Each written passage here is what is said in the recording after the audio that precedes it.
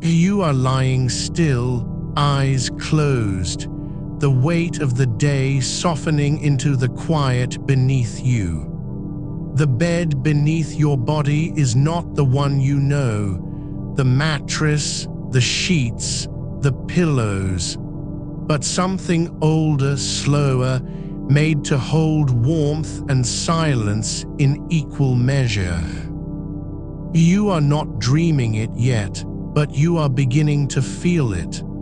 The presence of a bedstead from between 1760 and 1800, probably made in Connecticut, carved from birch and white pine, its joints fitted by hand with mortise and tenon, each joint settled over time into the patience of wood.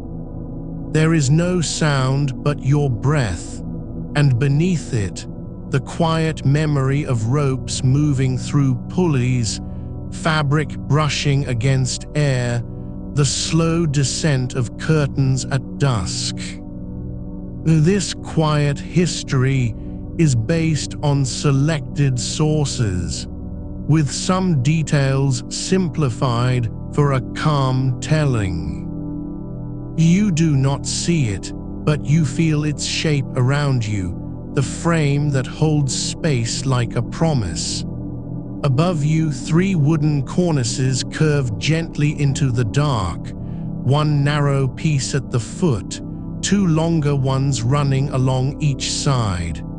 They are not plain. Each has been carved with pierced patterns, delicate, repetitive, the kind of design made for the hand and eye to trace slowly, over days, over years, until the lines become familiar as the curve of your own palm.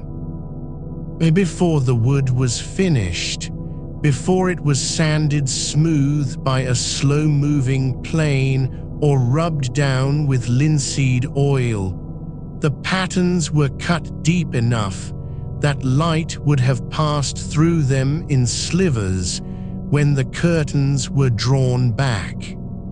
Now, those carvings are covered.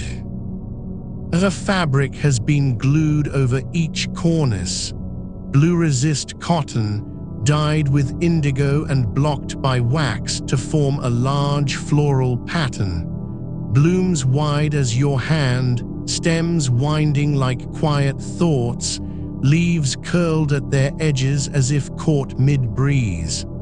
The cloth is not new. It has been washed, perhaps many times.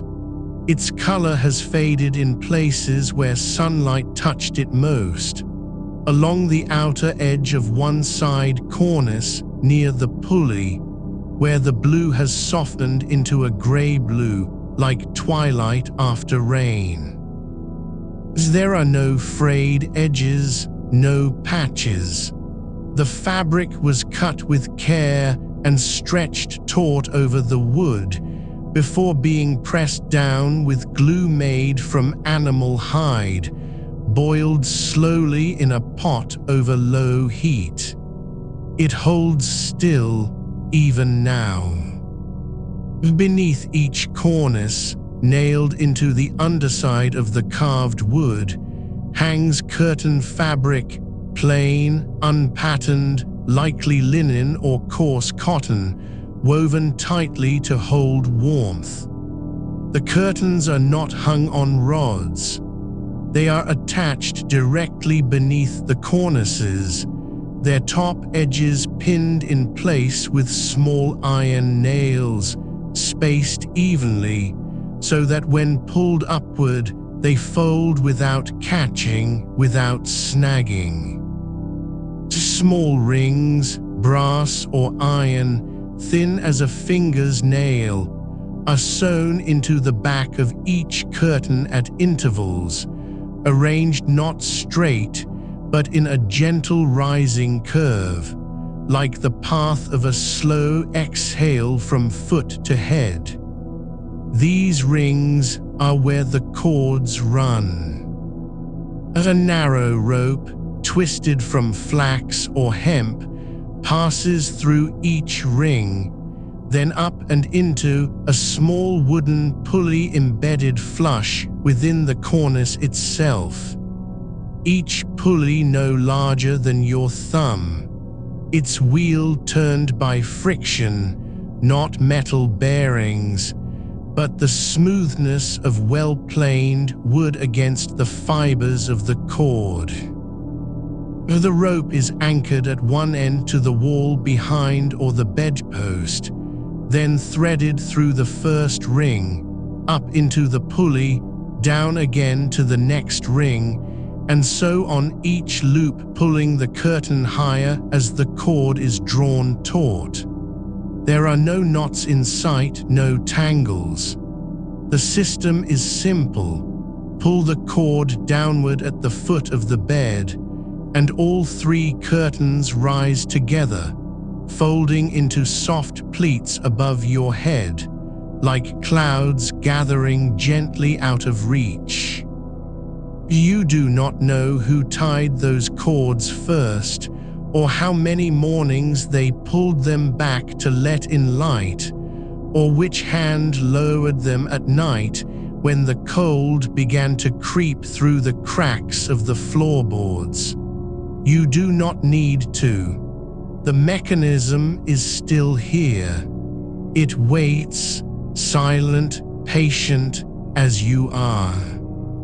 The headpiece, plain and unadorned, stands at your upper end, no carving, no fabric covering it now, but its surface bears many small nail holes, arranged in a straight line along the top edge.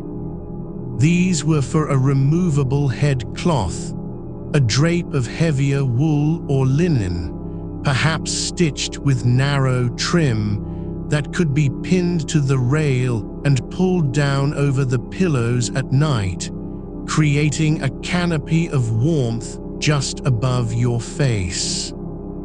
It is gone now, but its presence lingers in those holes, tiny punctures made again and again, as if someone returned each evening to adjust it, or perhaps removed it each morning with the same quiet ritual.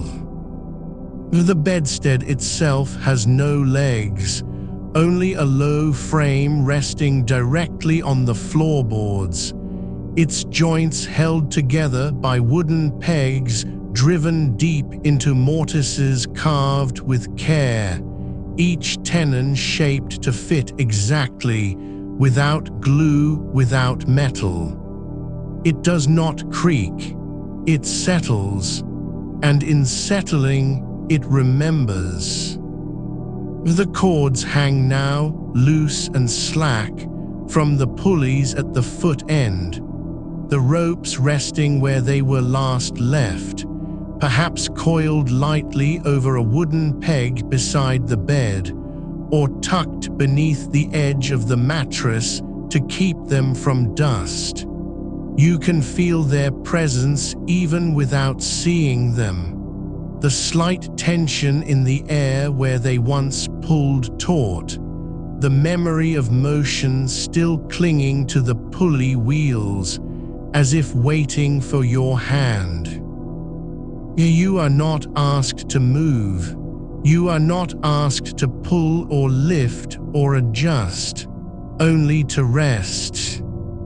And somewhere beneath you, in the quiet wood, in the faded blue cotton, in the slow arc of rings and ropes that once moved with purpose, there is a rhythm still. It does not demand your attention. It simply waits. As you breathe, so it breathes.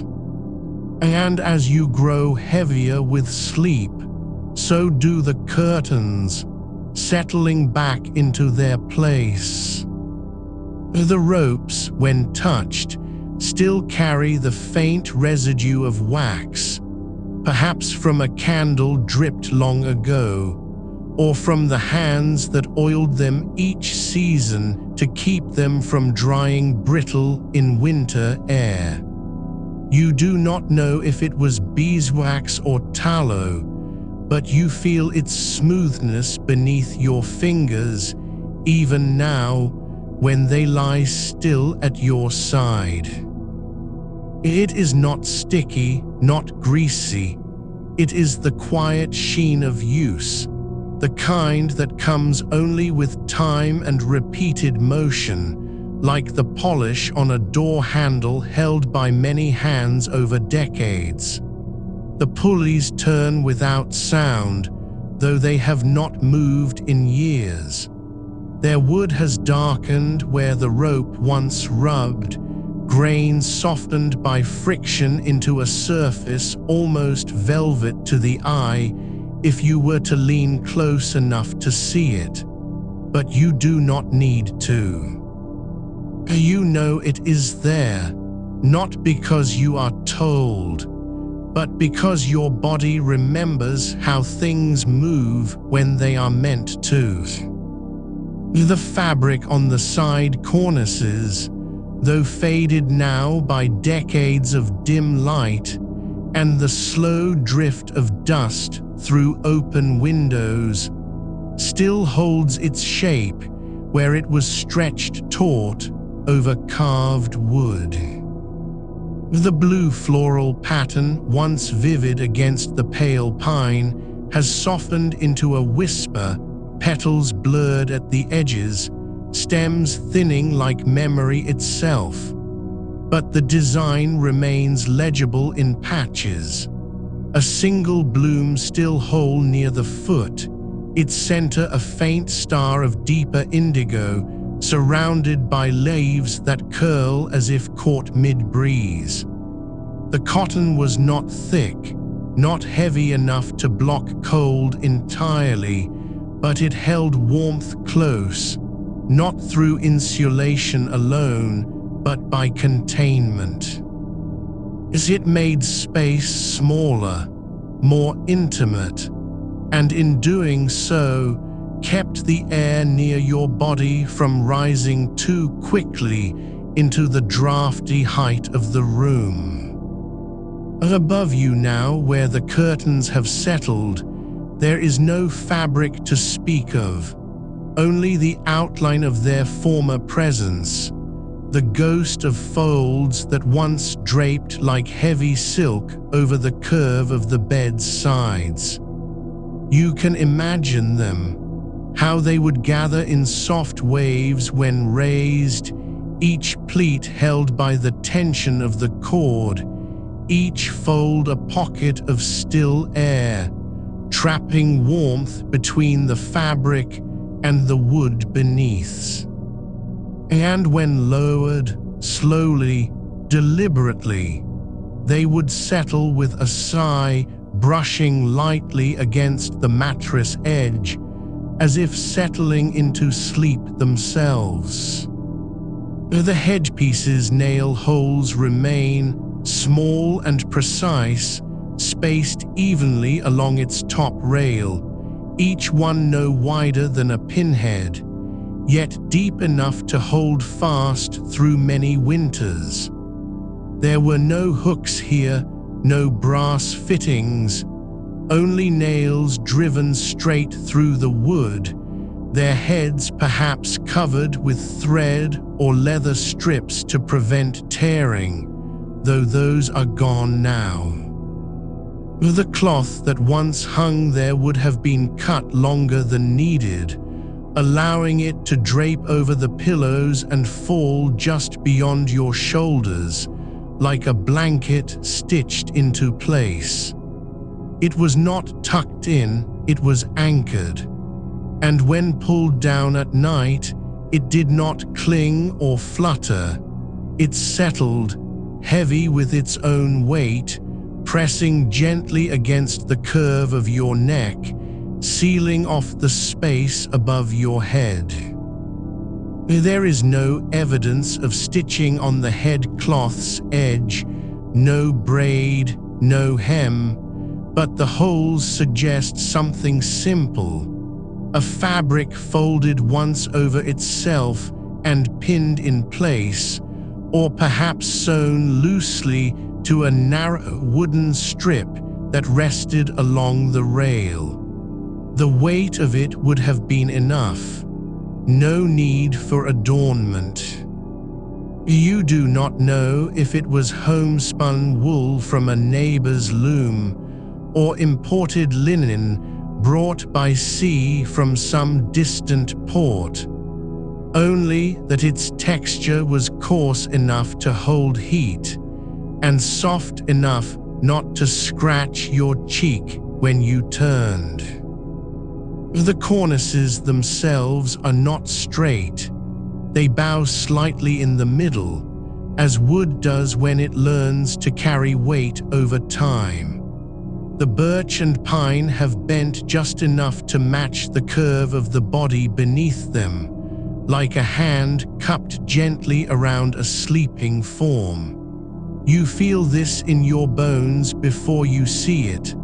The slight arch that makes the curtains fall more naturally toward the center, as if drawn by gravity alone, though they are held only by rope and pulley. The rings, too, have changed. They were never large, perhaps half an inch across, and made of iron or brass, but now their surfaces have turned dull with oxidation, some slightly pitted where moisture lingered in the air after rain. Yet none are broken, none have rusted through. Each one still holds its place on the curtain's back, spaced just far enough apart to allow the fabric to fold without tearing, close enough that the pull remains even across its full widths.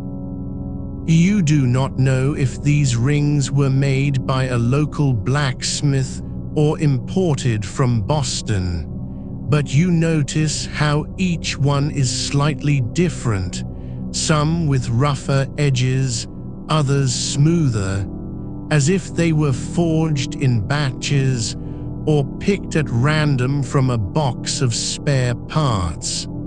And yet they all work together. They have always worked together. And now, as the night deepens, there is no sound, not from the floorboards, not from the walls, not even from your own breath. But you feel the quiet persistence of this system beneath you, the cords waiting, the pulleys holding their shape, the fabric remembering how to fall. It does not ask for anything. It only asks that you remain still. And so you do. The room holds its silence like a held breath. And somewhere in the wood, in the cotton, in the slow arc of rope and ring, there is a rhythm older than your thoughts, waiting. You feel the weight of the moment not in your limbs, but in the space between them, the air above you still and full, like water held beneath a stone. The curtains have settled into their final position, drawn low across the frame, taut yet soft with folds that hang like old memories, each one shaped by years of slow descent. They do not press against your face, nor do they fall too far. There is a precision in how they meet just above your shoulders, forming an arch where light no longer enters and warmth begins to gather. It is the same distance as a hand's span from your collarbone, enough to keep the chill away without closing you off completely, like a room within a room that breathes only when needed. The fabric of the curtains is not one piece but three joined at the sides, each panel slightly different in tone where it was stitched. A faint seam running up through the center, hidden beneath folds that were meant to be seen from below. The blue resist cotton has darkened with time, its floral pattern now softened, like ink spread by rain on paper. You see the same flower repeated over and over, its petals curled inward, stem rising in an unbroken line, but it is no longer sharp enough to name. It might be a rose or something else entirely. The design does not matter anymore. What matters is how it lies, each petal folded into itself by pressure, its edges slightly blurred from wear, the color bleeding just at the hem where moisture once collected during rainstorms. The cords are still taut, pulled tight with no slack between pulley and ring, though they were never meant to stay this way. They were intended only to lift, not to remain suspended midair like wire strung for balance. Yet now they rest there quietly, their ends tied off behind the cornices in small knots that have tightened over time, warped by humidity and age, until each one is as stiff as a twig. The rope itself, twine or thin cord, is made of plant fibers, perhaps hemp or flax, woven loosely so it can stretch without breaking under sudden strain. It does not snap easily, but it wears down slowly where it rubs against the pulley wheel's edge. You do not know how many times this has happened, the friction over decades leaving tiny frayed strands along its length, like whispers left behind after a long journey. The small pulleys are buried in the wooden cornices, 3 of them, one at each end and one at the foot.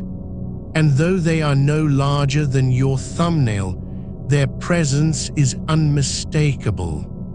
They turn on axles made of iron or brass, worn smooth by years of movement, their surfaces polished not from use, but from contact with fabric that passed over them again and again. Each wheel has a groove cut into its rim where the cord rests when pulled, worn deeper in places than others, as if one side had taken more weight than the other. The mechanism was never designed to be seen. It lived behind the curtain frame, hidden within the wood like a secret kept through generations. You do not know who first tied the rope or adjusted its length.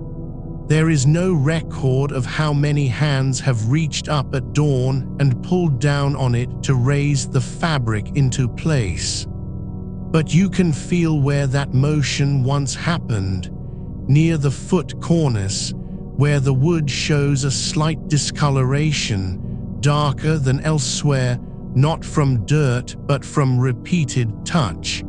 The kind of stain only made by fingers pressing in rhythm over time.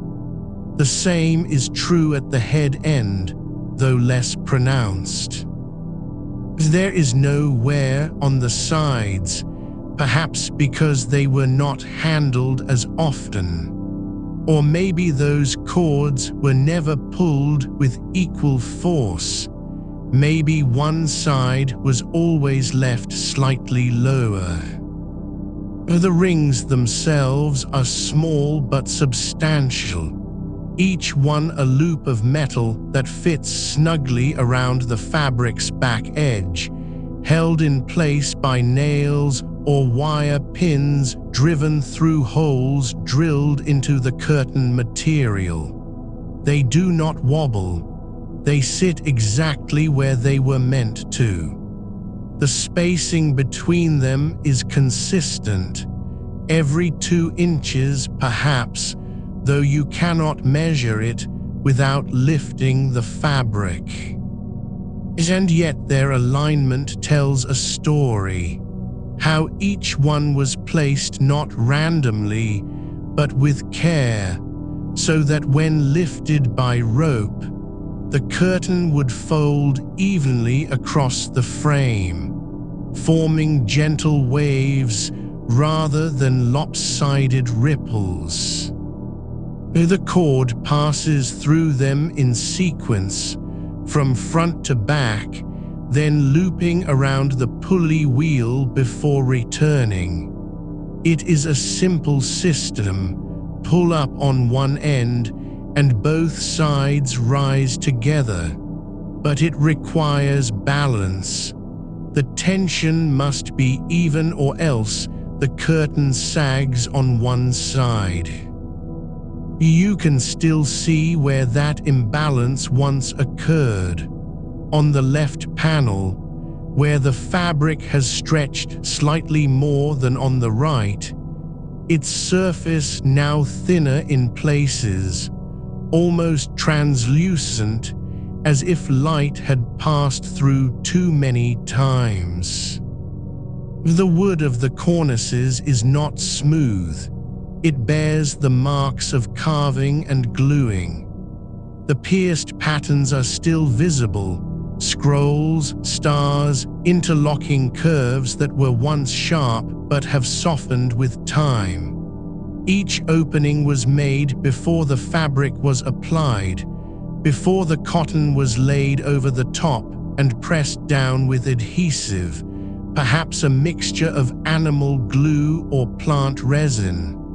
There is no sign of cracking in the wood beneath.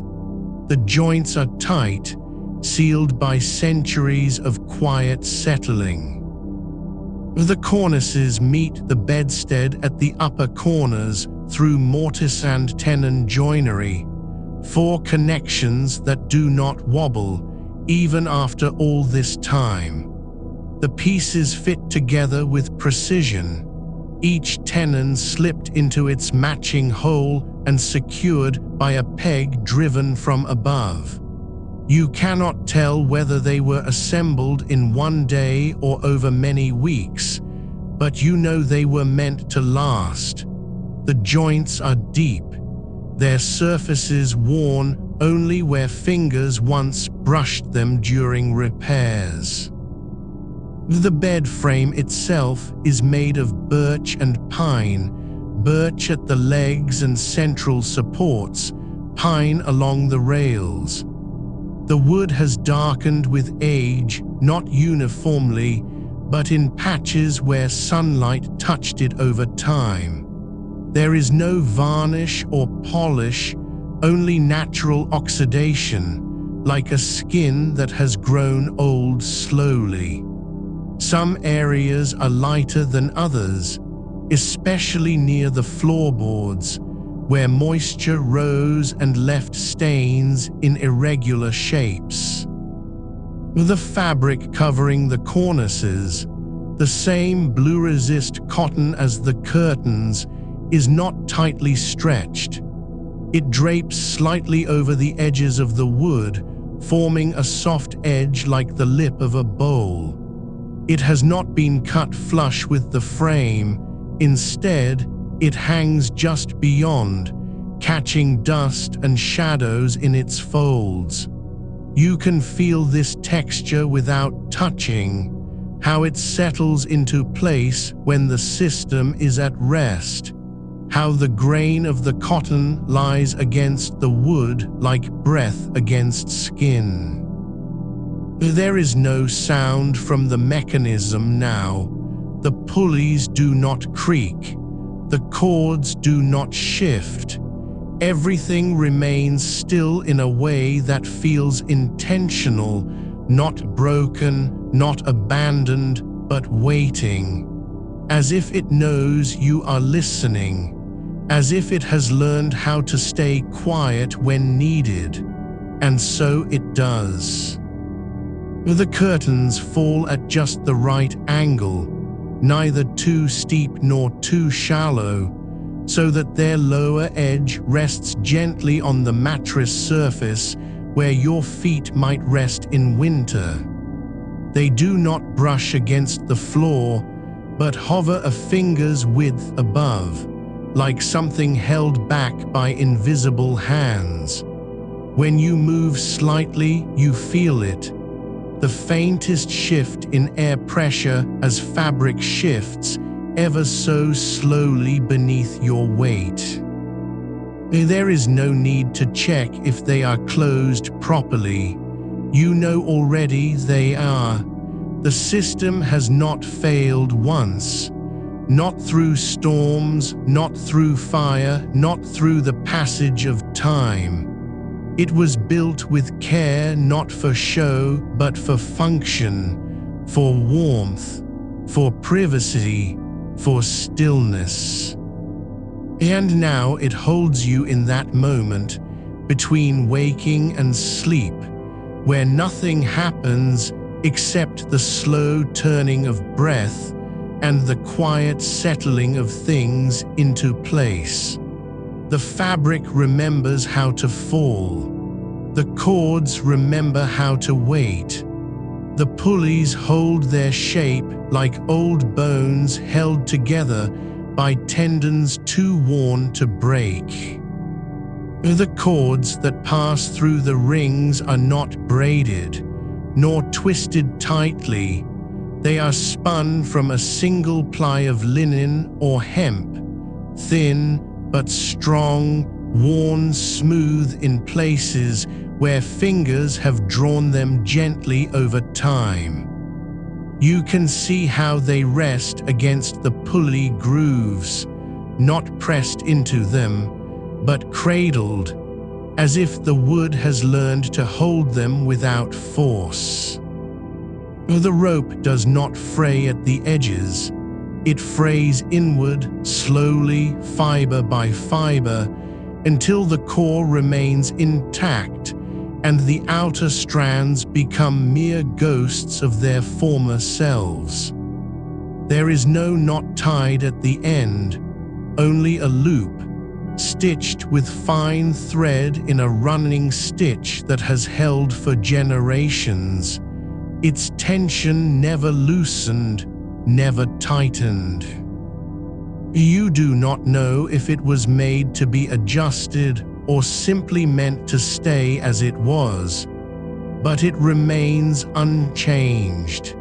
The same slack, the same curve, the same slight dip, where the weight of the curtain pulls down just enough to keep the fabric taut without pulling the pulley askew. The rings are small, each no wider than a thumb's width, and they are made of brass, though darkened now with age and the touch of many hands.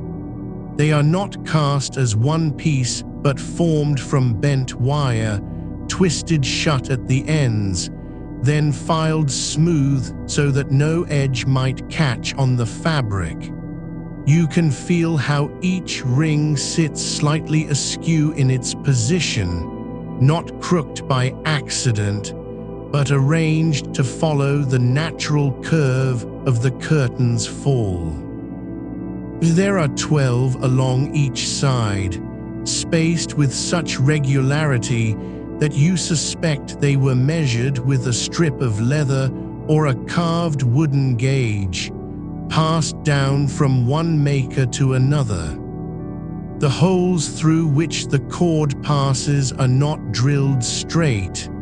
They angle slightly upward, so that when pulled, the rope climbs gently, without friction, as if guided by an unseen hand. There is no grease on them now, nor oil, nor wax. only the residue of dust and the slow accumulation of time, yet they turn with a quiet ease, as though they remember how to move even after years of stillness. The fabric of the curtains themselves has faded in patches, not uniformly, but where the sun touched it during daylight hours when the cords were drawn back. The blue has softened into a pale gray blue, like sky just before dawn, while the floral pattern remains visible in outline. Petals that once bloomed bold and bright now appear as shadows beneath their own design. You can trace the shape of each bloom by the way the dye resisted the bleaching action of light. The center of each flower still holds a whisper of its original color, while the outer edges have dissolved into the weave. The cotton is not fine. It has a slight roughness to it, a texture that catches on bare skin in winter, but holds warmth like wool without the weight. It was never washed often, perhaps only once or twice each year, and when it was, the water would have been drawn from a well heated over fire and stirred with a long wooden paddle before being drained slowly into the earth. The fabric has not shrunk much. Its threads remain aligned, its weave intact, as if it knew how to hold itself together even without help. When lowered at night, the curtains do not fall straight. They settle in gentle waves, each fold folding into the next like pages of a book left open too long. There is no stiffness to them now, no starch or sizing remaining, but they still retain the memory of their shape, as if the fabric remembers how it was meant to hang. The nail holes along the cornice are small and deep, spaced just wide enough to allow the fabric to drape without tension. You can see where the nails were driven in at an angle, never straight down, but slanted slightly inward, to keep the edge from pulling loose with use. Some of them have begun to sink into the wood over time, their heads now flush with the surface, as though they too have grown tired and chosen to rest. The headpiece, plain and unadorned, still bears the marks of its former cloth, rows of tiny holes where tacks once held a separate panel in place. These are not random. They form two parallel lines, spaced precisely 3 inches apart, running the full length of the frame. You cannot see what that cloth looked like. It is gone now. But you know it was meant to be drawn across the top, perhaps to block drafts or to soften the light from a candle left burning too late. The holes are clean, not ragged, not torn, and they do not extend beyond the edges of the wood, suggesting the cloth was cut exactly to fit, with no excess, no waste. The pulley wheels themselves are made of turned hardwood, perhaps maple or beech, each one carved by hand on a lathe that rotated slowly beneath the maker's foot. The grooves in their rims are shallow but precise, worn smooth from years of rope sliding over them without slipping. There is no metal bearing inside. They turn on nothing more than the wood's own density and the slow compression of time. You can imagine how they once spun freely when first installed, how the sound would have been barely audible, a soft whisper as the curtains were drawn aside in morning light.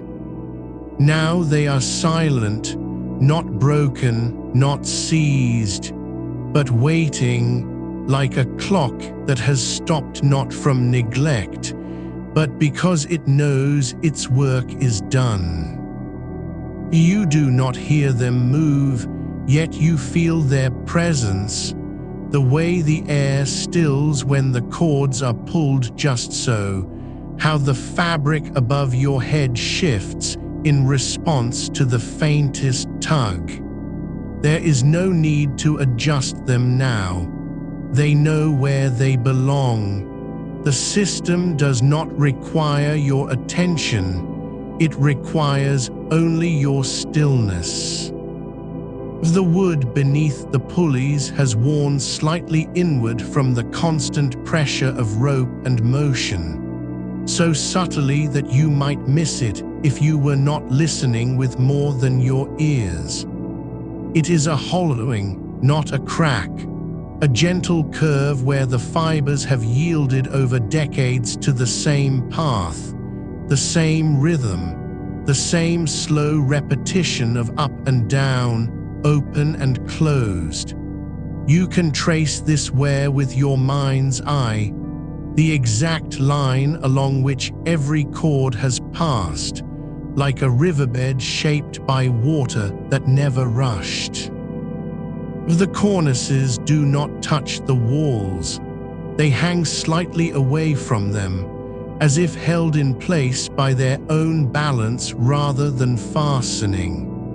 This gap is intentional.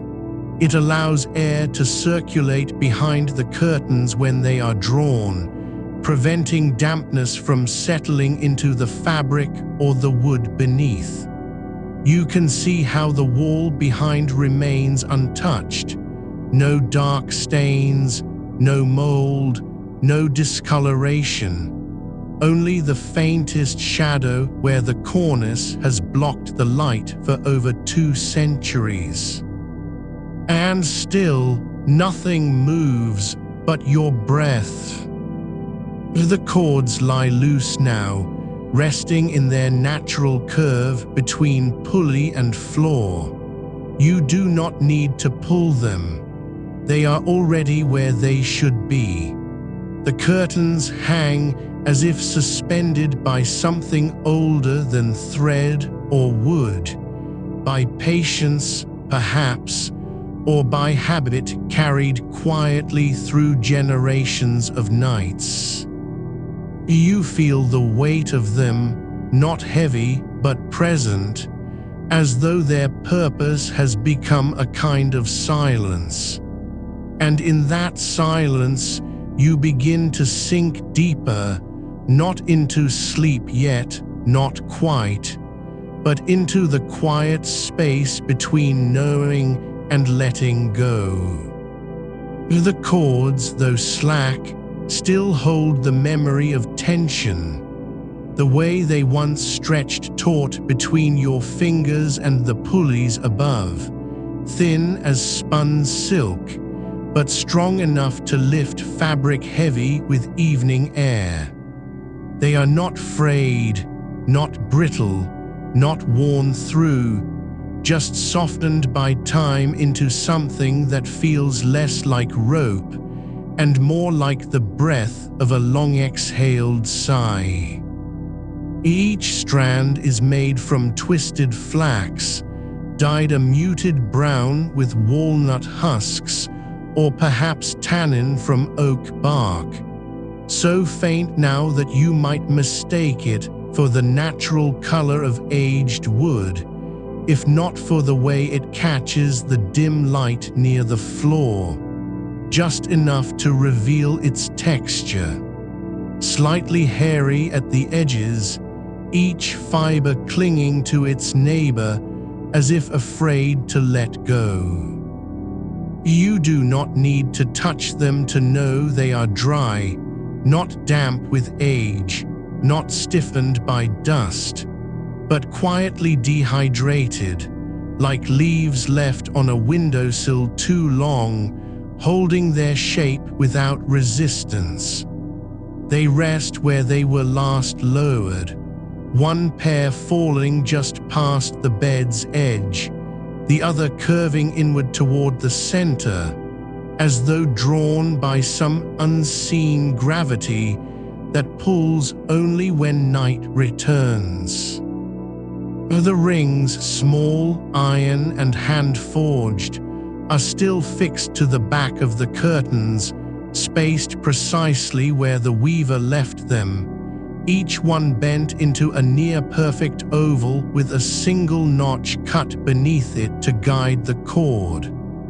They do not rattle, they do not creak. There is no rust visible, not even the faintest blush of oxidation, because they were never exposed to moisture, never lifted in wet air, never left to sweat in humid rooms. The fabric that holds them has faded, yes, the blue floral pattern now more gray than indigo, but it still clings tightly to the woven backing, stitched with linen threads so fine you could not count its stitches without a magnifying glass, and even then you might doubt what you see. Each stitch is identical in length, each knot tucked away beneath the weave, as if ashamed of its own existence. You do not know how many hands tied them, only that they were tied with care, and that no one ever needed to rethread them. The curtains themselves are not lined, they never were, but layered slightly at the hem, folded once in a narrow fold before being nailed beneath the cornice's carved edge. This fold adds weight without bulk, allowing the fabric to fall straight when lowered, without curling or puffing at the bottom as lighter cloth might. You can feel this in your mind, the way the edge would have brushed against the mattress when fully drawn, a soft pressure along the frame, not enough to disturb sleep, but enough to remind you that something was there, enclosing you. The pattern is not symmetrical across both panels. One side has a single bloom slightly larger than the others, as if the weaver paused to admire it before continuing, perhaps thinking of spring, perhaps thinking of nothing at all. You cannot tell if this was deliberate or accidental, but it remains uncorrected, unchanged. A quiet imperfection that gives the whole thing its humanity. Above you, the cornices remain suspended, their carved patterns still visible through the thinning fabric, not in sharp relief, but as shadows beneath the surface, like memories pressed into skin. The pierced designs are not random. They follow a single motif repeated 3 times along each side. A central circle with 8 petals radiating outward, surrounded by 4 smaller arcs that seem to float just beyond it, as if drawn by someone who saw flowers in the grain of wood and chose to let them emerge rather than force them. You can trace these shapes with your breath, the way your exhale slows when you imagine the chisel biting into birch, how each petal was carved deeper at its base so that light would pool there even when the curtains were closed. The fabric stretched over this carving catches those shadows still, holding them like mist in a hollow. The corners where the cornices meet are joined with mortise and tenon joints. No nails, no glue visible now, but you can feel their strength in the way nothing has sagged, nothing has warped. The wood has settled, yes. The pine has softened slightly at its edges, but it holds its form as though remembering how to be straight. There is no gap between the side cornices and the foot piece. They meet with perfect alignment, as if carved from one long thought rather than assembled from three separate parts. You do not know who joined them, only that whoever did so waited until the wood was dry enough to hold its shape, and then cut each tenon with a hand saw whose teeth were fine enough to leave no splinters. The fit is so tight that even now, after 200 winters, you cannot see daylight between them. The pulleys do not turn when you breathe, but they remember how to. You can sense it in the quiet, the way the air around them stills just a fraction more than elsewhere in the room, as if the wood has learned to hold its breath when nothing moves. The ropes have worn their own channels into the grooves, not deep, not sharp, but enough that you could close your eyes and trace each path with your fingertips, even without touching them. And still, they remain untouched by hands that might pull them now. They wait not in patience, but in stillness, the kind of quiet that does not ask to be noticed, only to be felt. You are not sleeping yet, but you are no longer trying. The weight above you is not heavy, nor is it absent. It is simply there, like the space between heartbeats, like the pause before a sigh becomes breath again. The curtains do not need to be drawn. They have already done their work. And so, slowly, gently, without effort, you let yourself sink further, not into darkness, but into the quiet that comes after knowing everything is exactly as it should be. The ropes, though worn thin in places, still carry the memory of tension, the way they once pulled taut against the pulleys, gathering fabric into soft, uneven folds above your head. You can see how the twine has frayed slightly where it passes through the smallest wheel on the right side cornice, not enough to break, but enough that the strand now rests a hair's breadth off center, as if it had learned to settle into its own curve over time.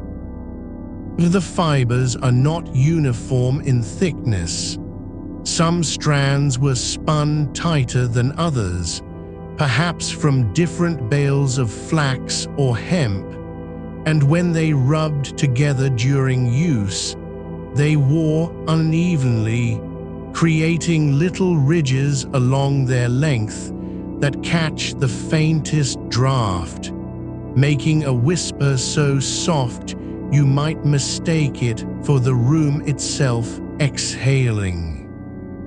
There is no knot at the ends where the cords disappear beneath the bed frame, only loops tied with a slip that never tightened fully, allowing just enough slack to let the curtains fall without jolting. You imagine how those ends were tucked away after each evening's lowering, not cut, not burned, not secured, but simply coiled and tucked behind the footboard, where dust has gathered in slow layers over decades.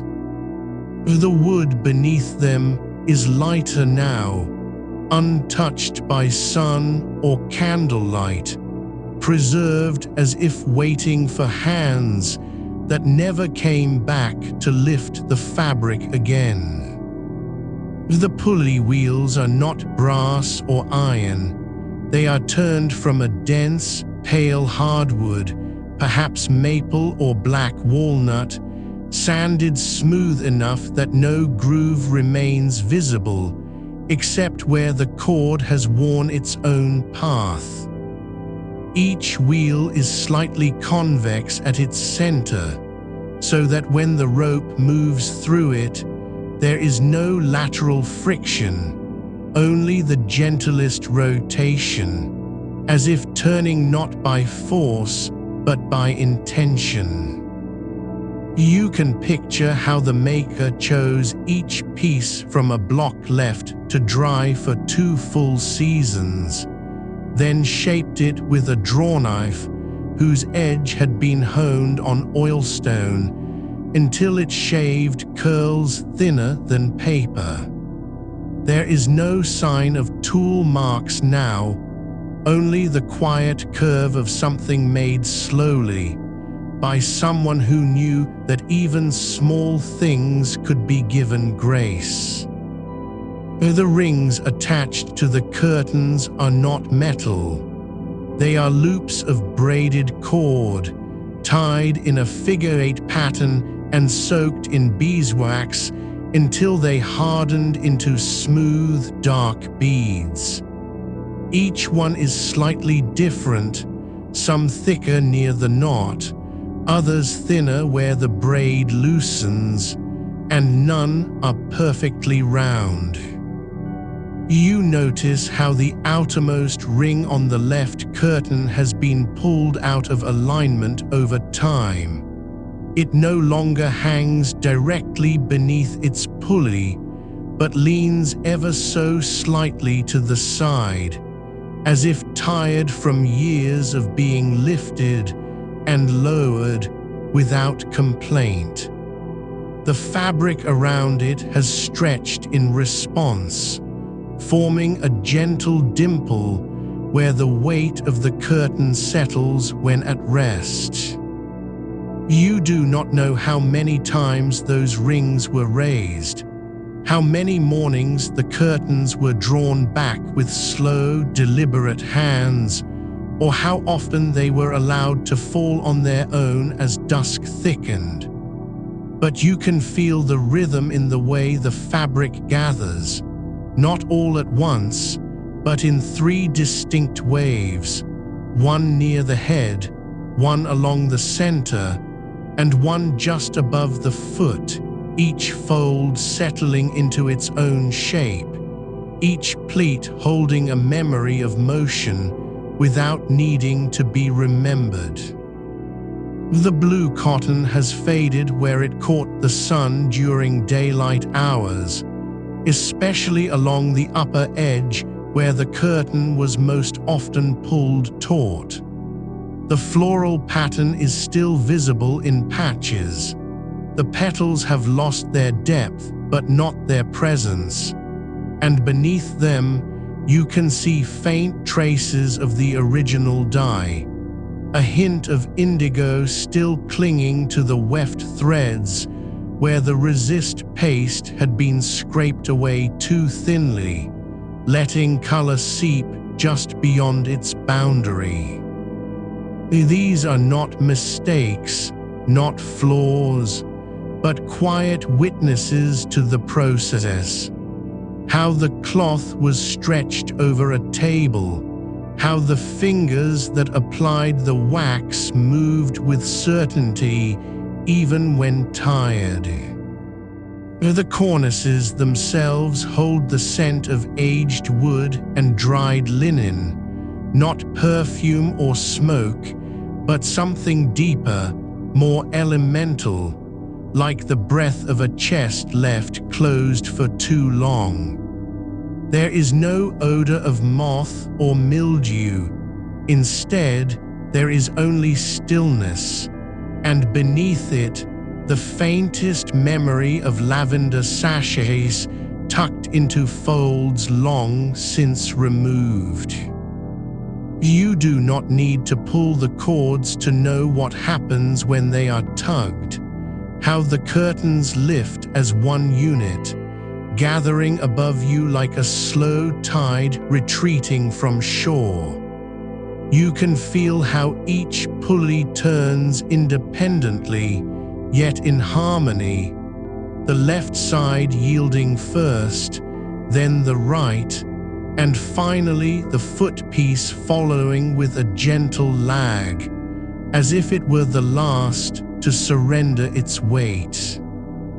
And still they remain where they are, low, full, undisturbed, not because they are broken, but because they have fulfilled their purpose. They have kept warmth close when nights were long, and hidden what needed hiding when silence was sacred.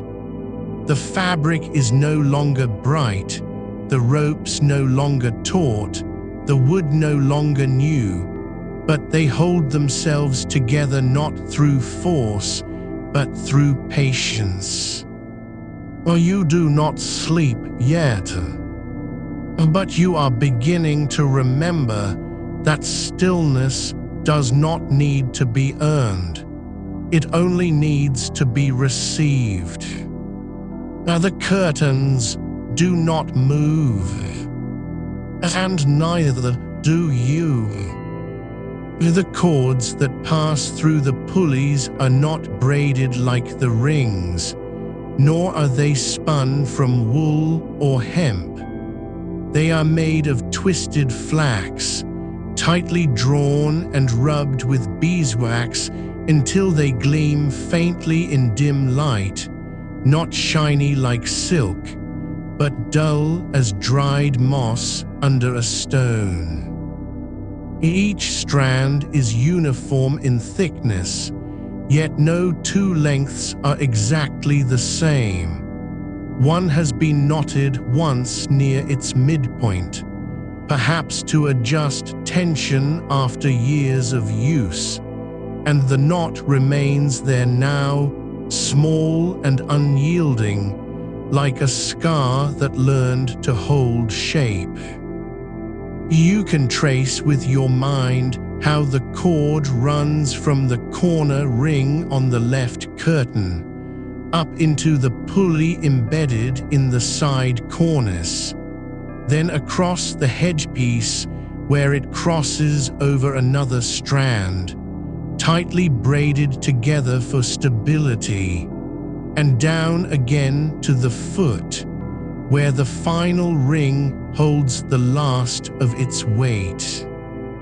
There is no tassel at the end, no ornamentation to mark ownership or purpose, just a simple loop tied into itself, thickened by friction and time, resting now on the floor beside the bedstead, untouched for decades. You notice how the cord wears differently depending on where it passes through each pulley.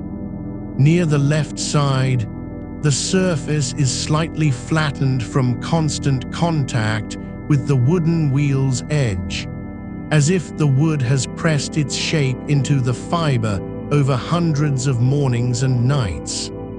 On the right, the same cord shows a subtle spiral wear. The rope has turned just enough in its path to create a faint helix pattern along its length, like the swirl left by a slow drip of wax cooling on skin. The pulleys themselves are not carved from metal or bone, but shaped from dense hardwood, probably oak or maple, sanded smooth with a knife, and then rubbed with oil until they turned dark as walnut shells. Each one has a shallow groove cut around its circumference, not deep enough to trap the cord, but just enough to guide it without slipping. You imagine how they must have spun in silence, turning on their wooden axles, greased, perhaps once a year with rendered tallow from the kitchen hearth, or maybe never at all, relying instead on patience and the softness of aged wood against aged fiber. The fabric covering each cornice is not merely draped. It is glued down along every edge, pressed firmly into the carved relief beneath. The patterns are not printed but resist-dyed, a technique where paste made from flour and lime was painted over areas meant to stay white, then rinsed away after dyeing, leaving behind outlines that bloom like frost on glass. You can still see where the paste cracked slightly during drying, tiny fissures along the stem of a tulip or between the petals of a rose, and how the blue seeped through those cracks in thin, feathery veins, as if the color had whispered its way into places it wasn't meant to go. The fabric clings now to the wood with the quiet certainty of something that has learned not to let go. Where the glue has given way slightly at one corner, perhaps from moisture long ago, the edge curls upward just enough for you to see the grain of the birch beneath, pale and fine as a child's fingernail. You do not know if this was intentional or accidental, but it does not matter. What remains is not broken, it is softened. There are no tacks holding the curtain fabric in place, only small nails, thin as needles, driven just deep enough to catch the hem without piercing through. Each nailhead is slightly rounded from years of being touched by fingers adjusting the drape or brushing past in the dark. The curtains themselves hang heavy, not because they are thick, but because they have absorbed the weight of seasons. Winter damp, summer heat, the slow settling of dust that falls like invisible snow over a decade of nights. You can feel how the fabric responds when pulled, how it yields first at the top, then gathers slowly downward in folds that deepen as they fall, never collapsing into a heap, but forming gentle curves, each one mirroring the last. The pleats are not uniform. They vary by half an inch here and there, as if the person who hung them long ago worked by eye rather than measure, trusting motion over maths. The headpiece, the plain wooden board at the top, holds its own quiet history. Its surface is worn smooth in a broad arc where the removable head cloth once rested. You can trace the shape of it with your thoughts, how it was pinned or tacked along its edges to keep it from slipping, how it may have been lifted each morning and folded neatly over the back rail before being tucked away until dusk. There are no remnants of thread or fabric left now, only the faintest shadow in the wood, a slightly lighter patch where the cloth absorbed moisture differently than the bare surface around it. The nail holes that once held it in place still cluster along its lower edge, arranged in 3 rows, 2 near the corners for stability, 1 centered to support the weight of fullness when drawn taut. They are not aligned perfectly. Some lean slightly inward, others tilt outward, as if each nail was driven with a different hand, or perhaps by the same hand on different days, tired differently. You do not know how many hands worked this bedstead over time. The carpenter who joined the mortise and tenon with chisel and mallet, the weaver who wound the flax into cord, the dyer who stirred vats of indigo before dawn. But you feel their presence in the small hesitations, a knot that wasn't perfectly tied, a nail driven too deep and split the wood slightly beneath it, a patch of dye that bled just beyond its line. These are not imperfections to be corrected.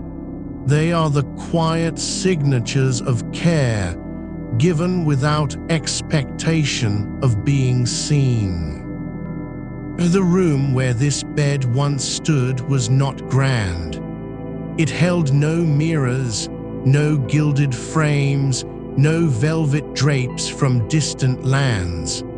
The walls were plastered with lime and straw, the floor laid with wide pine boards that creaked in predictable places, near the hearth, under the window, beside the door. There may have been a chair by the bed, or a small chest holding linens folded tight with dried lavender, but none of that remains. Only this, the wood, the fabric, the cord, and the pulleys, all still here, still waiting, still patient. You do not need to pull the cords again. You already know how they move, and you are beginning to understand, without needing words, that some things were never meant to be used once and forgotten. They were made to stay quietly, patiently, through every season of breath and silence. The cords, thin and worn smooth by countless passes through the pulley grooves, still carry the memory of tension, how they once stretched taut under a steady pull, then relaxed slowly as the weight of the curtains settled back into place. You can imagine the way they felt beneath your fingers, cool at first, then warmed by the slow transfer of body heat from the hand that lifted them each morning. There is no fraying, not yet, but there are places where the fibers have thinned, where the twist has loosened just enough to catch on a splintered edge of wood, as if the pulley wheel itself had learned to pause before turning again. The twine is not linen nor silk. It is cotton spun fine, dyed with the same indigo that stained the curtain fabric, so the color runs faintly along its surface in uneven bands, like the tide receding from wet sand.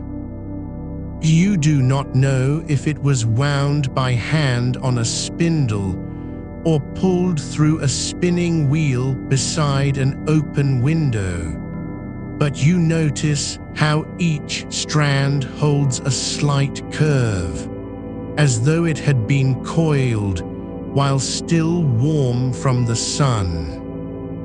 The pulleys are small, no larger than a thimble, and made of turned hardwood, likely maple or beech, sanded so thoroughly that the grain has softened into a matte sheen.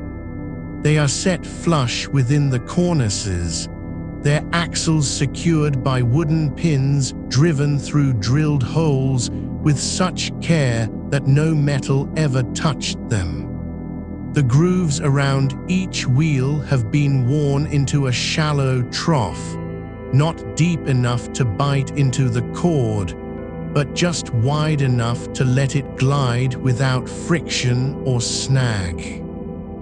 You can trace the path of the rope's passage in the wood, not by sight, but by touch you never made, by how the surface around each pulley has darkened slightly from decades of oil absorbed from fingers that brushed against it while adjusting the drape. There is no wax, no polish applied deliberately, but the oil came anyway from skin, from breath, from the slow migration of warmth through air. Each cord runs from its respective corner of the curtain's lower edge, up through the ring sewn into the fabric's back, then disappears into the cornice where it meets the pulley. From there, it curves inward toward the center of the bedstead, where two cords, one from each side, meet and are tied together in a loose knot that never tightened fully, as if the person who last adjusted them knew they would be pulled again soon, and wanted to avoid the strain of retying. The knot is not symmetrical. One loop is slightly larger than the other, and the tail hangs just long enough to brush against the side rail when the curtains are lowered. You can picture how it moved with the bed's gentle sway during sleep, not tugging, not pulling, but drifting like a loose thread caught in a breeze. The fabric-covered cornices themselves hold the quiet weight of their own making. The wood beneath is not painted, nor varnished. It was left bare after carving, then covered only by cotton stretched and glued with animal glue warmed over low heat. You can feel how the fabric clings to every carved detail. The petals of the floral pattern now half eroded, the stems that once curled upward still pressing faintly into the cloth's underside like ghosts of the chisel's paths. Where the fabric has pulled slightly away from one corner, perhaps after a humid summer, perhaps after too many washings, the wood beneath is visible in narrow slivers, its pale birch tone dulled by time but not stained. The glue that once held it there has long since turned brittle and dark, yet still holds fast in patches, stubborn as old memory. You do not know how often the curtains were removed for washing. There are no signs of patching, nor fading where sunlight might have struck them daily. But you notice something else. Along the lower hem, where the fabric meets the nail line, there is a subtle thickening, like a seam that was reinforced by hand after wear began to show. It's not stitched. It is folded twice and glued down, then nailed again with smaller, finer nails than those used for the original hanging. Whoever did this worked slowly, carefully, not as an expert, but as someone who knew what it meant to sleep beneath something made to last. The rings, small brass loops, thin-walled and lightly tarnished, are spaced in a gentle arc along each curtain's back edge, following the natural fall of the fabric when pulled taut. They are not perfectly aligned, One near the center is set slightly higher than its neighbors, as if it had been reattached after slipping loose during an adjustment. You imagine the hand that rethreaded the cord through it. Perhaps in the dim light before dawn, fingers numb from cold, the breath visible in the air, the room still quiet except for the creak of floorboards outside the door. There is no rust on these rings, only a soft bloom of oxidation, like frost forming slowly over glass. And still the cords remain.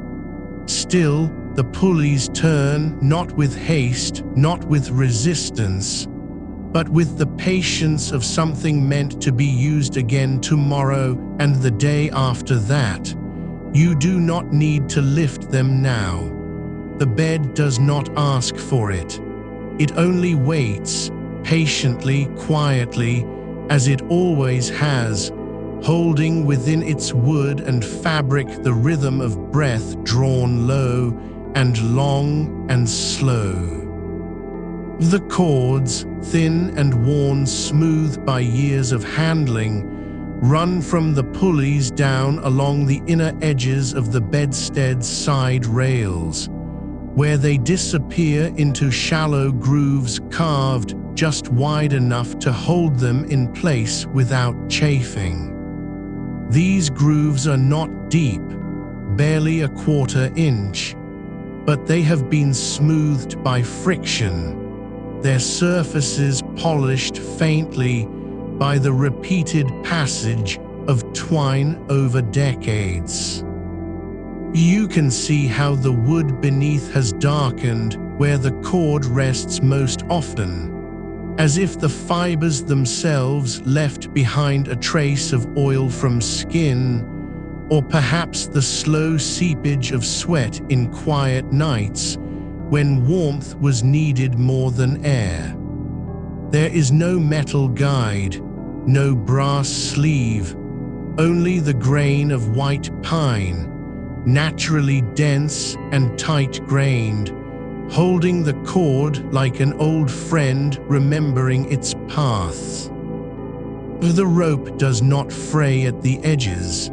It has been spun tightly, perhaps from flax or hemp, and twisted with a slow, even hand that knew how to avoid knots where tension gathered.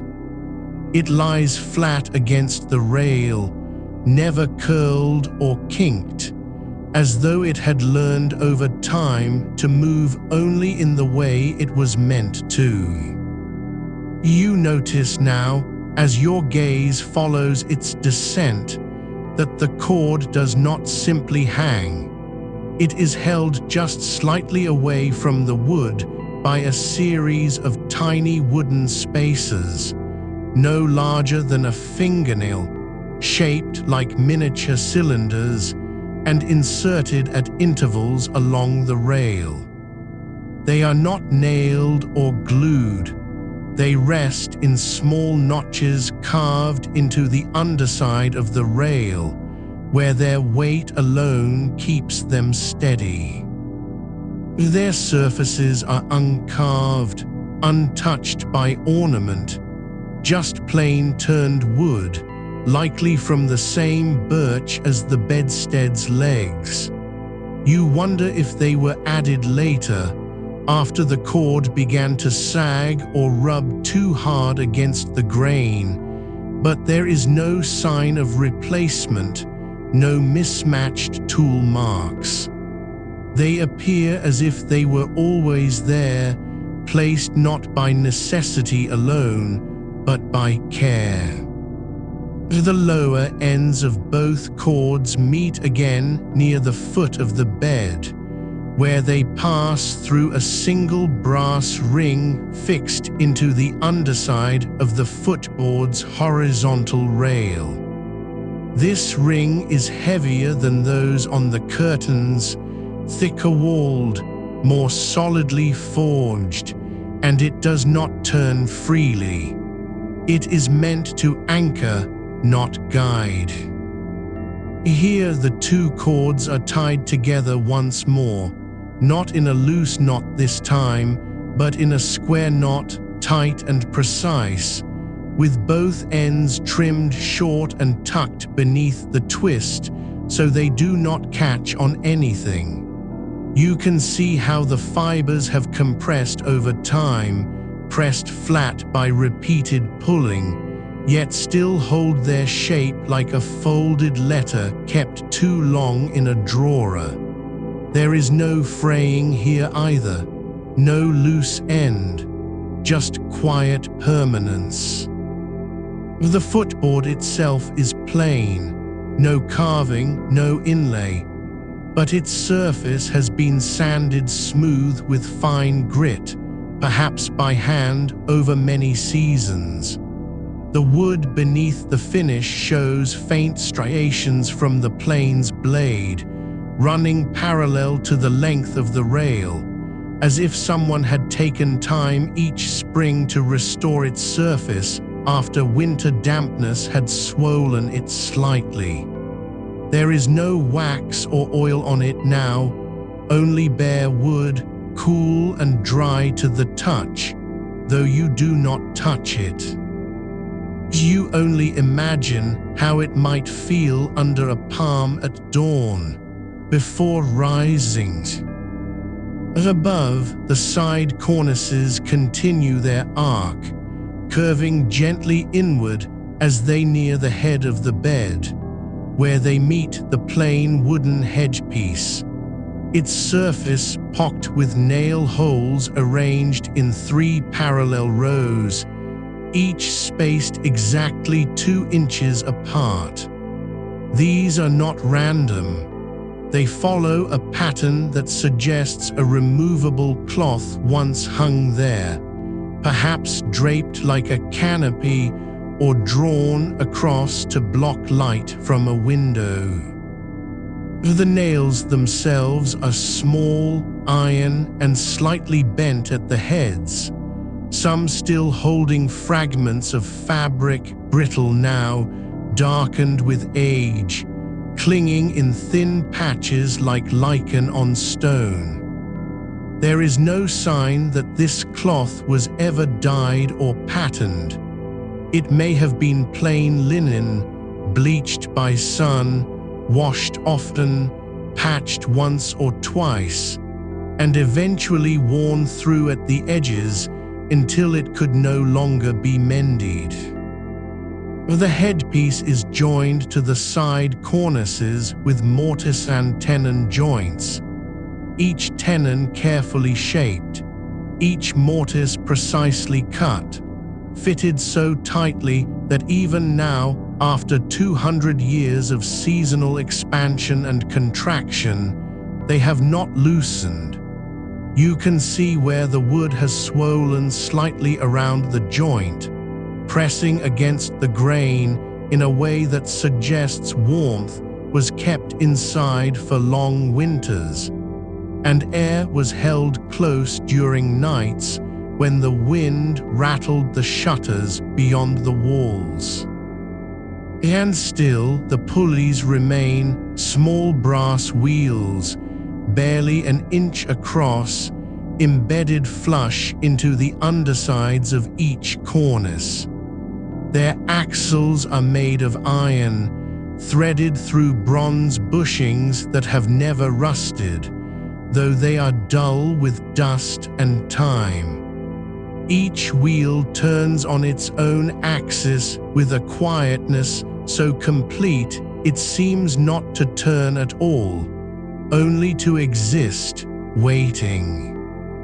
The grooves along their rims show the imprint of cord wear, shallow channels worn into the metal by repeated friction, each one a little deeper where the cord was pulled most often, as if the rhythm of raising and lowering had carved its own memory into brass.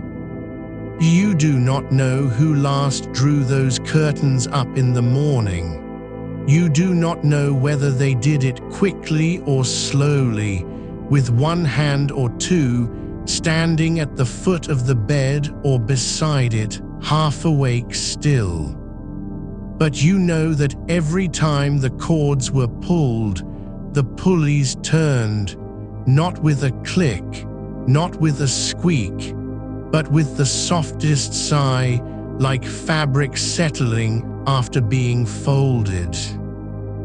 And when they were lowered again, the rings slid down their tracks with a whisper, the fabric falling in folds that matched its own weight, never collapsing unevenly, always returning to the shape it knew best. The room around you is still. The bed does not speak, but you feel how it remembers, how every pulley, every ring, every knot and groove holds within it the quiet rhythm of a life lived beneath it, not in grandeur but in patience, not in ceremony but in care. And as your breath slows, as your body settles deeper into the mattress that rests upon its frame, you sense, without knowing why, that this bed does not ask to be remembered.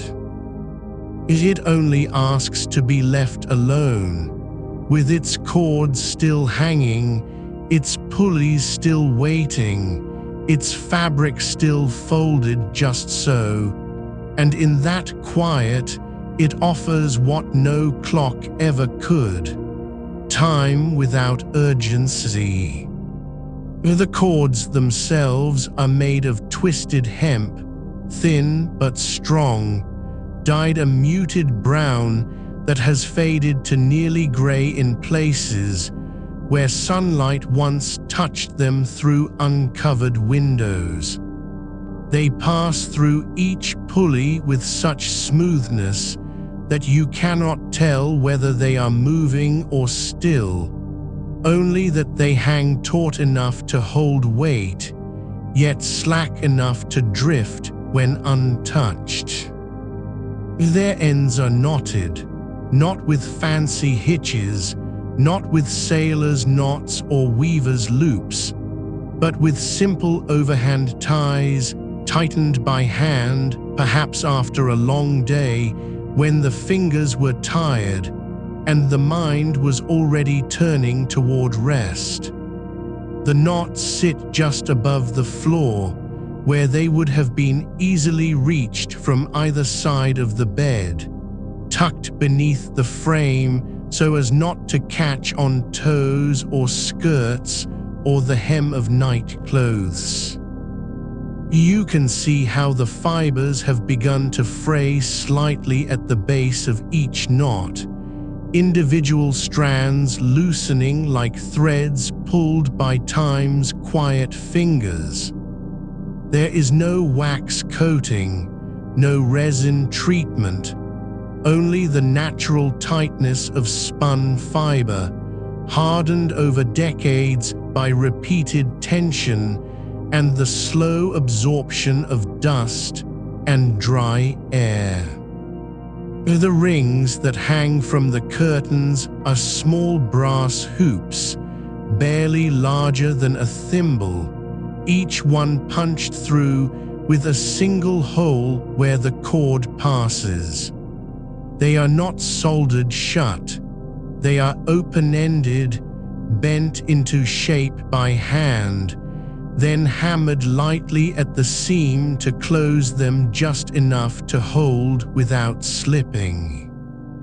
You can see where the metal has worn thin along the inner edge, the part that rubs against the cord, as if the fabric's weight had pressed downward every night for years, and each morning when the curtains were raised, those same rings slid upward in slow procession, guided not by force but by gravity and patience. Their surfaces are dull now, with no polish ever applied after they left the maker's bench. They do not gleam, they do not shine. They simply endure. Their patina built from touch, not from display. The curtains themselves hang in 4 panels, 2 for each side of the bed, each one cut from the same bolt of blue-resist cotton as the cornice fabric, though the pattern is less vivid now, faded by repeated washing and the slow bleaching of winter light. The floral motifs were once bold, large blooms with thick stems curling into spirals, leaves shaped like teardrops, all outlined in a deeper indigo that has mostly washed away, leaving behind ghostly traces where the dye clung most stubbornly to the fibers. You can still see the resist technique at work, where wax was pressed into the cloth before dyeing, blocking color from certain areas, creating negative space within the design.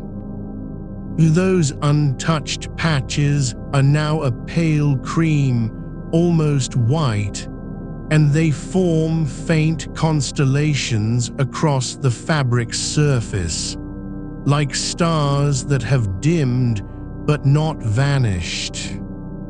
The curtains were nailed beneath the carved edge of each cornice, not with nails driven deep into the wood, but set just enough to hold the hem in place while allowing the upper portion to drape freely.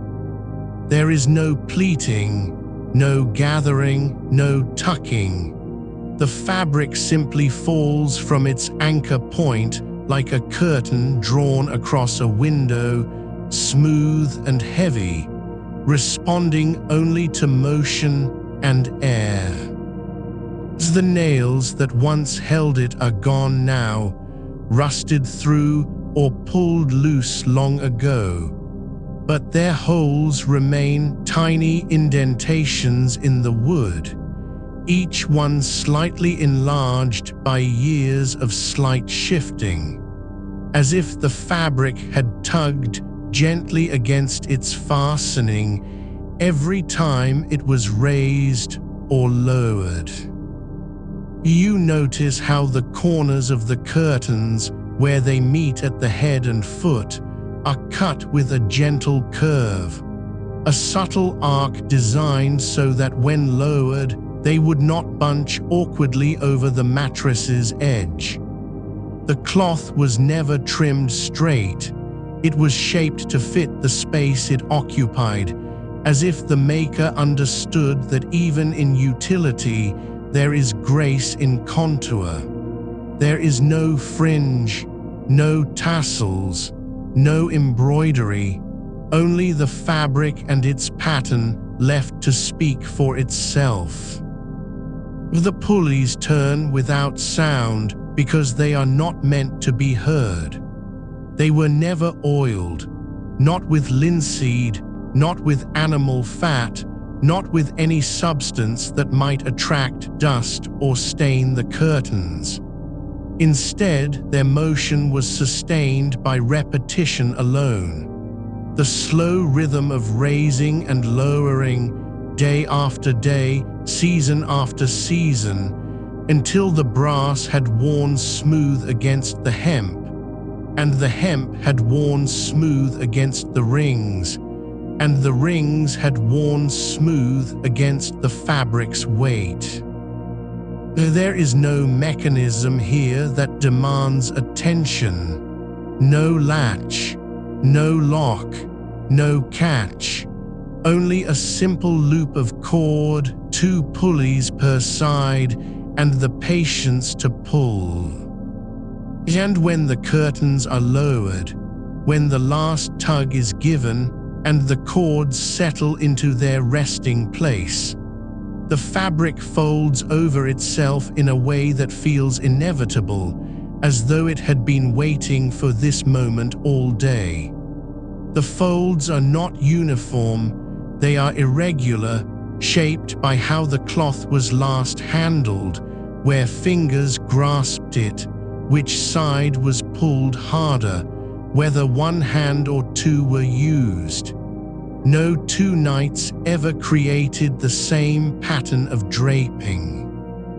Each fold is a memory of motion, each crease a trace of human touch. You feel this now not as thought, but as sensation, as your breath slows and your limbs grow heavier beneath the weight of the blankets above you. The bed does not move. It does not shift. But you sense that it remembers every pull, every whisper of fabric falling, every quiet release of tension in the cord. And though no one has touched it for generations, though no hand now draws its curtains up or down, the mechanism still waits, not as an object abandoned, but as something that knew its purpose well enough to rest without complaint. The cornices remain, the pulleys hold their place, the rings dangle gently in the dark, and the cords, still threaded, still connected, still hanging just so, offer no answer to why they were made, or who used them, or how many nights passed beneath them before silence took over. They only ask that you leave them be. And as your eyelids grow heavier, as the space between breaths lengthens into something softer than thought, you understand. This is not a bed that needed grandeur to be cherished. It was enough that it held warmth, that it kept out drafts, that it gave shape to darkness, and in doing so made room for stillness. You are not sleeping yet, but you are close. And the bed, with all its quiet parts, holds you without asking anything back. The cords, still taut in their final resting position, hang just slightly slackened from the last pull, enough to suggest movement, but not enough to betray where it ended. They do not dangle freely. Each strand is caught gently between the pulley's groove and the edge of the cornice, as if held there by habit rather than force. The twine has darkened over time, not from dirt, but from the slow absorption of air, the faintest residue of skin oils passed down through countless touches, not intentional, not ceremonial, just inevitable. You can see how the fibers have begun to fray at the very tips, where they knot around the rings, each knot tied in the same simple overhand, never tightened beyond what was needed, never loosened enough to slip. There is no waxing, no sealing. And just the repeated motion of pulling and releasing, until the material itself learned how to hold. The pulleys, though small, carry the weight with quiet dignity. Their brass faces are not polished bright. They have dulled into a matte sheen, like old silver left in a drawer too long. You notice how the inner rim has worn thinner on one side, where the cord has consistently run against it. Not from misuse, but from repetition. Someone always pulled from the right hand first, or perhaps the left, and over years that small preference became a groove in the metal. The wood around each pulley's mounting is slightly indented, not cracked, not splintered, just softened, as if the pressure of the screw has pressed into the pine just enough to make room for itself.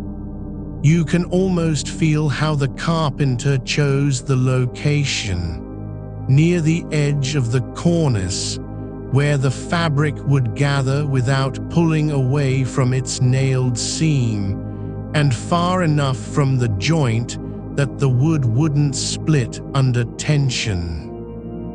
The rings are not uniform in size, 3 on one side, 4 on the other, but they are matched in shape. Each is a thin loop of iron, bent by hand and hammered flat at the ends to prevent tearing the fabric. You see how one has been repaired, a tiny bend near its base, where it once slipped from its thread and was carefully twisted back into place with pliers that left faint marks on its surface. No replacement was made. The same ring stayed. It still holds. Its weight is barely there now, just enough to keep the curtain's edge from lifting in drafts. But over time, it carried more than fabric. It carried the warmth of bodies beneath, the slow descent of evening, the quiet ritual of pulling the world away. The fabric itself, blue and floral, has begun to thin along its lower hem, not worn through, not torn, but attenuated by years of brushing against the mattress's edge when lowered. The pattern remains clear in its center, large blossoms with rounded petals, each one outlined in a slightly darker indigo, as if drawn with ink that had faded just enough to soften its edges. There is no border, no binding. Just the raw edge folded once and stitched by hand, tiny even stitches, barely visible now, so fine they seem to have been made by someone who wanted nothing to distract from the cloth's own presence. The dye has settled unevenly in places, a patch near the foot where moisture may have pooled once, or perhaps a drop of rain leaked through a window during a storm long ago, leaving behind a faint shadow that now looks intentional, like part of the design. You do not know if it was washed. You do not need to. The fabric does not smell of soap or lavender or smoke. It smells only of stillness, the kind that gathers in things untouched for too long. There is no moth damage, no mildew stain, no sign of decay, only patience. The cotton has aged into itself, fibers relaxing under the weight of time rather than breaking apart. And when the curtains were raised each morning, when the cords were pulled upward and the fabric gathered above in loose, uneven folds, the light would have filtered through it differently each day. Sometimes bright and sharp, sometimes soft as fog, always changing, never demanding to be seen. The cornices themselves hold the quietest history. The birch beneath the cloth is smooth where fingers brushed against them while adjusting the curtains, just a few inches along their length, worn down by the same hand over years. You can trace it with your eyes, a faint groove barely deeper than the grain of the wood itself, running parallel to the carved pattern above. The carving, though delicate, was never meant to be seen in full. The fabric covers most of it, but at the very ends, where the curtains do not reach, you see the outlines of leaves and vines, their edges softened by time. They were cut with a small gouge, perhaps from a tool passed down through generations, its handle worn smooth like the pulleys. You think now without thinking, as your breath deepens, how these parts never needed to be beautiful in isolation. It was only when they worked together that beauty appeared. The way the cord released slowly as it slipped through the ring, how the fabric folded into itself without resistance, how the cornice, hidden beneath its cover, still carried the weight of every motion made upon it. There is no ornament here for show, only function shaped by care. And now, in this quiet hour, with your body sinking deeper into the mattress and the room holding its breath around you, you feel again, not as memory, not as thought, but as presence, the same rhythm that once moved through this bed. Not because it is alive, but because it was made to hold stillness so well that even now, after all these years, it remembers how to do it. The cords hang, the pulleys wait, the rings dangle, and the fabric, in its fading blue, lets the night settle without protest. The cords, slack now but still taut in their memory, hang just slightly curved from where they last rested against the pulley grooves, each one worn thin by friction, yet never frayed, as if the wool or flax had been spun with extra twist, chosen for its resilience rather than its sheen. You can see how the rope was fed through the rings in a loose loop, not knotted but held by tension alone. A simple pass, then a turn back on itself, leaving no end to fray or catch. The pulleys themselves are small enough to fit between two fingers, their rims carved from dense hardwood, perhaps oak or maple, turned slowly by hand on a lathe that creaked with each revolution. Their surfaces are not polished smooth like those of fine furniture, but worn in concentric circles, as though the cord rotated against them daily, year after year, until the wood gave up its grain and became something softer, an uneven matte finish, like skin that has known constant touch. There is no metal here. No brass, no iron, just wood and fiber working together without need for anything harder. The rings are of iron, but barely.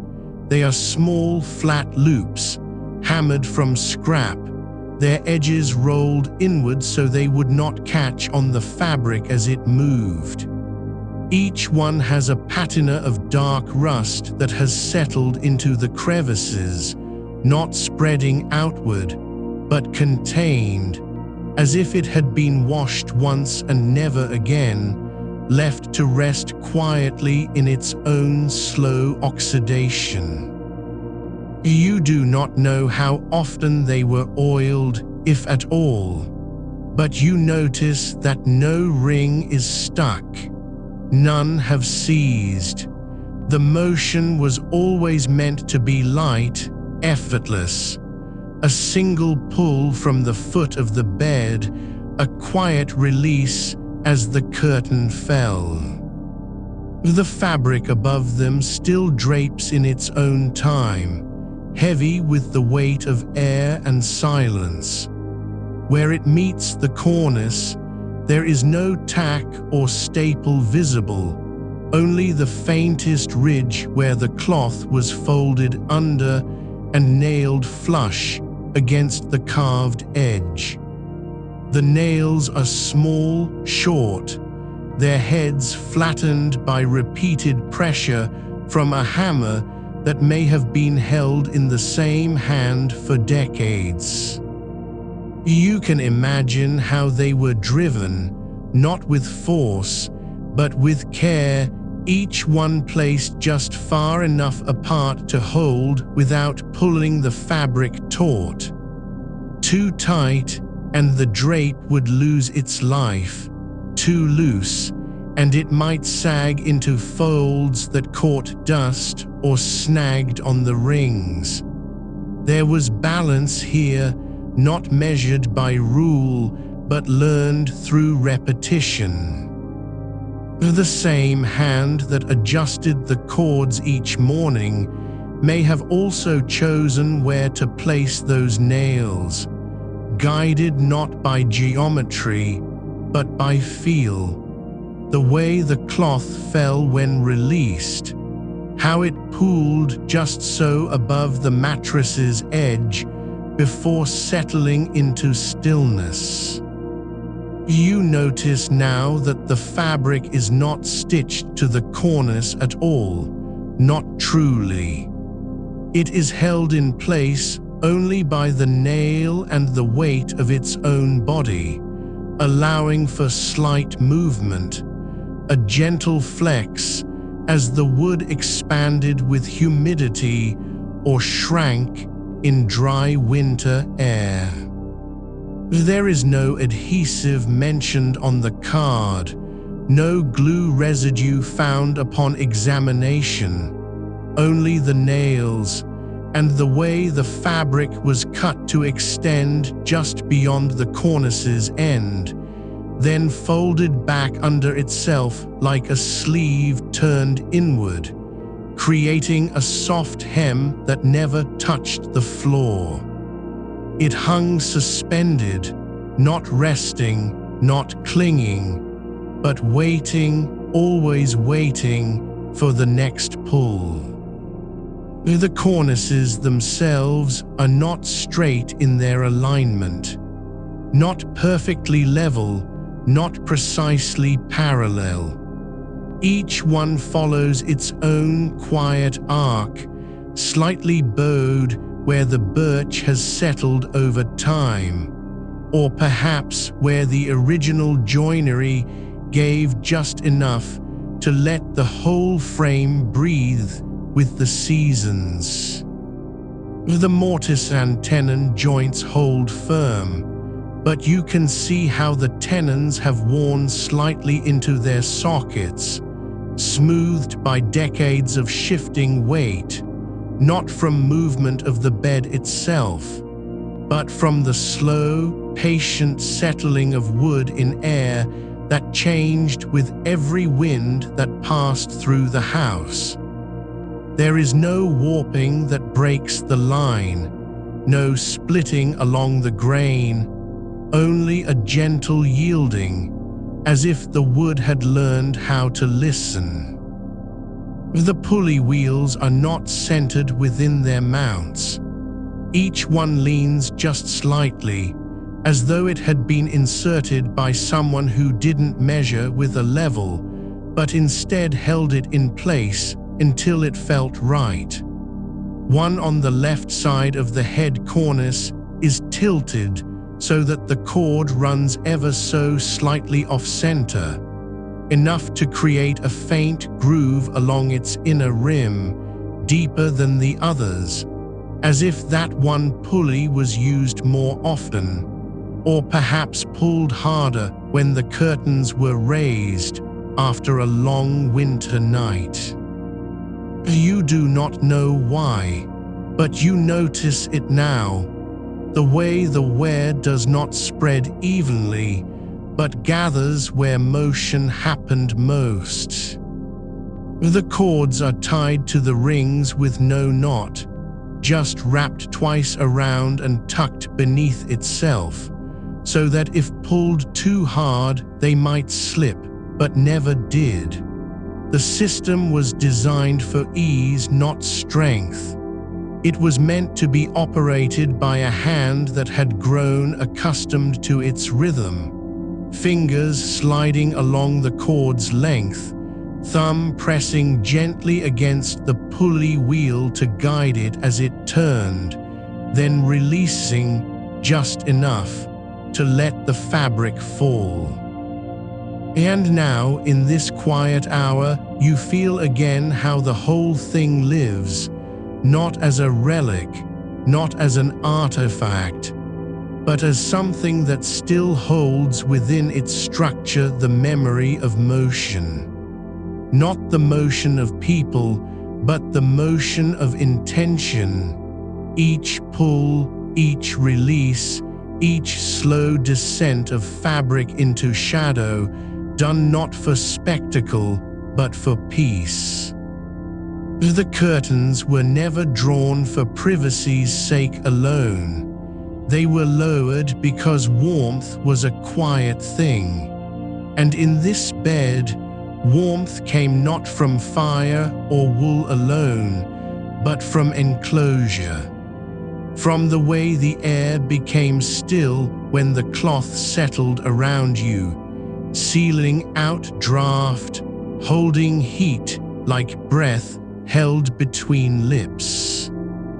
The headpiece, plain and unadorned, remains with its many nail holes, small, evenly spaced, each one a silent marker of where another cloth once hung, perhaps a thinner curtain in summer or a heavier woolen valance in winter.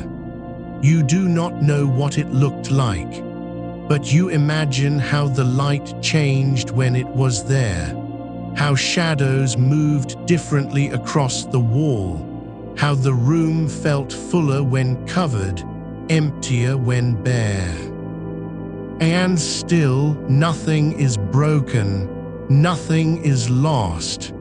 The system works as it always did, not because it was perfect, but because it was understood. You breathe again, slower now. The cords do not move. The pulleys wait. The fabric holds its shape. And you, still here, are held by the same quiet architecture that once cradled someone else's sleep.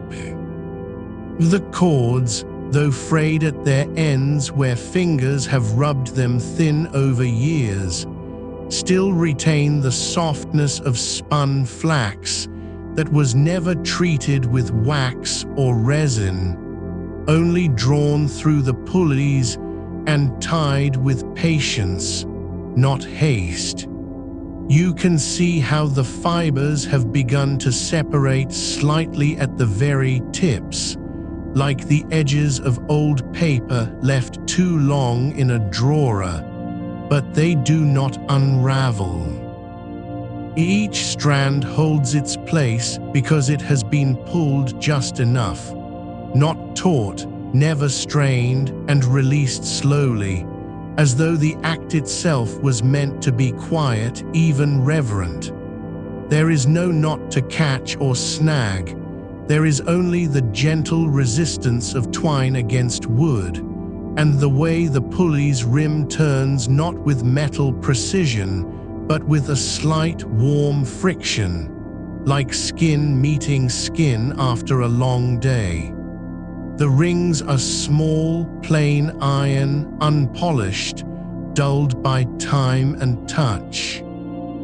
They curve inward just enough to follow the arc of the curtain's fall, each one placed at intervals that suggest an instinctive sense of balance rather than measured spacing.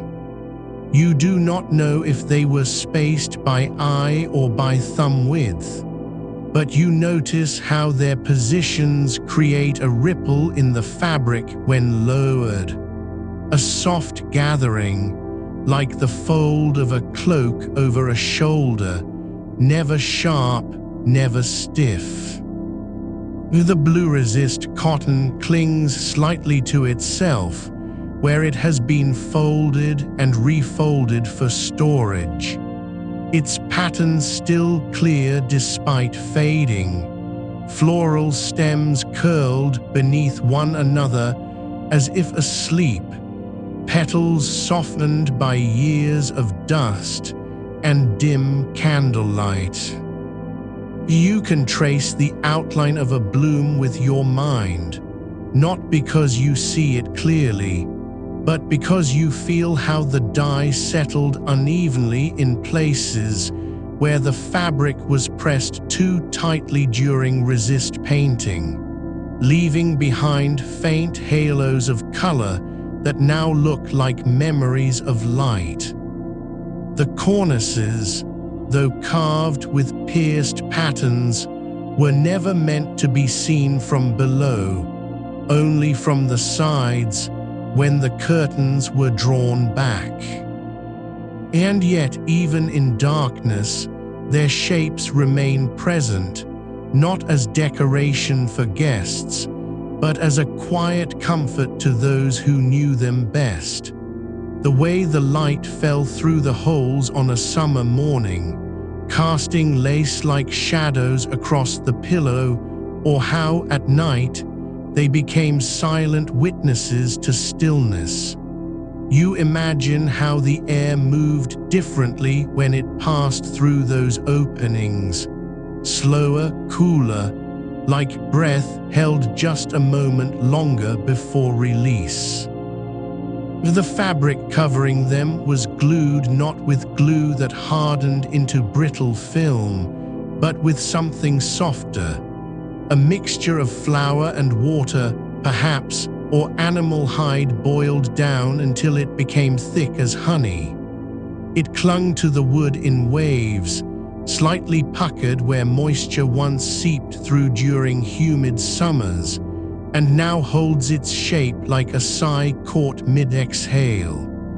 There is no varnish over it, no sealant to preserve. It was left bare, vulnerable, because what mattered was not permanence but presence. And still, after 200 years, the cloth does not crack or peel from the wood beneath, not entirely. It lifts in places, yes, just enough for you to see how the grain of the birch shows through, darkened with age and time spent close to skin. The nail holes along the headpiece are shallow but numerous, each one a tiny anchor point where another layer once lived. A linen sheet pulled taut beneath it, or perhaps a woolen drape stitched with hems so fine they barely caught the light. You do not know if those layers were removed seasonally or left to accumulate like the dust that now rests in their shadow. But you sense how each removal would have been done carefully, not torn away, but unfastened one nail at a time, as though the cloth itself deserved care even when it was no longer needed. The pulley wheels turn on wooden axles, no metal bushings, no bearings, just the slow, steady rotation of pine against pine, worn smooth where the cord has spun its circle again and again.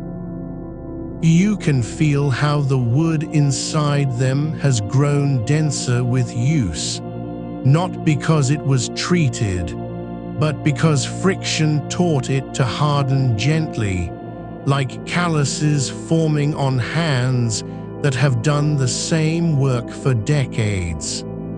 The cords do not slip when pulled. They hold their position as if they remember where each turn should rest. And even now, in silence, you feel how this system still waits, not broken, not forgotten, but resting, patient, as though it knows its purpose was never to last forever, but only long enough to be understood. The entire structure breathes with the same rhythm as the room around it, slightly cooler near the floor, warmer where the ceiling meets the wall. And you are aware of how little it took for a bed to become more than furniture. Just fabric, wood, rope, and time. Nothing elaborate, nothing loud. Just enough to make the dark feel safe and the quiet feel like an embrace. You do not know who first lowered these curtains each night, or what they thought about as they pulled the cords, whether their mind wandered to tomorrow's chores, or to someone far away, or simply to the warmth that waited beneath the cloth. But you know this: when the fabric settled around them, it did so without resistance. It folded into place like a promise kept. And now, in your own stillness, you feel how such things, so ordinary, so quiet, become sacred not because they were made to be admired, but because they were used with care. The cornices remain where they always have. The pulleys wait. The cords lie slack, yet ready. And you are here, held by the same gentle architecture that once held another's sleep. The cords, slack now but still taut in memory, lie along the edge of the bedstead like threads left behind after a stitch was finished. Not cut, not pulled free, but simply allowed to rest where the hand last held them. You can trace their path with your eyes, from the pulley nestled in the side cornice, down through the curve of rings that once guided the curtain's fall, then along the wooden rail beneath, where the twine dips slightly into a groove worn by years of movement, not deep enough to be carved, but soft enough to have been shaped by repeated pressure. There is no knot at the end, no tassel or weight to anchor it, just the final inch, frayed just slightly at the tip, as though it had once been held between fingers that knew its purpose without needing to see it. The fabric of the curtain itself is gone now, but the place where it was nailed remains visible, a thin line of shadow beneath the carved edge of the cornice, where the wood has darkened from being covered, shielded from light and air for decades. You can almost feel how the cloth once draped there, heavy with wool or linen, its hem brushing the floor like a whisper against bare feet in the chill before sleep. It did not hang straight. It had to be drawn taut enough to stay clear of the bed's edge, yet loose enough to fall without pulling on the rings or twisting the pulley. And when lowered at night, it settled into folds that were never quite the same twice, some creases deep from repeated use, others soft and new, as if each evening brought a slightly different weight, a different breath, a different kind of quiet. The cornice at the foot is narrower than the two along the sides, but no less carefully made. Its pierced pattern is simpler, repeating circles interrupted by short vertical lines, like the rhythm of a slow step taken in the dark. The fabric stretched over it has faded more noticeably. the blue now closer to gray, the floral centers softened into smudges of indigo and white. But where the wood meets the cloth, there are still places where the glue holds firm enough to lift the edge slightly with your fingertip, revealing a sliver of birch beneath, smooth as polished bone. You do not know if this cornice was meant to match the others exactly, or if it was made separately, perhaps from leftover wood or by a different hand. But you notice how its pulley sits lower than those on the sides, just enough that the cord angles slightly upward when pulled. A small adjustment, subtle but intentional, so that when the curtain rose, it would not catch on the footboard's carved finials. There is no evidence of repair here, no patch of replacement twine, no renailed fabric strip, but there are faint scuffs along the underside of the cornice where something once slid against it. A hand, perhaps, or the hem of a nightgown brushing as the curtain was drawn closed. The headpiece, plain and unadorned, still bears its nail holes in orderly rows, not random, not haphazard, but spaced with precision, each one just deep enough to hold a hook or loop without splitting the pine. There are no traces of cloth remaining on it now, but you can see how the wood has worn thinner along the top edge, where the head cloth would have been pulled tight and pinned in place. It was not nailed directly into the frame.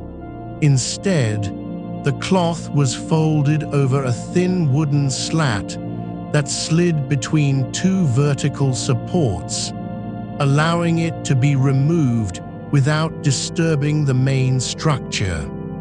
You imagine how this slat might have been taken down each spring, washed in a basin of rainwater, and sun-dried on a line stretched between two trees, then returned with the scent of fresh air still clinging to its fibers.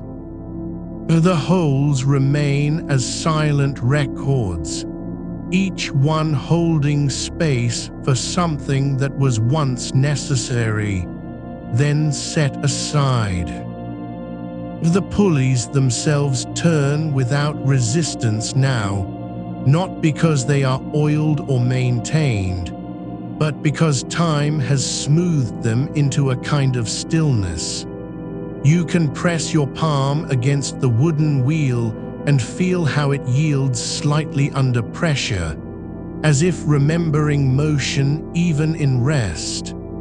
There is no metal to rust, no iron to seize, just pine carved by hand into shallow cups, each one shaped to cradle the cord without biting or fraying it.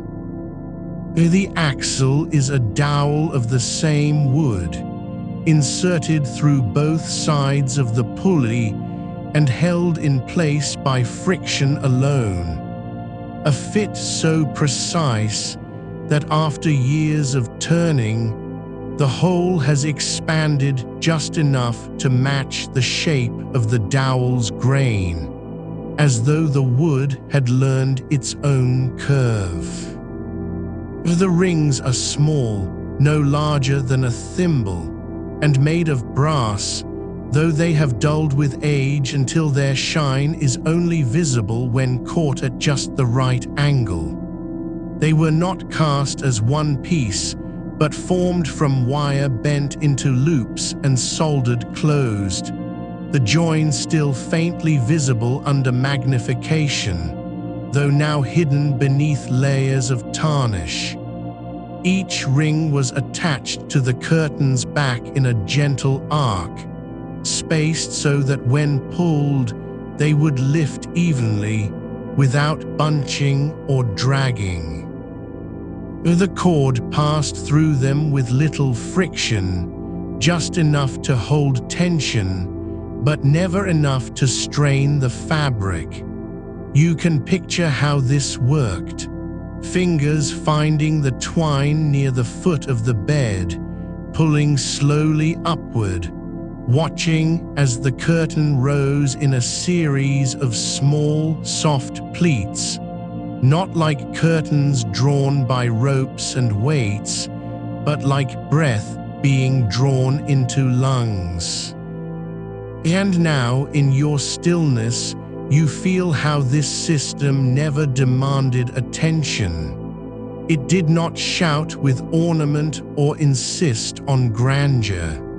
It simply waited, patient, functional, quiet, as though its only purpose was to make the dark a little softer, the cold a little kinder. There were no bells to ring, no locks to turn, no keys to find. Just fabric and wood and rope, working together in silence, over and over again, night after night, season after season, until one day the pulling stopped, not because it broke, but because the hands that knew how to use it were gone. And yet here it remains, not as a relic, not as an artifact, but as something that still holds its shape, still remembers its rhythm. The pulleys wait, the cords lie ready, the cornices breathe with the same slow motion they always have. And you are here, held by the quiet architecture of care, long after those who made it have become dust. You notice how the cord, though frayed at its ends, still follows the same path it always did, curling down from the pulley near the foot of the bed, threading through the first ring just above the mattress rail, then rising in a gentle slope toward the side cornice, where another pulley holds it steady before it disappears into the wood. There is no knot at the end, only a careful twist of fibers, bound not by glue or resin, but by time's slow compression, each strand holding its place because the others do too. The fabric of the curtain itself has softened beyond recognition from its original weight. What was once taut and crisp now sags slightly when lowered, as if it has learned to rest. You can see where the blue resist pattern has faded in patches, not unevenly, not in streaks, but in slow, even halos, like moonlight settling over a field after rain.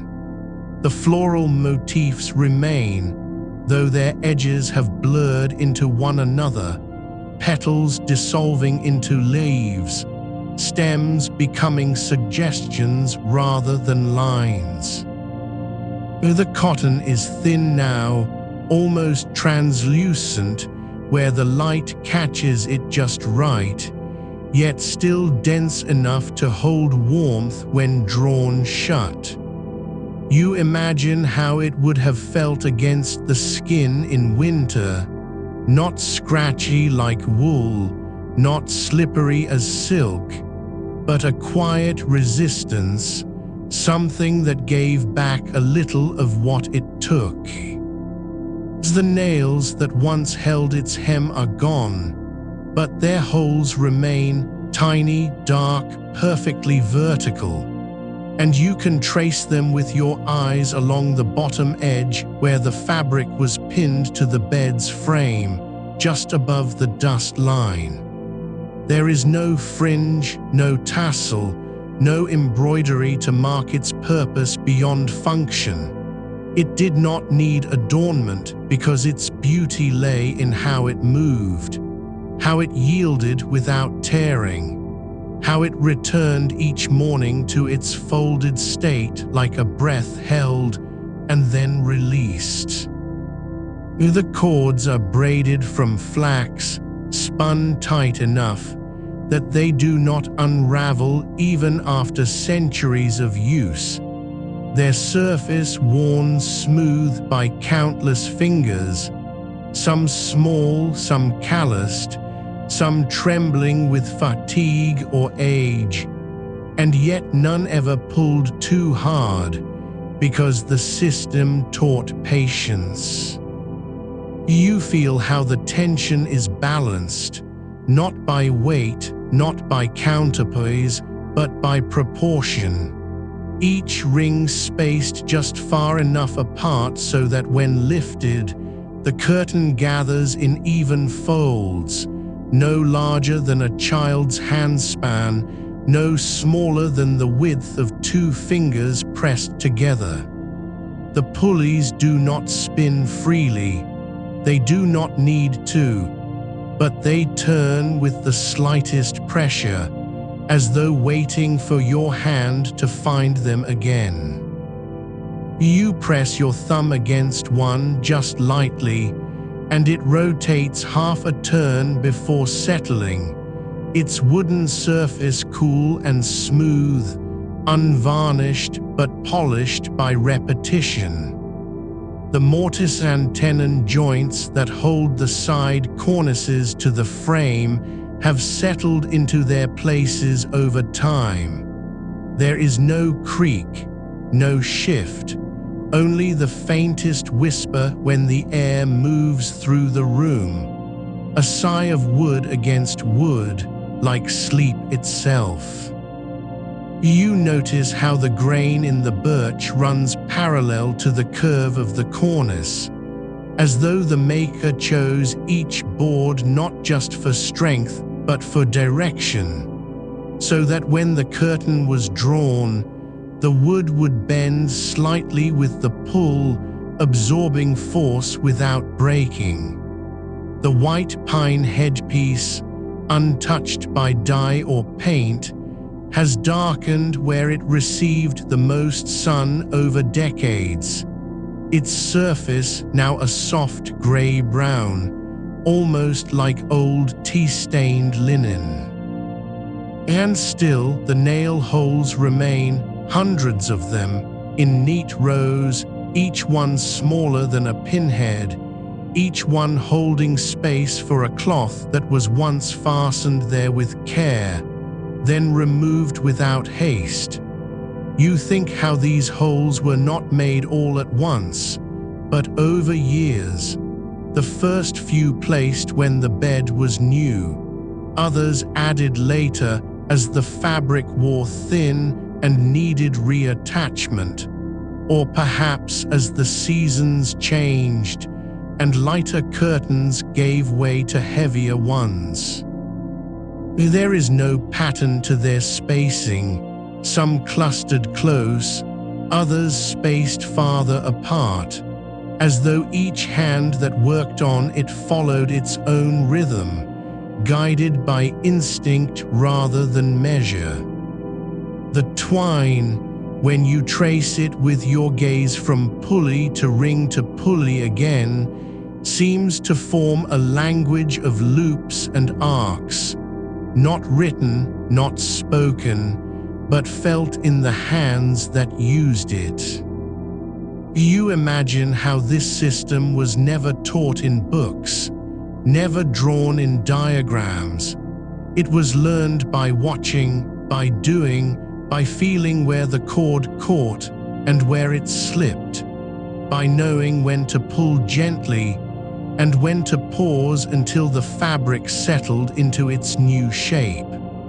There is no record of who first tied the knot at the end, or how many times they stood beside this bed before dawn, tugging softly on the rope just enough to let in the morning light without waking anyone else. The cornices themselves hold their curves with quiet certainty. the footpiece narrow and unadorned, its fabric still clinging tightly to the carved edge where it was glued with animal skin glue, warm from the pot and pressed into place, while the wood was still slightly damp from the sawdust of carving. The side pieces are longer, curved at the ends to follow the line of the bed's posts, their pierced patterns, floral, geometric, faintly Celtic in influence, now hidden beneath layers of blue cotton, but still present as shadows on the surface, like memories held just beneath skin. You can press your finger against the fabric and feel the slight ridges where the carving once rose, the raised petals now flattened by time, the hollows filled with dust, the contours softened into whispers. The pulley wheels are not identical, each one carved by a different hand perhaps, or at a different season, so that their shapes vary slightly in thickness, in depth of groove, in the angle of their spokes. One is slightly heavier, another narrower, but they all turn the same way. And still you wait not for anything to happen, but because the quiet has become its own kind of presence. The cords lie slack now, yet ready. The rings hang low, waiting to be lifted again. The cornices hold their shape like old hands folded in sleep. And you are here not as a guest, not as a witness, but as something that belongs, if only for this moment, to the quiet rhythm of things made to last without needing to be remembered. The cords, slack now but never frayed, still carry the memory of tension. The way they once pulled taut against the pulleys, each strand bearing the weight of folded cotton, the slow drag of fabric settling into its night position. You notice how the ends are tied not with knots that grip tight, but with loops that slide, simple, reversible, never cut, never replaced. One end is looped twice around a small wooden peg set into the bedposts in a face, just high enough to rest beneath the reach of a sleeping arm. The other dangles free, coiled gently over the edge of the footboard, its fibers worn smooth in places where fingers have brushed against it 1,000 times, each pass thinning the twist ever so slightly, until the twine is no longer round, but flattened like a ribbon pressed between pages of an old book. You trace the path again with your eyes, not as if searching for meaning, but as one might follow the grain of wood beneath fingertips, knowing the shape before you see it. The pulley wheels turn on brass axles, thin as thread, their surfaces dulled by decades of dust and the slow grease of repeated motion. There is no oil left in them now, only the ghost of it. And still they rotate without protest, each one a little uneven, a little off-center, yet never seized. You imagine how, when the curtains were drawn back at dawn, someone would have stood just here, barefoot on the floorboards, perhaps, the chill rising through the soles, and tugged once, twice, letting the fabric gather above like folded wings, each ring sliding with a soft click against its wheel before settling into place.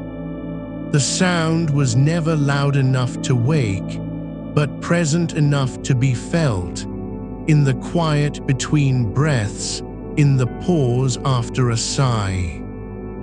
The blue cotton, though faded now, still holds its pattern in patches, where sunlight never reached, where the fabric lay folded against the wood for years.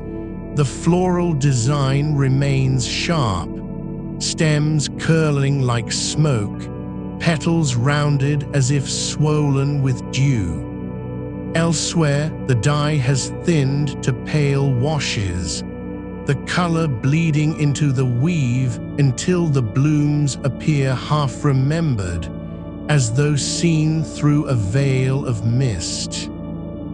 But you can still count them, 7 in one corner, 6 in another, and see how they were arranged not randomly, but with care. Clusters near the center, sparse at the edges, as if to draw the eye inward when the curtains were drawn shut. The cornices themselves do not rest flush against the bedposts. They are set slightly apart, leaving a narrow gap between wood and fabric. That space was never accidental. It allowed air to circulate when the curtains were lowered, preventing dampness from settling into the weave, keeping the cloth dry through winter nights when breath turned to frost on the inside of woolen blankets.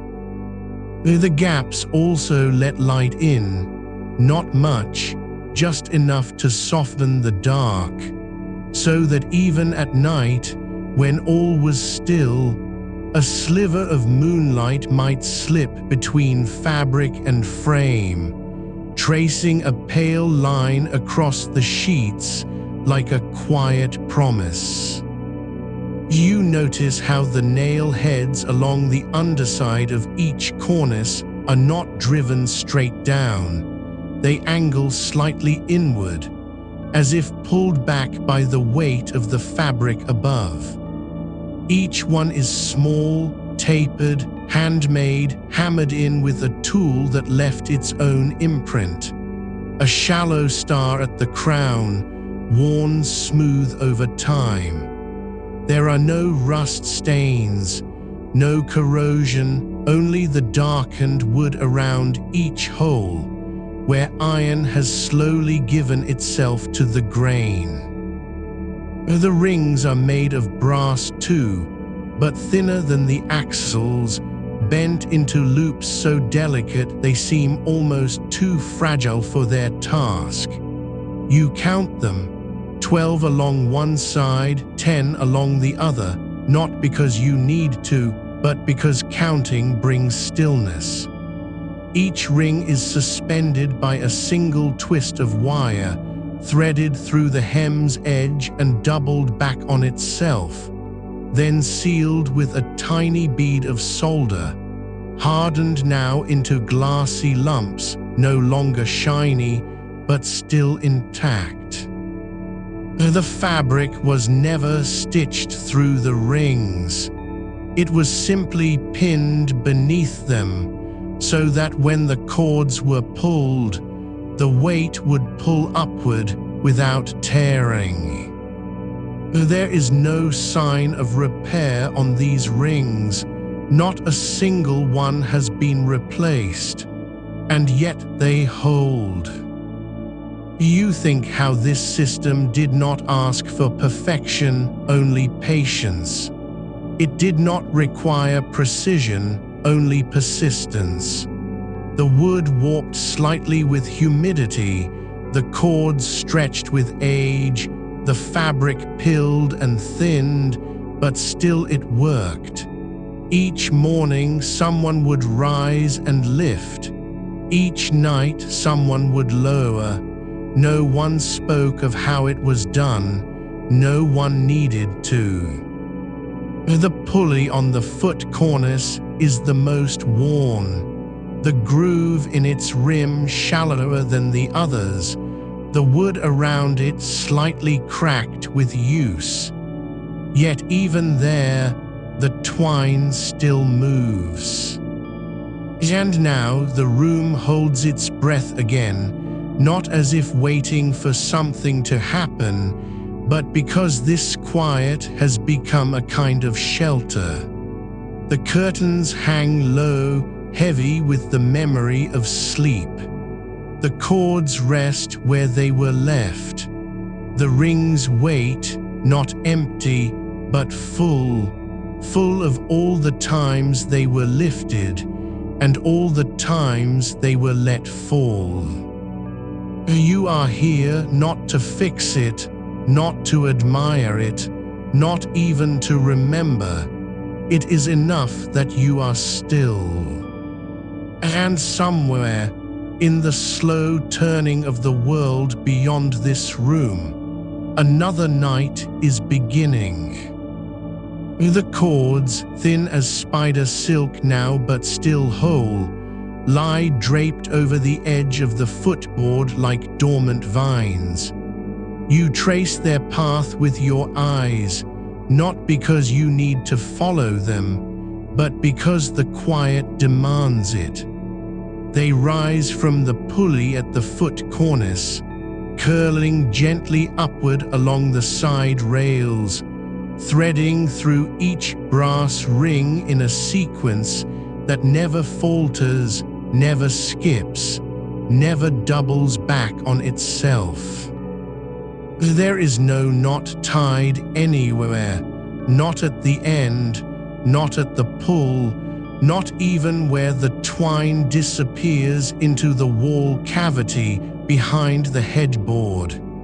It was never meant to be secured.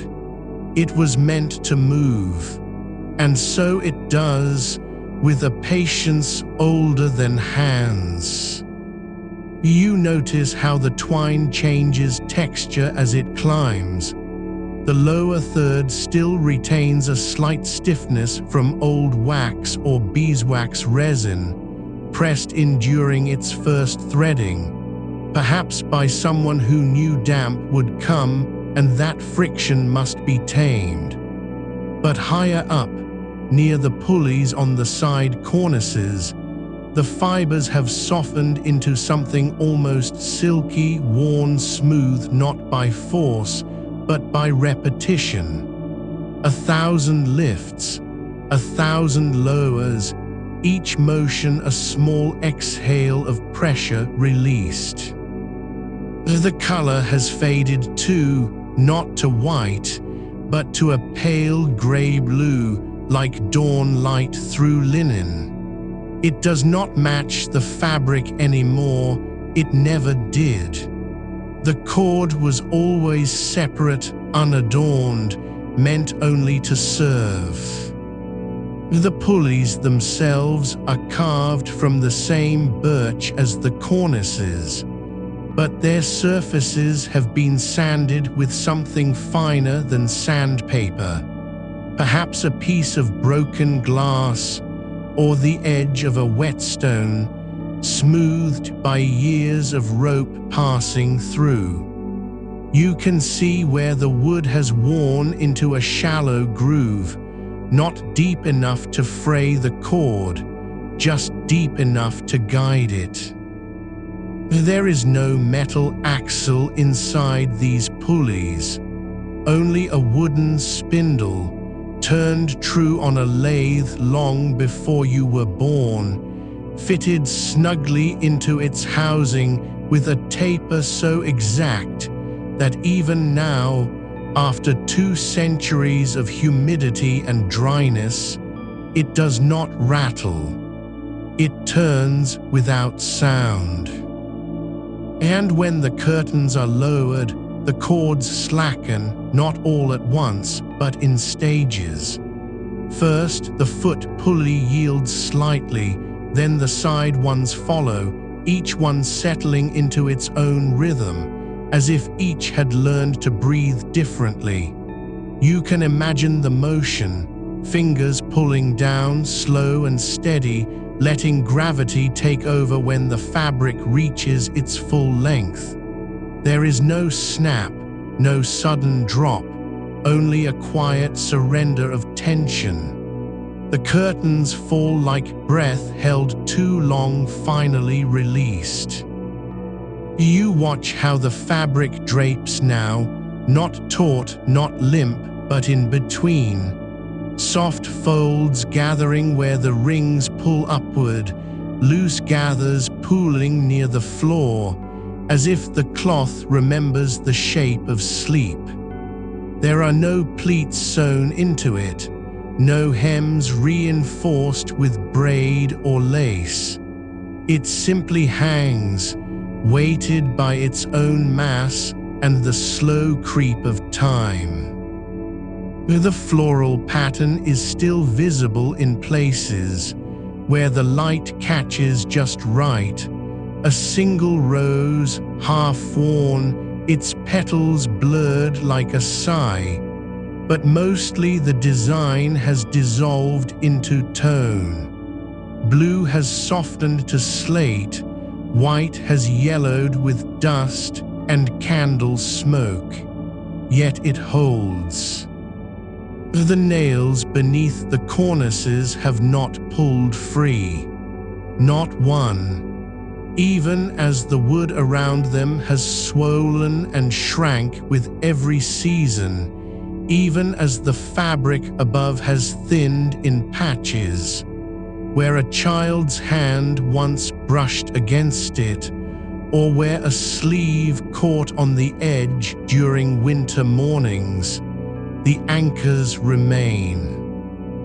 You can see how they were driven not only to hold, but to honor, each one placed so that its head aligns with the carved pattern above, as if the decoration was meant to mask their purpose and yet still acknowledge it.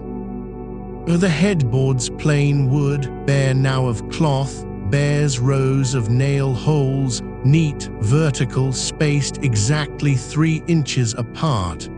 You count them again, 23 across, 10 down. Not because you need to know how much fabric once covered it, but because the order of their placement suggests intention.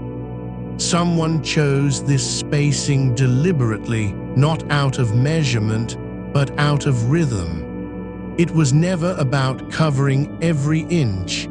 It was about holding space.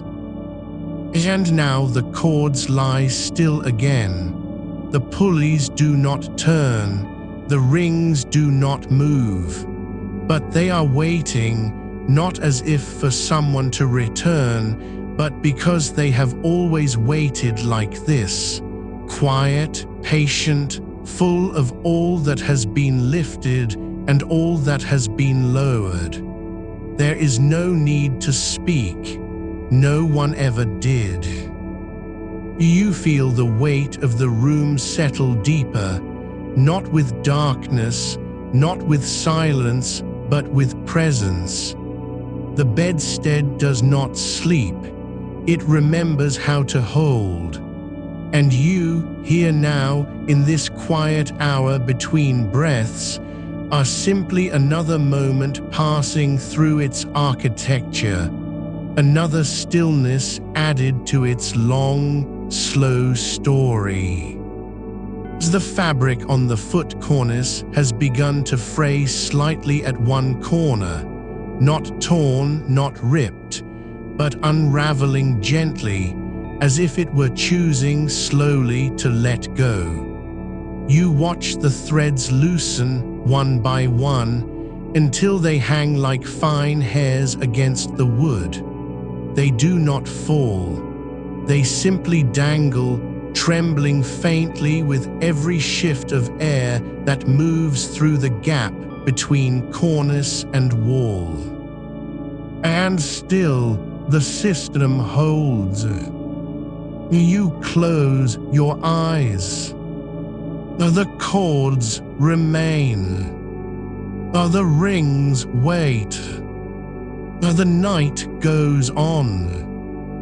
The fraying thread at the corner of the foot cornice does not tremble with urgency.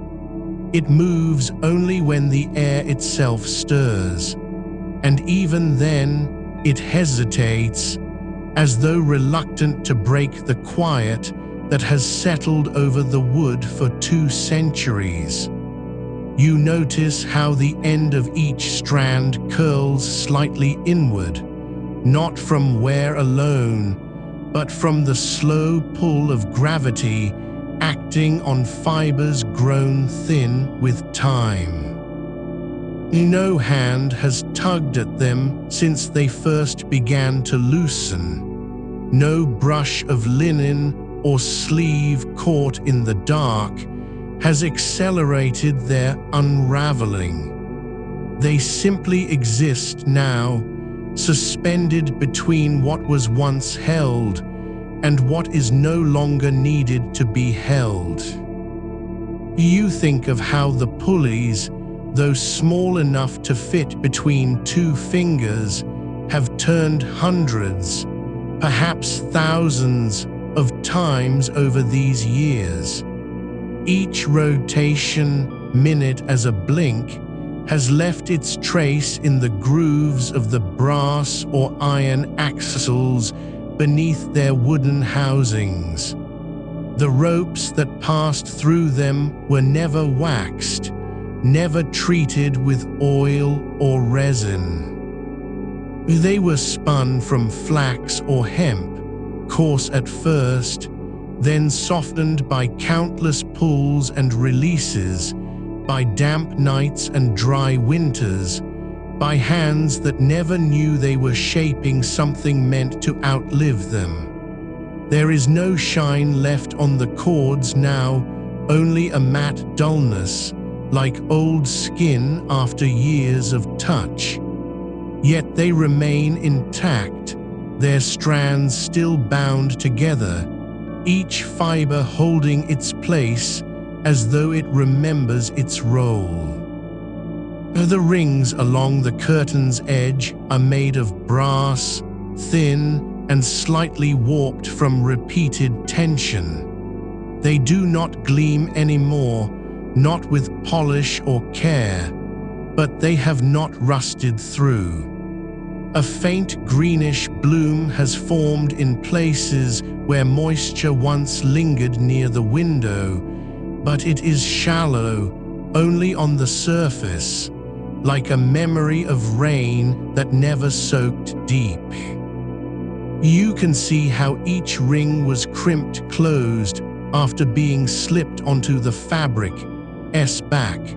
No solder, no weld, just pressure applied with pliers, perhaps by hand, perhaps in the quiet hours before dawn. There are gaps between some rings where the thread has pulled loose over time, but none have come entirely free. They still follow the curve intended when they were first pinned into place, rising gently from foot to head, as if drawing a breath upward before settling back down. The fabric beneath them, the blue resist cotton, has faded unevenly. Where it touched the wood of the cornice most often, where the nails held tightest and the weight pressed hardest, the color has vanished almost entirely, leaving only the weave visible, fine, even unbroken. But in the center of each floral motif, where the dye was thickest when first applied, there are still hints, faint as a whisper, that once held the shape of petals, stems, leaves. You trace these with your mind, not because you can see them clearly, but because you sense their absence more than their presence. The ghost of a bloom that never fully disappeared, only learned to live softly. The headboard's nail holes remain untouched by cloth now, but their order has not been disturbed. 23 across, 10 down, each hole aligned with precision so exact it suggests a tool was used to mark them before driving began. Not a ruler, perhaps, but something simpler. The width of a finger, the span between two knuckles, passed down through generations of makers who trusted their hands more than their eyes. The wood around those holes has darkened slightly where sweat or salt from fingers once rested during installation, but no deeper than that. No fingerprints remain visible, only the memory of pressure applied and released. You notice how the mortise and tenon joints between the upper pieces have swollen with humidity in some places, tightened again with dryness in others. The wood has shifted minutely, so little that it would go unnoticed by anyone not sitting here, quiet, watching, but enough to make the corners feel slightly softer than they once were. There is no glue left inside those joints, only dust and the faintest scent of old resin, long evaporated. Yet still they hold. The bedstead does not creak under its own weight, not because it is rigid, but because it has learned how to settle. The cornices themselves, carved with pierced patterns before being covered, are now mostly hidden beneath fabric that has become as much a part of the wood as the grain itself. But in places where the cloth has pulled slightly away from the edge, you catch glimpses, the delicate tracery of leaves and vines carved into birch. So shallow, they seem drawn with a knife rather than chiseled. You wonder how many mornings the maker sat at his bench, candlelight flickering, carving these designs while still half asleep himself, hands moving by habit, eyes closed against fatigue, mind already turning towards sleep. You feel the air shift again, not cold, not warm, but just different. A breath from somewhere beyond this room, passing through the gap between wall and frame. It lifts a thread from the foot cornice ever so slightly, and then lets it fall.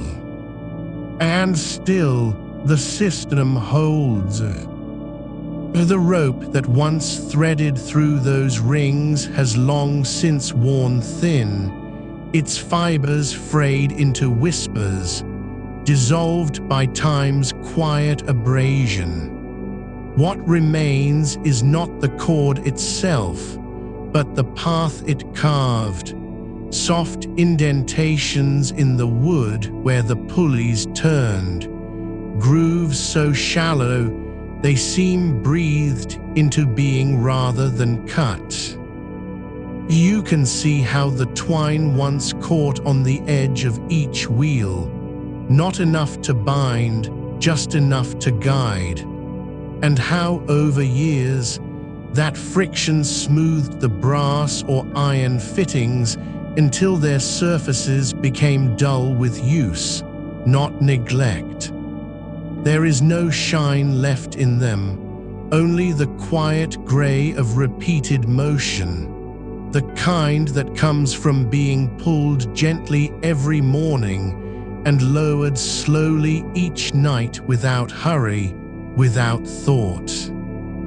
You imagine the hand that first drew those cords taut, not a pull of force, but a slide of weight, fingers curling just enough to lift, then releasing into stillness as the fabric settled back like a sigh. The cornice at the foot is narrower than the others, and its pulleys are spaced closer together. This suggests the curtains there were shorter, perhaps meant only to frame rather than enclose, less about warmth, more about rhythm. The pattern on the blue cotton here is slightly less defined.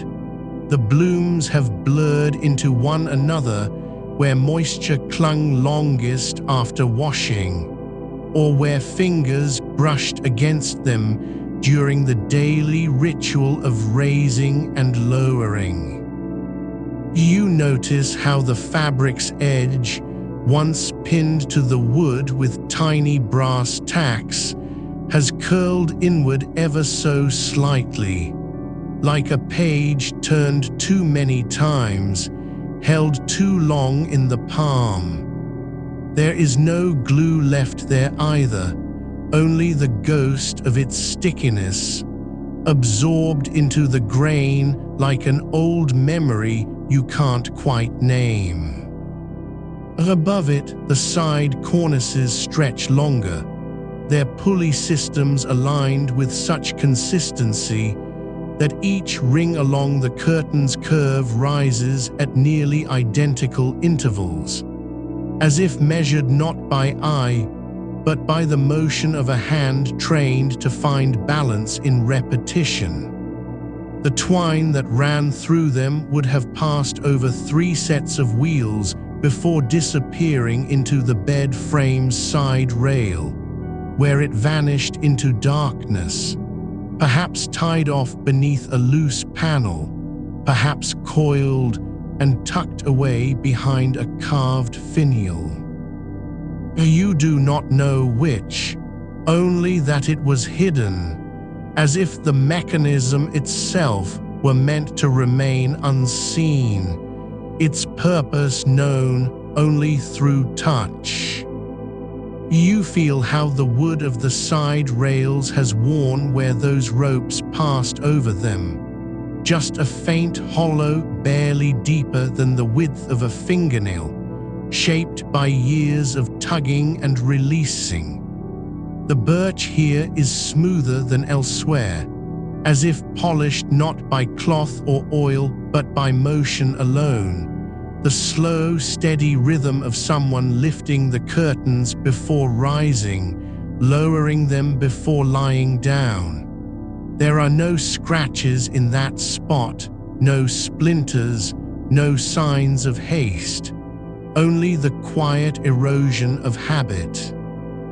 The headboard's nail holes remain empty now, but their arrangement suggests a cloth once hung there, not draped, not pinned, but suspended by loops or tabs sewn into its hem, threaded through each hole like beads on a string. That cloth would have been plain, undyed linen, perhaps, or homespun wool, and it would have been lowered at night to block drafts from the ceiling, to muffle sound, to soften the space above the sleeper's head. You imagine how it moved when the room was still, not fluttering, but settling, as if breathing in time with the person beneath it. There is no fabric left to confirm this, only the holes, and the memory of something that once hung there without fanfare, simply because it served. The pulleys themselves are small, no larger than a thimble, and each one turns on a pin so fine it seems carved from bone or hardened wire. You can see where the metal has darkened with age, not rust, not tarnish, but the slow oxidation of use, the kind that gathers in quiet places and never announces itself. The wheels are still true, still balanced, still able to spin if touched, though no hand has done so in generations. The ropes last not, wherever it may be hidden beneath the frame, is likely gone now, dissolved into dust or eaten by insects, but the path remains. You notice how the cornices bow slightly where they meet at the corners, not from weakness, but from weight distributed over decades. Each joint has softened in its own way. One has settled inward a fraction of an inch. Another has lifted just enough to catch a sliver of light when the sun angles low through the window. The wood remembers every season it endured, the damp of autumn, the dryness of winter, the slow swell of spring humidity, and it carries those changes now as part of its shape. The fabric on the side cornices still clings in patches, clinging not from adhesive, but from the sheer inertia of time. You can see where one corner has pulled free at the edge, revealing a sliver of carved birch beneath, a vine curled into itself, half lost to dust, still tender in its form. The carving is so shallow that it seems more like an impression than a design, as if someone had pressed a leaf against the wood and traced its outline with a knife too dull to cut deeply. You feel the silence deepen, not empty, but full of the absence of motion, of the quiet that comes after every pull has been made, every curtain lowered, every hand released from its task. The bedstead does not need you now. It holds itself together as it always has, by weight, by patience, by the slow accumulation of small, repeated acts. And still, in this room where no one sleeps anymore, it waits, not for someone to rise, but simply because it was made to wait. The rope's path, where it still lingers in its groove beneath the side cornice, is worn into a hollow so fine that the wood beneath has smoothed to the texture of old paper, thin, slightly translucent where light catches it just right.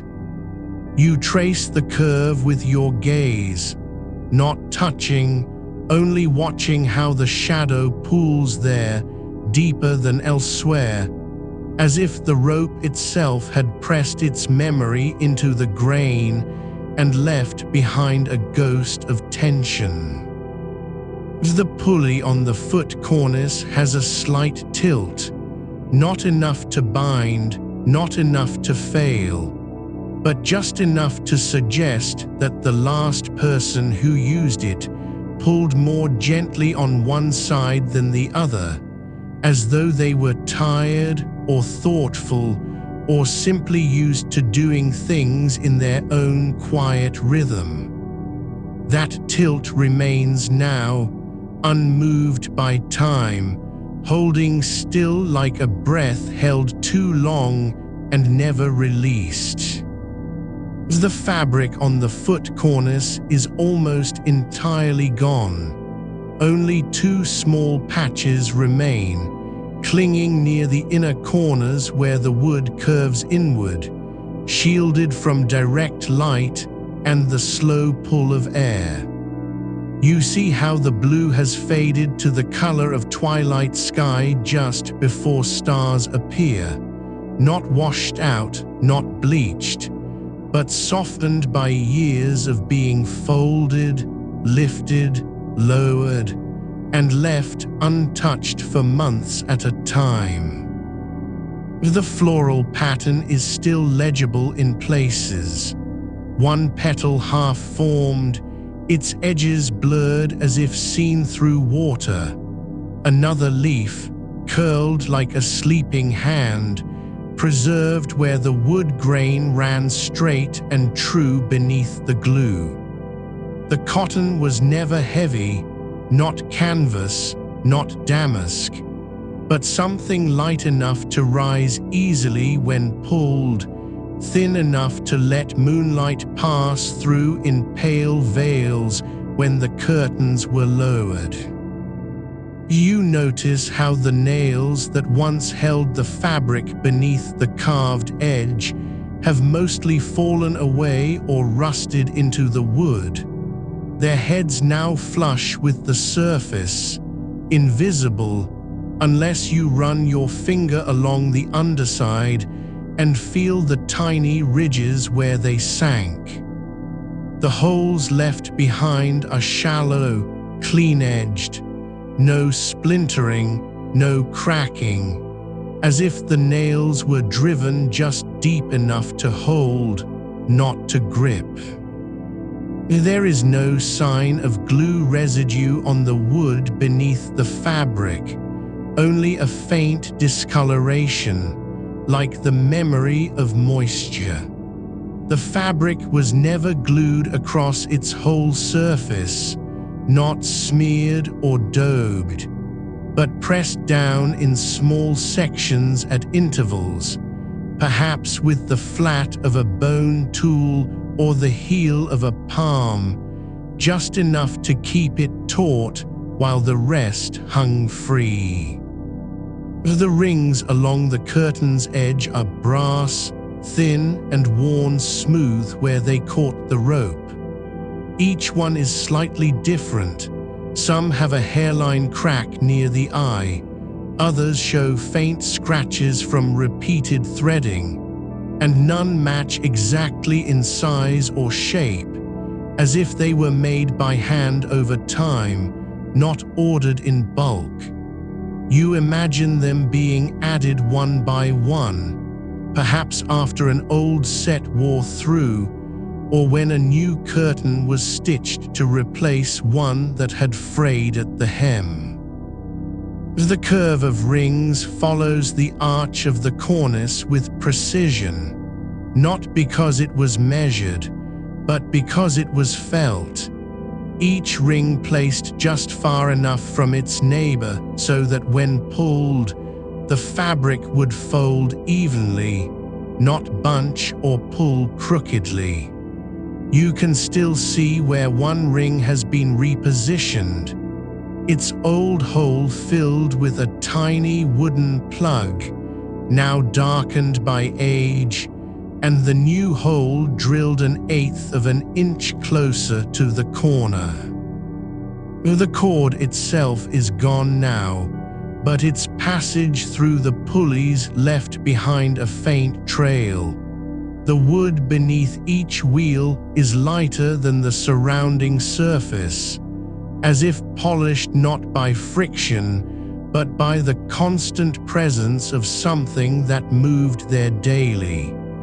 You can almost see the shape of it, thin, slightly frayed at the ends, perhaps twisted once or twice in knots that never tightened properly. It would have been made from hemp or flax, coarse enough to grip, soft enough not to fray the fabric rings, and it would have smelled faintly of oil or beeswax when new, a scent that faded with each passing season.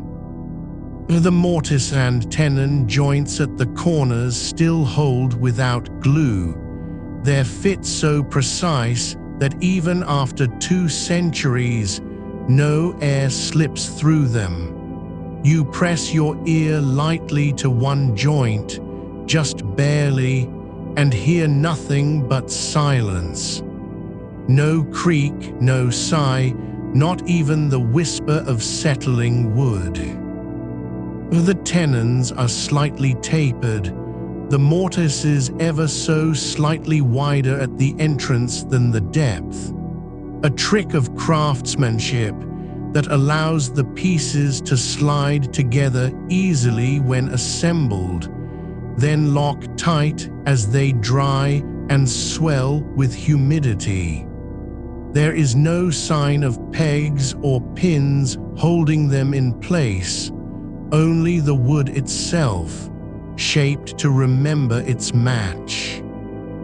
Above you, the headboard's empty nail holes form a gentle arc, not straight, not rigid, but curved like the underside of a shell, each hole spaced just far enough apart to allow the cloth above it to drape without strain.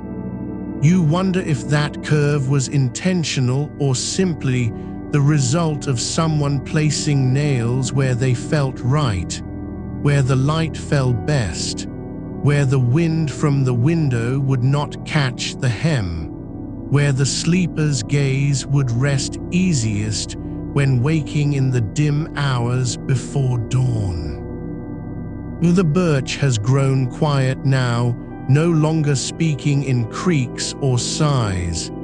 It does not need to. Its voice is in its shape, the way it holds space, how it waits, how it remembers every motion that passed through it without ever asking for thanks. The white pine beneath the cornices, where unseen and untouched, still carries the faint scent of forest, dry, sweet, faint as a dream. You do not move, you do not speak, there is no need. The bedstead waits, not for you to rise nor to sleep, but simply because it was made to wait. The cornices, though still fixed in place, seem to hold the memory of movement, not as a trace left behind by hands, but as a quiet rhythm settled into the grain itself. You feel it when your fingers brush lightly along the underside of the side cornice, where the fabric has worn thinner over decades of being gathered and released. The blue resist cotton is not smooth anymore. Its surface has softened into something between silk and dust. The floral patterns blurred not by fading alone, but by touch, by the slow, repeated brushing of cloth against cloth as curtains were drawn and let fall again, day after day, season after season. There is no sign of stitching along the edge where fabric met wood, only a narrow ridge of dried glue, darkened with time, that once held the hem in place. It does not flake. It does not crack. It simply rests, having done its job without protest. Above you, the pulley wheels still turn, though no rope moves through them now. Each one is set into a shallow recess carved into the wood, so precise that the wheel sits flush with the surface, as if it were never meant to be seen at all, only felt. You imagine the slight resistance when first pulled, the initial tug against the friction of dry hemp, the whisper of the cord sliding over brass or iron axle, then the smooth glide once motion began. There are no bearings here, no metal sleeves, just wood on wood.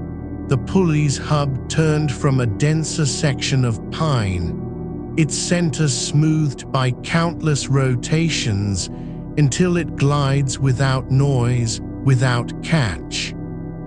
The holes where the axles were inserted are still visible, tiny, nearly invisible circles worn into the grain, each one slightly oval now, as if the axle had shifted just enough over time to leave behind the shape of its movement.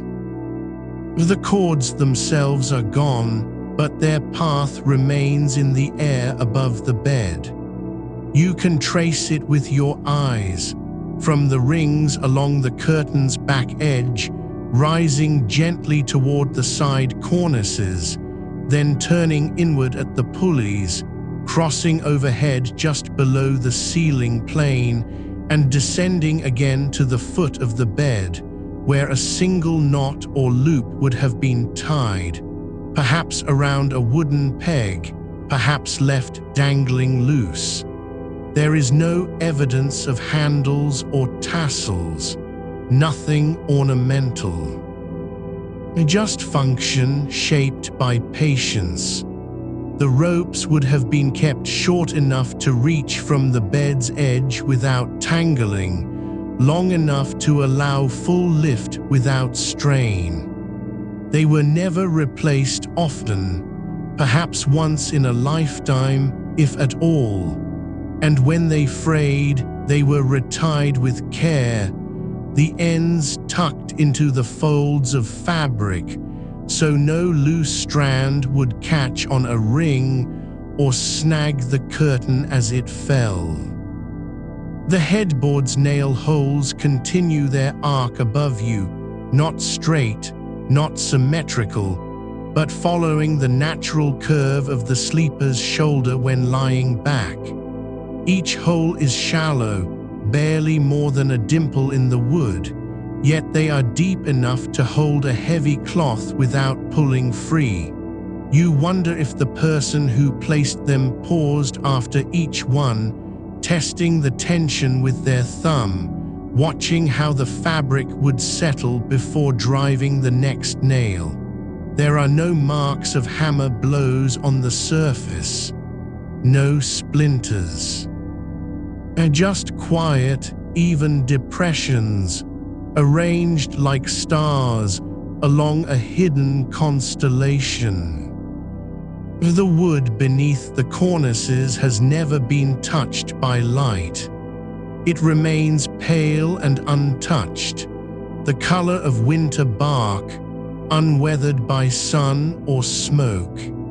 The fabric above it, though faded, still clings to its original shape, the way it was stretched when glued, held taut while drying in the air of a spring morning, perhaps, with the window open just enough to let in the scent of new leaves and damp earths.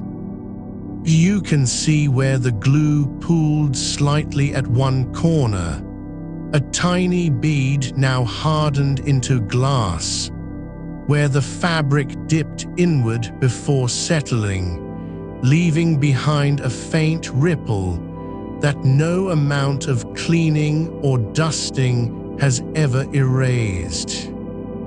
The joints between the four upper pieces remain locked as they were when first assembled.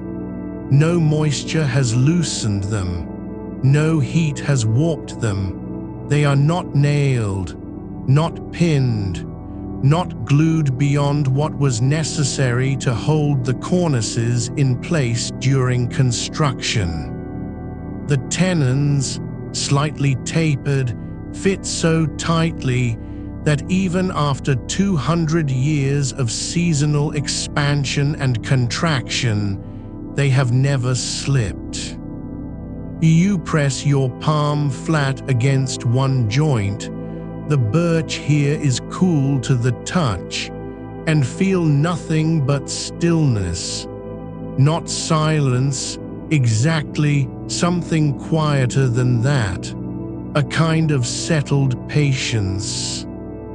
The fabric on the foot cornice is narrower than the others, its floral pattern cut off at the edges as if it had been trimmed to fit after being sewn. The blue has faded unevenly, darker where the sunlight never reached, lighter near the window side, but still holds its depth in the shadows.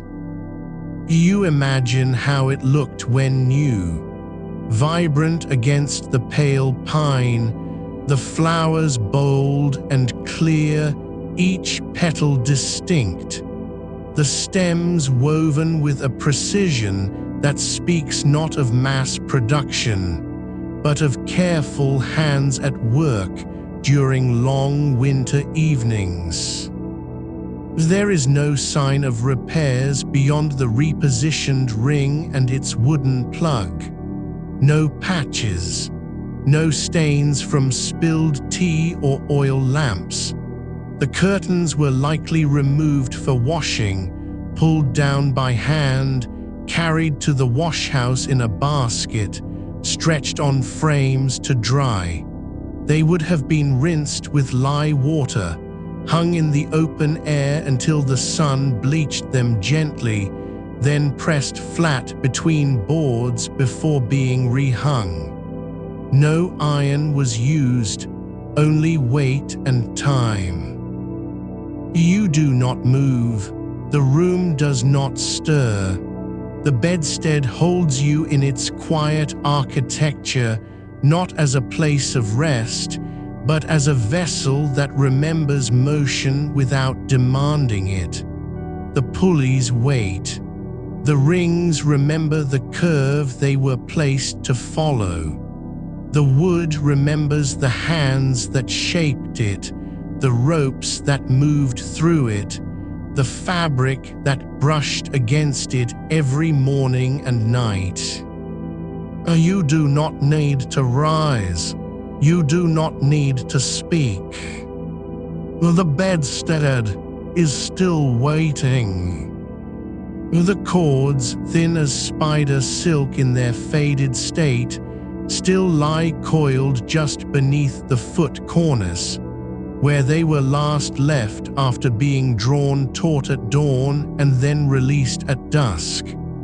They have not been cut, not frayed, not replaced. The twine is made of flax, spun fine, twisted twice against the grain, and treated with beeswax so that it would slide without sticking, even when damp from morning dew or the breath of sleepers beneath. You trace its path with your mind, how it begins at the inner edge of the foot cornice's lowest ring, rises in a gentle arc through 3 more rings spaced just far enough apart to let the fabric fold cleanly, then disappears into the first pulley-embedded flush within the side cornice. There is no knot at the end, no weight tied off. And just a single loop, small enough to slip over a wooden peg when not in use, left hanging like a forgotten promise, or perhaps simply tucked away so it wouldn't tangle with dust. The pulleys themselves are turned from hard maple, each no larger than your thumb's width, their edges softened by decades of rope movement. The grooves that cradle the cord have worn smooth, not hollowed, not eroded, but polished into a curve that remembers every pull and release. You imagine how they sounded once, a quiet click as the rope settled into its seat, then a whisper as it slid through, like the sigh of linen against skin, or the brush of a curtain drawn back by wind alone. There is no metal in any part of this system. No iron pin, no brass bearing, just wood on wood, fiber on fiber, and time doing what it does best, smoothing without removing. Above you, the side cornices hold their curve like arms folded across a chest. The fabric stretched over them still clings to every carved indentation. The petals of the flowers pressed into relief, as if they had been sculpted from clay before being covered. You can see where the glue once seeped beneath the edges of the design, lifting slightly at one point along the left side, just above the second pulley, forming a tiny ridge no thicker than paper.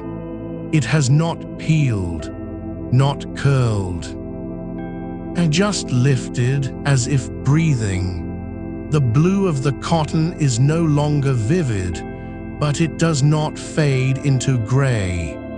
Instead, it deepens, muted by light, enriched by age, until it becomes something between twilight and river stone, a shade that belongs more to memory than to pigment. The rings are brass-plated iron, thin as a fingernail's edge, each pierced with a single hole just large enough for the cord to pass through without friction. They were not cast in molds, but hammered from sheet metal, each one slightly different in its curve, some rounded at the top like a crescent moon, others flattened slightly where the hammer struck too hard. You notice that the rings along the right side are spaced half an inch closer than those on the left, not by mistake, you think, but because someone noticed how the fabric gathered differently there and adjusted it slowly over time. There is no record of who did this, no signature, only the subtle shift in spacing, like a change in rhythm within a song sung alone. The curtains themselves are not visible now. They were removed long ago, washed, folded, stored, but you know their weight by how the rings sit. They sag just slightly where they hung last, as if still remembering the warmth of bodies beneath them. The fabric would have been heavy enough to hold its shape when lowered, thick cotton, woven tight with a slight nap that caught the light differently depending on the hour. Not velvet, not damask. Something simpler, made for function first, then beauty. The kind of cloth that could be scrubbed in cold water without tearing, hung out under open sky to dry, and returned to its place without ceremony. You think of how it felt to lower them, each hand pulling one cord in turn, fingers finding their rhythm. One side first, the left perhaps if you were right-handed, and then the other, letting the fabric fall slowly, evenly, so that the pleats formed without twisting. No jerking, no tugging, a quiet surrender. The pulleys turned with a sound like breath held and released. The rings slid along their curve, as though guided by something older than muscle, something in the wood itself, or in the way the air settled around it after dusk. And then silence. No latch clicked shut. No bolt was thrown.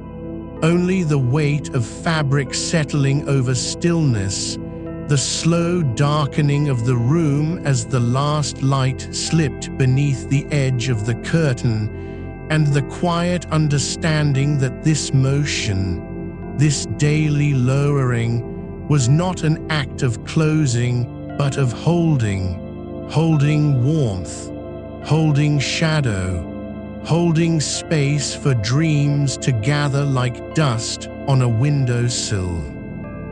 The headpiece remains bare now, its nail holes still open, still waiting, not for cloth perhaps, but for the memory of it. You do not reach up to touch them. You do not need to. They are there just as they were, and so is the quiet that followed each night's lowering. The cords remain looped. The pulleys wait. The cornices hold their shape, unchanged since the last time the fabric was pulled upward into folds of blue and bloom, then let go. And still, the bedstead does not ask for anything. It only remembers how to be still. The cords, still threaded through the pulleys, hang limp, not slack, not taut, but suspended in the quiet space between motion and rest.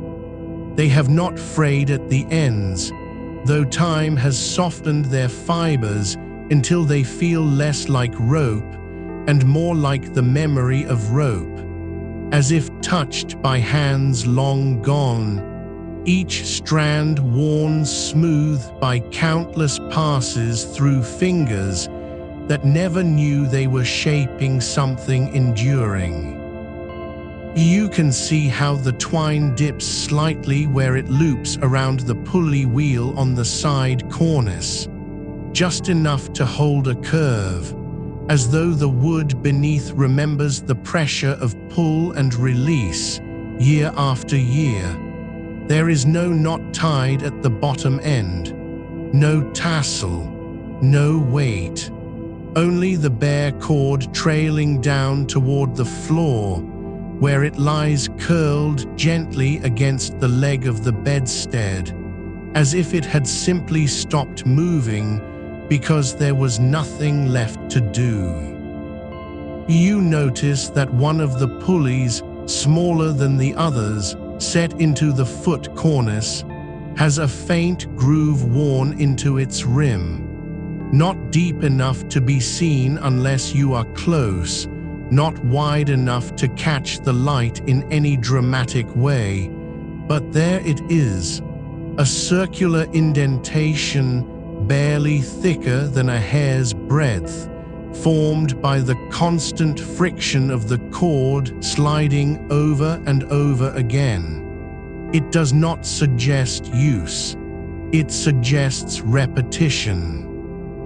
A rhythm that became part of the structure itself, not carved, not planned, but worn into being through the quietest kind of devotion. The rings along the side cornices still catch the faintest shadow when a draft stirs through the room. Even now, even without curtains, they hold their curve like lips half open in sleep. Their brass plating has dulled to the color of old honey, and where it has worn thin, where fingers brushed too often or cords rubbed during adjustment, you can see the iron beneath, darkening with rust that never spread, never flaked, never claimed more than a few tiny spots. It is as if the metal chose to endure rather than decay. You do not know whether the person who lowered these curtains each night did so standing at the foot of the bed or from the side. You do not know if they pulled one cord first, then the other, or if they held both in one hand and drew them together as though gathering a shawl around their shoulders. But you sense that it was done slowly, not hurried by dawn's approach nor delayed by hesitation. There was no ritual spoken aloud, no prayer whispered beneath breath, only the motion, pull, pause, release, pull again. Let go. The fabric-covered cornices themselves have not warped. The birch and white pine held their form through seasons of damp and dry, through winters that cracked window panes and summers that thickened the air, until even silence felt heavy. You can trace the grain where the wood was carved, each petal of the floral pattern hollowed just deep enough to let light pass through in fleeting patterns when morning slanted across the room. The holes are small but precise, as though made not with a chisel alone, but with patience, a tool held steady for minutes at a time, breath held, hand trembling only slightly before steadying again. You wonder if the maker paused after each cut to listen, to hear whether the sound of the wood gave back what was wanted, whether the whisper of shavings falling onto the floor felt right, or whether something needed to be softened, smoothed, made quieter. The glue that held the cotton to the carved wood has not fully surrendered. It has turned brittle, yes, but not cracked apart, not peeled away in sheets. Instead, it has retreated into the grain, clinging where the wood is densest, letting go only where the pores were too wide or the surface too uneven. And so the fabric remains, partly lifted here and there, not by neglect, but by time's gentle refusal to hold what was never meant to last forever. You do not imagine who chose this blue. You do not know if it matched a quilt or a curtain in another room or the dress someone wore on Sunday. But you feel that the color was chosen because it did not shout.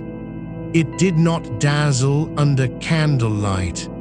It held its presence like a sigh, deep enough to be felt, soft enough to be forgotten. The headpiece's nail holes remain open, unoccupied. They are arranged in a gentle arc, not straight, not symmetrical, but curved slightly upward at the center, as if meant to cradle something that once rested there, weightless and warm. You do not know what shape the cloth took, whether it was gathered into soft folds like a pillowcase or hung flat like a tapestry. But you sense its absence as a kind of silence, not empty, but waiting. And still the cords hang, the pulleys wait, the rings hold their curve. You do not need to lift them now. You do not need to lower them again. They are here still. And so is the quiet that followed each night's letting go. The cords, thin as spider silk in places where they've stretched over decades of motion, hang loosely from the pulleys, slack now, but not frayed beyond repair. They are not coarse hemp, nor spun wool, but something finer. A cotton twist dyed faintly with indigo, so faded it has become a memory of blue rather than its color.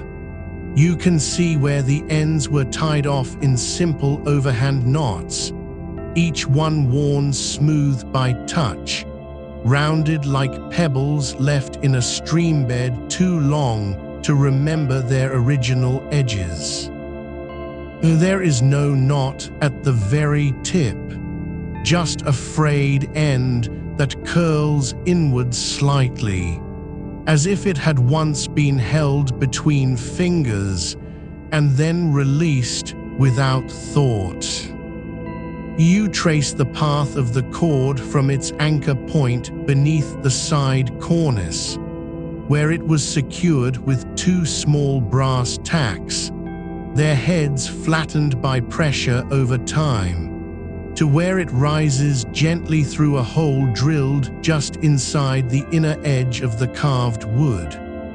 The hole is no wider than your little finger, and the sides are polished smooth, not by sandpaper, but by repetition, rope sliding again and again, grain by grain, until even the raw sapwood surrendered to friction's quiet persistence. The pulley wheels themselves are made from turned maple, shaved thin enough to turn with a breath.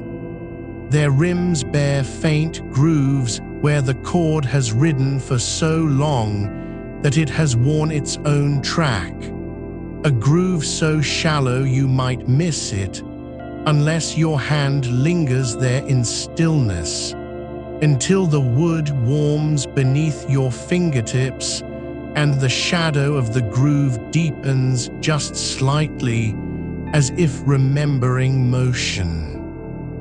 Each pulley is mounted within a small wooden housing, carved from the same birch as the cornice.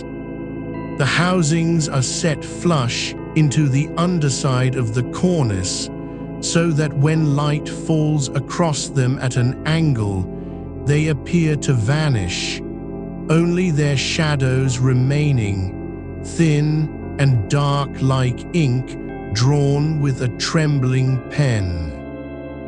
The rings along the curtain's edge follow a gentle arc, not perfectly even, not mechanically spaced, but placed as though by eye, each one set just far enough from its neighbor that when pulled taut, the fabric would fold into soft crescents rather than sharp pleats.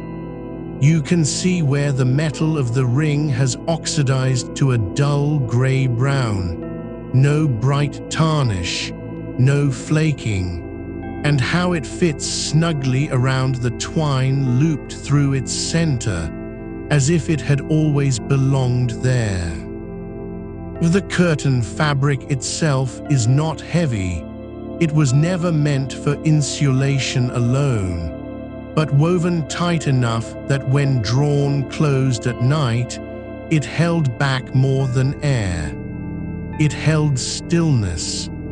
You imagine the way it would settle over the bed's edge, settling like mist after rain, not with a snap or rustle, but with a slow exhalation, falling into place, as if settling onto a surface already waiting.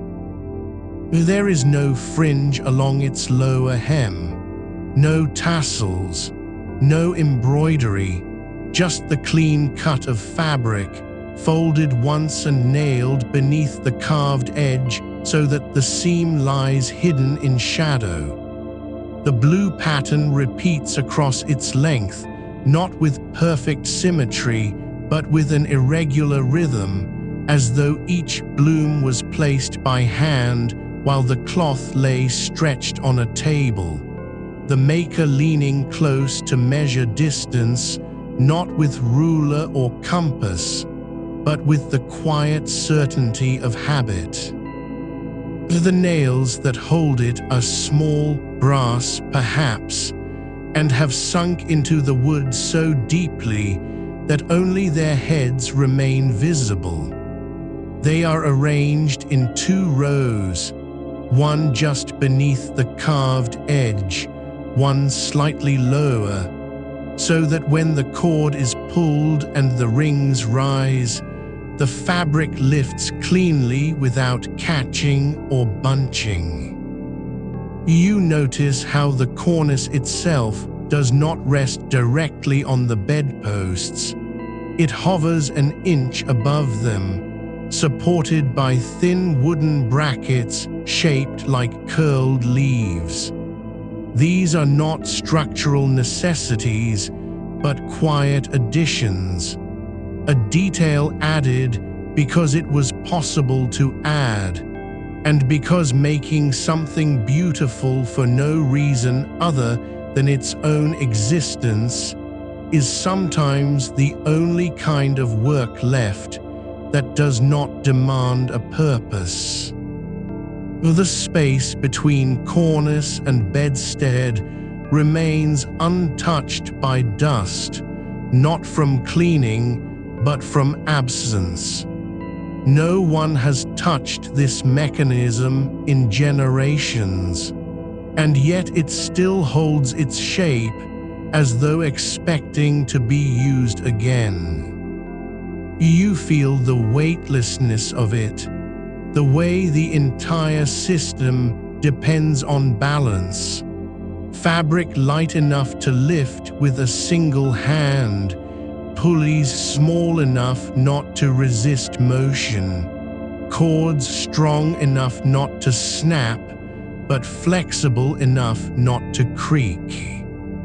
There is no latch, no lock, no mechanism beyond gravity and touch. And still, it works. You think of how many nights it must have been lowered, not by force or urgency, but with the same rhythm as breath itself. Slow pull, pause, release. And no need for words when motion carries meaning. The blue cotton, faded now to something closer to twilight than sky, still clings where the glue has held. Where it has let go, you can see the carved wood beneath. Each petal of each flower hollowed just enough to catch a glimmer of candlelight, casting faint shadows on the ceiling when the curtains are drawn. You do not imagine who slept here. You only know that for many years, someone reached out in darkness, not to open or close, but to gather, and pulled gently as if gathering warmth into their arms. You notice how the twine, though frayed at its ends where it once passed through the pulley's groove, still holds the memory of tension, not stretched thin from overuse, but softened by repeated motion, as if each pull had been tender, deliberate, never hurried. The fibers are not worn smooth, but slightly fuzzy with age, like moss gathering on stone after years of mist. It does not knot at the ends where it was tied off, no clumsy bow or tangled loop, but instead is secured with a single turn around a small wooden peg embedded just behind the foot cornice, its grain matching the bedstead's birch as though it had grown there. You can see where the rope has worn a shallow channel into the wood beneath, not deep enough to threaten strength, but present as a quiet signature of use, each rotation leaving its mark in time, not in force. The pulleys themselves are no larger than your thumb's first joint, carved from dense hardwood, likely walnut or maple, and set flush with the cornice's underside so that when curtains are raised, nothing protrudes to catch the eye.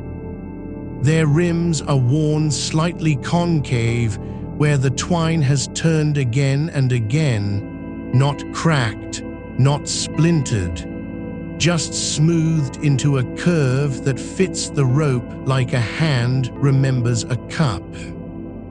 There is no metal axle inside them. Instead, a small dowel of pine runs through their centers, sanded so finely that when spun by hand now, they still turn without resistance, as if waiting for the next touch.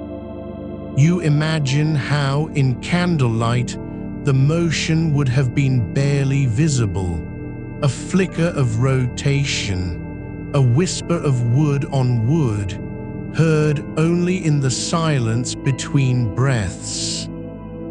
Behind each pulley, tucked into the hollow beneath the cornice, There is a small recess where excess cord was coiled when not in use.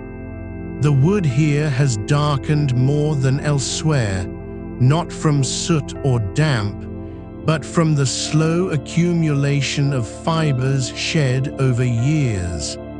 Tiny filaments caught and pressed into the grain, like pollen settling on a windowsill after spring.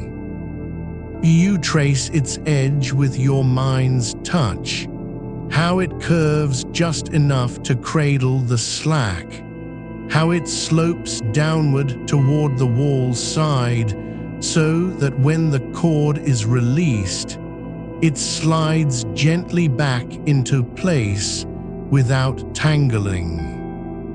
The fabric along the side cornices has pulled slightly at its lower corners over time, not torn, but stretched by gravity and repeated lowering. And where it does, you see the faint impression of the nails beneath, small oval depressions in the cotton, like fingerprints left after a glove is removed.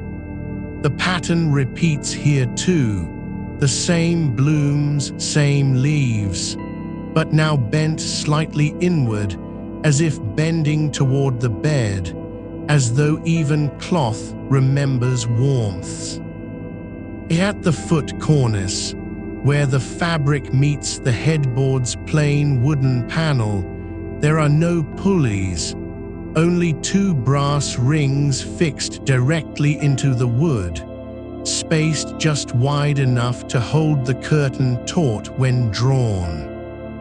The twine passes through them and then rises in a gentle diagonal to join the side cords, forming a triangle of tension that keeps the foot curtains from sagging even after years without use. You can see where the cord has rubbed against the brass, wearing away its shine into a soft matte gray, as if the metal had learned patience. The headboard's nail holes are many, not clustered randomly, but arranged in 3 horizontal bands, each spaced about an inch apart. They do not line up with the cornice nails. They lie below them as though meant for a separate layer of fabric, a head cloth, perhaps, that could be draped over the upper frame and pinned or tucked into place. There is no trace left of it now, no shred of thread, no stain, but the holes remain clean and precise, each one punched with the same small awl, each hole no deeper than a fingernail's thickness. You think how these holes must have held more than cloth. They held stillness. They held the quiet space between dreams, where a hand might reach up in half-sleep to adjust the drape, not because it was cold or exposed, but because the shape of the fabric against the ceiling felt like an embrace. There is no evidence that anyone ever removed the head cloth for washing. It may have been left in place for years, growing softer with time, absorbing the scent of sleep, the quiet residue of breath, the warmth left behind after a long night. The cornices are joined not by glue alone, but by mortise and tenon, each end carved to fit into the next like fingers interlaced. You can see where one joint has shifted slightly over centuries. The wood has settled in its own time, and now there is a hairline gap, barely wider than a thread, through which you might glimpse the inner grain of the pine beneath. It does not weaken the structure, it only speaks of patience. The glue that held them, animal-based, thick and amber-colored when fresh, is now brittle and cracked in places, but still clinging, stubborn as memory. You do not imagine how often they were raised or lowered, not because you cannot count, but because counting would break the rhythm. What matters is that it was done, that someone reached out into darkness and found the cord without seeing it, that the fabric responded without protest, folding like water over stone. That when morning came, the same hand pulled again, this time not for warmth, but to let light in, and the curtains rose, gathering softly above, as if they were remembering how to be empty. The blue cotton, once bright enough to echo a summer sky, now holds only the memory of color, the way dusk lingers on a wall after the sun has gone. It does not flake or fray at the edges.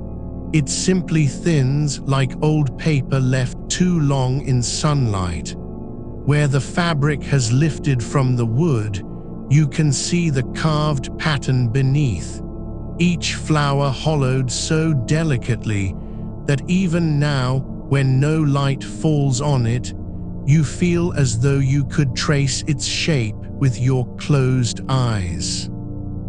And still the system waits, not broken, not forgotten, just resting, as if waiting for a hand to find the cord again, not out of need, but because some things are meant to be touched, even if only in thought.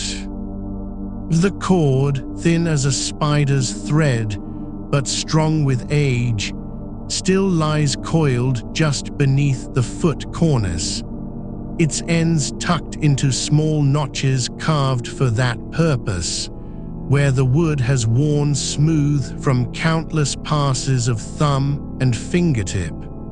You do not know if it was pulled once each morning or 3 times in the dark before dawn, only that the motion became part of the body's quiet language, the same way a hand finds the edge of a blanket without waking.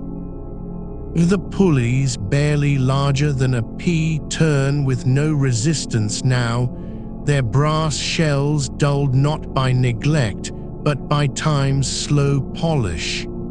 You can feel how the metal has softened at its edges, as though it had learned to yield rather than resist.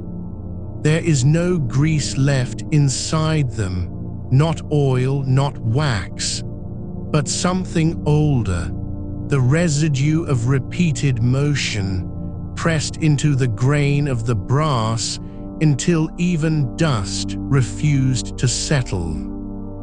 The rings, small, iron, slightly oval, are spaced in a gentle arc along the back edge of each curtain panel, their curves matching the natural fall of fabric when weighted by its own weight and the faintest draft.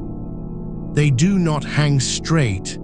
They lean inward just enough to suggest that once, when lowered, the curtains formed a soft dome over the bed, not rigid, not taut, but like the curve of a shell held close to the ear. You imagine how the cord would have drawn them upward in slow succession, the first ring lifting with a whisper, then the next, until the entire length gathered into folds that settled like breath held and released. There is no fraying at the rings' edges, no rust has crept into their cores. They remain whole, though dull, as if they had been kept in salt air and never touched by iron tools after their making. The fabric, blue now to the point of memory, still clings where it was nailed. Small tacks, iron too, driven through the linen backing into the pine beneath the carved cornice. You can see how each tack head has sunk slightly over time, as if the wood had swallowed them whole. The pattern, the large floral design, is no longer vivid, but its structure remains. The central blossom, 6 petals curved like cupped hands, the leaves thick and lobed, trailing downward in twin arcs. Where light once fell across it, you might have seen a glint of madder dye, or perhaps indigo layered over a base of weld. Though you do not know that for certain, only that the color does not bleed, does not fade into gray, but deepens, as though it had absorbed the dark and held it gently. There is no seam where panels meet. The curtains were likely woven in one length, then cut to fit. The edges are finished with a narrow hem, stitched by hand, each stitch barely visible now, its thread worn thinner than silk. You do not know if this was done for strength or beauty, perhaps both, but you notice how the stitching follows the curve of the cornice, bending as though it knew the shape before the needle ever touched cloths. The fabric does not cling to itself when raised. It falls apart easily, like mist drawn upward by warmth. There is no clinging static, no stiffness from starch, only the natural drape of cotton spun fine and woven true. The headboard's nail holes remain, silent in their arrangement, 3 rows, each one precise, each one empty. You think how a cloth hung there might have brushed against the sleeper's shoulder when turned in sleep, not enough to disturb, just enough to remind. It would not have reached far down the sides, only the upper curve of the bed's frame, a partial veil between the body and the ceiling's shadow. There is no evidence it was ever tied or tacked at the corners, only that it was held by those holes, suspended like memory itself, weightless but present. The cornices, joined in mortise and tenon, still hold their shape despite the slight gap near the foot, where one end has settled 1/8 of an inch from its neighbor. You do not know if this happened slowly over decades or after a single heavy hand pulled too hard on the cord during winter's first chill. But the wood does not crack. It does not splinter. It simply leans, as though it had learned to breathe with the house. The glue that once bound them is gone in places, leaving only a faint film, amber-colored, brittle, and cracked like dried honey on old porcelain. You imagine how it was made, rendered from hides, boiled over low heat, stirred until thick enough to catch the light, applied warm, pressed into place, then left to harden as the room cooled. It did not fail because it was weak. It failed because time is patient and wood remembers its seasons. The pulley wheels are set flush with the cornice's surface. No protruding axle, no exposed bearing. They turn on a pin embedded directly in the wood, and though centuries have passed, the hole they rotate within has not enlarged. The grain around each wheel still holds tight. The pine fibers have curled inward over time, gripping the metal as if to say, "You will not leave." You do not know who made them, whether one craftsman carved all 3 cornices, or whether several hands touched this bed in turn. But you feel that whoever did worked slowly. Not because tools were slow, but because they knew what it meant to make something for sleep. The cords are still there, not coiled neatly, not stored away, but resting where they last fell. One near the foot, one on each side, their ends tucked into the carved recesses like secrets kept too long to speak aloud. You do not know if they were ever replaced, whether new twine was spun and tied when the old wore thin, but you sense that they were not. That someone, after years of use, simply accepted the fraying, the slight slack, the way one end had grown a little longer than the other. That they learned to pull with just enough tension, not too tight, not too loose, and that the bed, in turn, learned how to answer. And now it waits, not for you, but because this is what such things do. They wait until the hand returns, whether by memory or by habit, to find the cord again, to lift the fabric, to let light in, or to lower it again, and make a world of quiet around the body that rests beneath. The cords, still threaded through the rings, lie where gravity has settled them, softly curled against the carved edge of the side cornice, their fibers worn smooth in patches where fingers once gripped them with quiet intent. You do not know if those fingers were calloused or soft, whether they belonged to someone who rose before dawn or stayed late reading by candlelight, but you feel the rhythm of their motion. The slight pause before pulling, the slow release as the fabric began to fold. There is no knot at the end of either cord, only a gentle fray that has not unraveled further, not from lack of tension, but because the twine was spun thick enough to hold, and the pulleys turned true enough to guide without biting.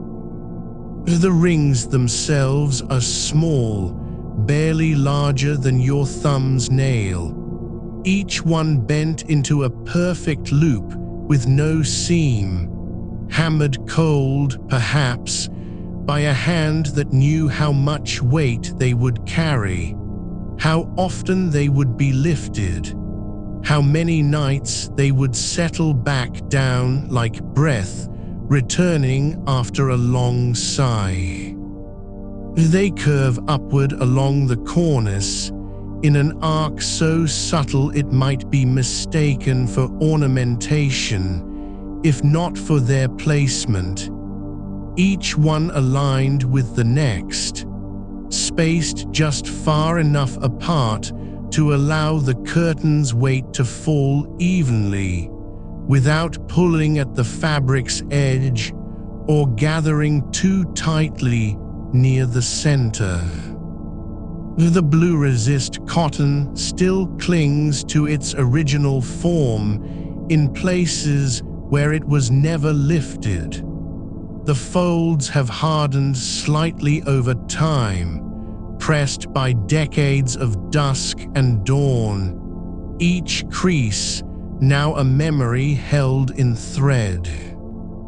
You see how the floral pattern fades unevenly, where sunlight once touched it through uncurtained windows, The indigo has softened into grey blue, while beneath the shadowed cornice, where it remained folded for years at a time, the color remains deep, as though the fabric remembered its own darkness and held onto it.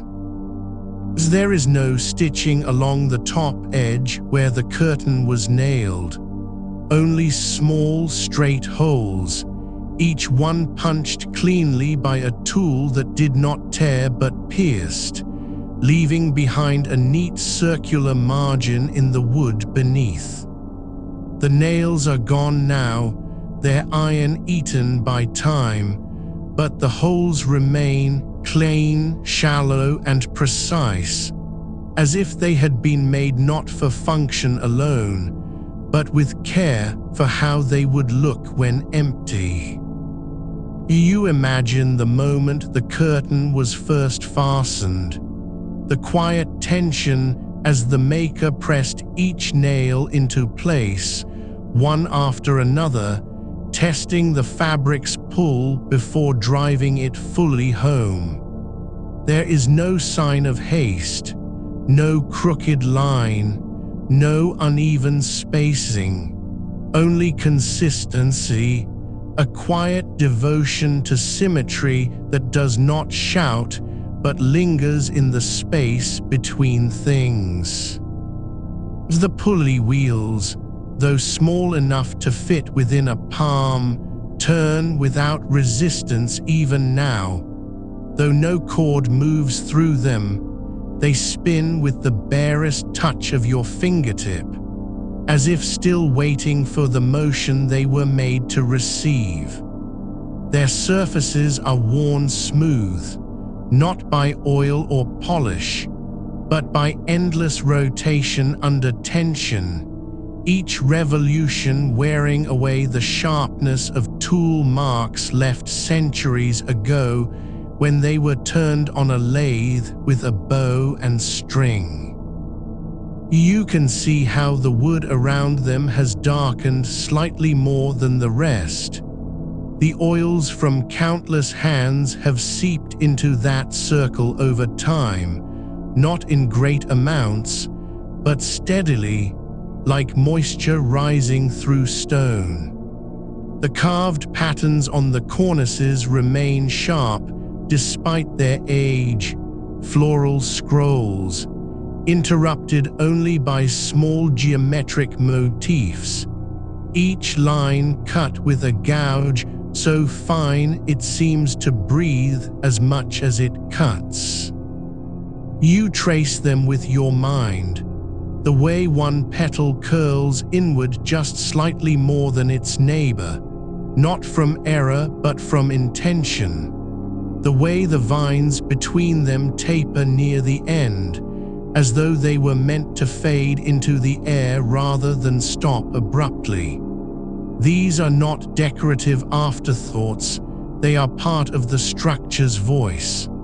The fabric was glued over them not to hide, but to enhance, to let light pass through their shadows in the evening, to cast patterns on the sleeper's eyelids when curtains were drawn close. You do not know if anyone ever noticed this, whether the person who lay beneath them ever saw those shapes flickering in half-sleep, but you feel that they were made for that very purpose, to be seen without being looked at, to be felt without being named. The wood beneath the fabric is still warm where your fingers imagine it, the birch and white pine, layered and joined, holding the quiet of 100 winters inside their grain. You do not know how many times the curtains were raised or lowered in this room, how often someone reached for the cord to let in morning light, or drew them shut against a cold wind that crept through cracks in the walls. But you sense it was done with rhythm, like turning a page before sleep, like exhaling after holding your breath. The cornices do not creak, they do not groan. They hold themselves steady as if they have forgotten how to move except by will, by the slow pull of rope, by the quiet surrender of fabric settling back into place. You think about how little force it took, the weight of cotton, the balance of pulleys, the strength of a single hand, and yet that small action shaped the night, not with noise or grandeur, but with stillness, with enclosure, with the simple act of choosing darkness over light, warmth over air, privacy over exposure. And now those cords rest where they fell, their ends tucked into the carved recesses, as if waiting for someone to come back and find them again. There is no dust on them, not much, anyway, just a thin film like breath caught in air that has settled slowly over time. You do not know whether this bed was ever moved, or if it has always stood where it was first placed.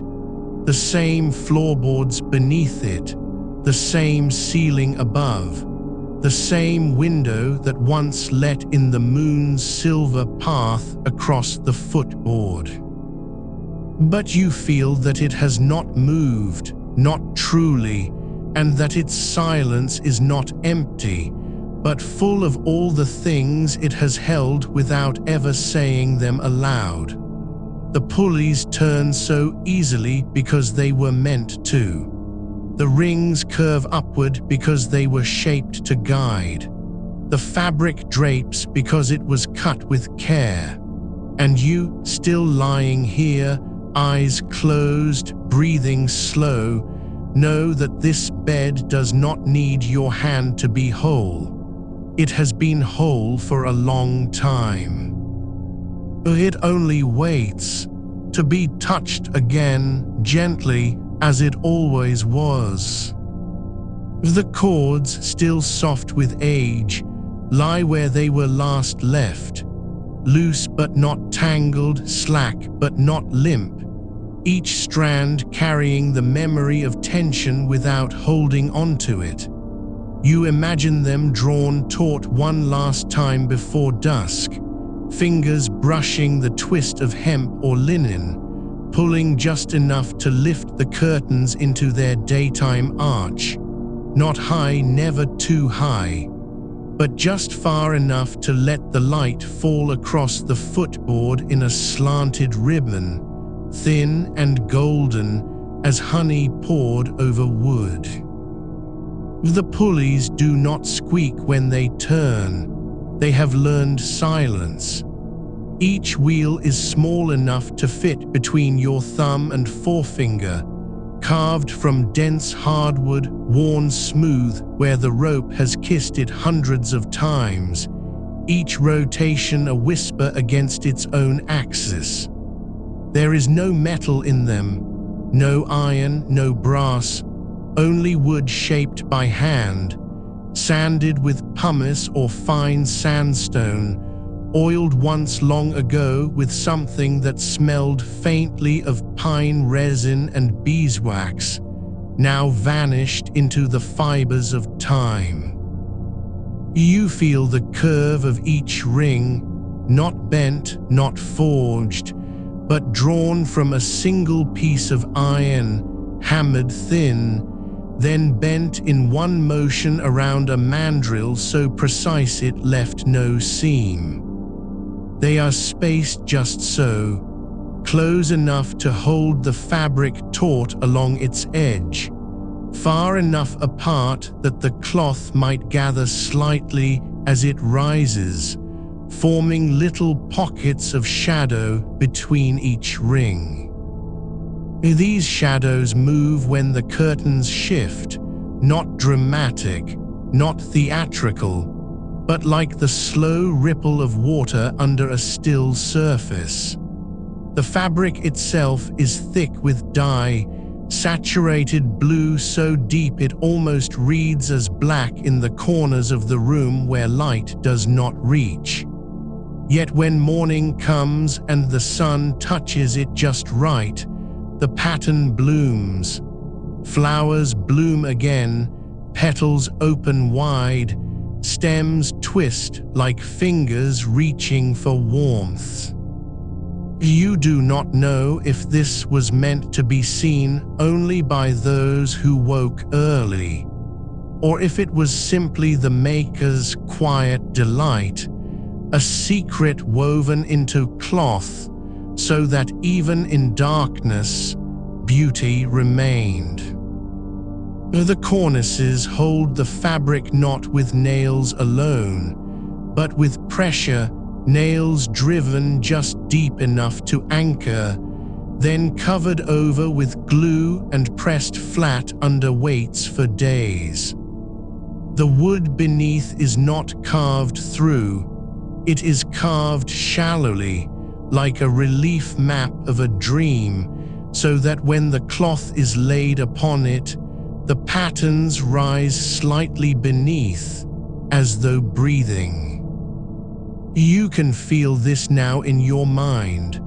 The slight swell where the vine curls upward before dipping again, the hollow between two leaves where shadow gathers like dust. The fabric does not hide the carving, it speaks through it. And when the curtains are lowered at night, the same pattern becomes a ceiling above you, dimmed by woolen thickness, but still present, still alive in the dark. There is no fringe on these curtains, no tassel, no braid, no embroidered edge to catch the eye or snag on the rings. They were finished cleanly, cut straight, folded once at the bottom and stitched with thread finer than spider silk, each stitch pulled tight so that the hem would not fray even under the weight of long nights. The corners are squared precisely, not because symmetry was fashionable, but because it made them easier to draw evenly when raised. You imagine a hand smoothing each fold before tying off the cord, one finger pressing the fabric flat against the cornice as if to say, "Here, this is where you belong." The headpiece remains bare of cloth now, its surface pocked with nail holes in neat rows, 3 across, 5 down, then another set slightly lower. They are not random, they follow a rhythm older than memory. A removable headcloth once hung there, a panel of linen or homespun, perhaps dyed the same blue as the curtains, or maybe white to contrast it. It would have been pinned at the top and tucked beneath the mattress at the sides, so that when drawn shut, the bed became an enclosed space, not a box, not a cage, but a cocoon shaped by fabric and wood together. The nails held it only long enough for sleep. They did not claim ownership. Each hole is shallow, no deeper than the width of your thumbnail, worn smooth at the edges from being used again and again. The mortise and tenon joints between the cornices are tight still, no gaps, no shifting, no creaking under weight or time. They were fitted with care, each tenon shaved by hand until it slid into its socket like a sigh. You imagine the maker testing them repeatedly, not with force, but with patience, pressing one joint after another until the wood whispered that it was done. There is no glue visible now, not even residue. But you know it was there once, made from animal hide and boiled slow over a low flame, poured warm into the seams while the air still held the scent of sawdust and cold earth outside. The pulleys are placed with balance in mind, not centered on the cornices, but slightly toward the center of the bed's width, so that when both cords were pulled together, the curtains would rise evenly. One side does not pull harder than the other. The ropes are equal in thickness, twisted identically, each strand laid with the same tension.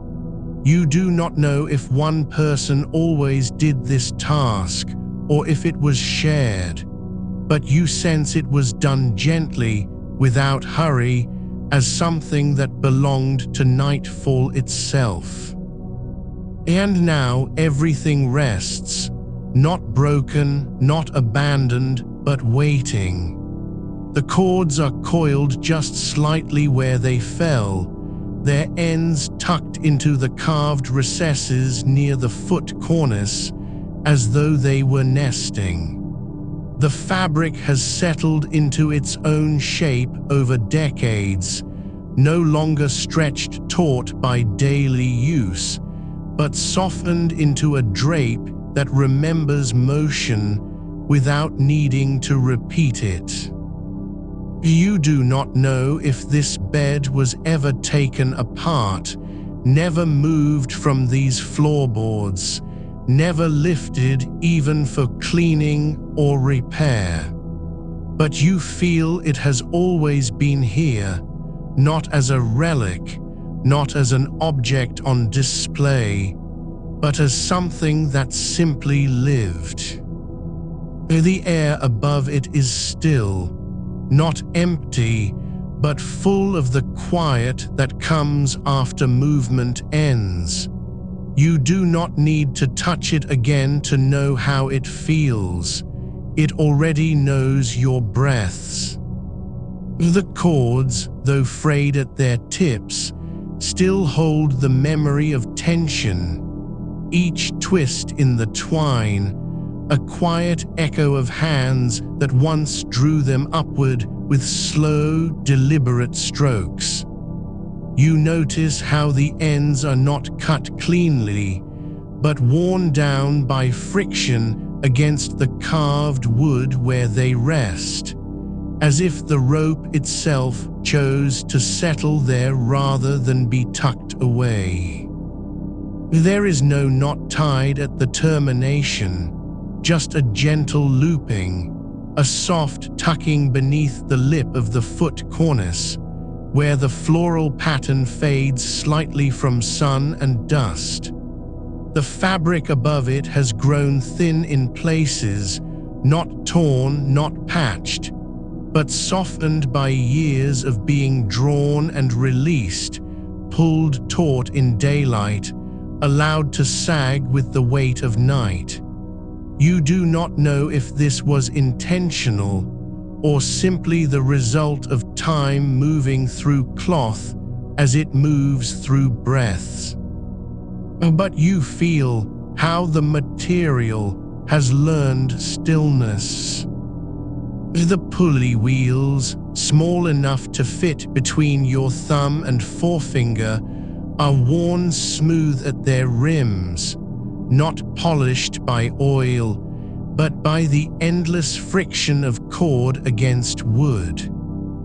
The grooves where the twine rides are shallow now, nearly flat in places, as though the rope had once been thicker, or perhaps moved more frequently. You imagine how each rotation was silent, no metal to clang, no hinge to protest, just the whisper of fiber against carved pine, a sound so faint it could be mistaken for the sigh of air moving through an open window. The wheels do not turn easily anymore.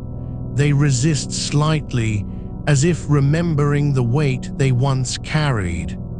And yet, when you think of them now still and silent in their sockets, you feel no brokenness, only patience. The rings attached to the curtain's back are made of brass, small and unadorned, each one punched through a single layer of fabric before being stitched into place with fine linen thread. There are 23 along the side cornices, not an even number, but close enough that the folds would fall symmetrically when raised. You count them not out of curiosity, but because their placement suggests intention, spaced just wide enough to prevent bunching, yet close enough to keep the fabric from sagging too far between. The holes where they were sewn are still visible in the blue cotton, tiny perforations now frayed into soft halos, like stars worn thin by long nights of being pulled upward.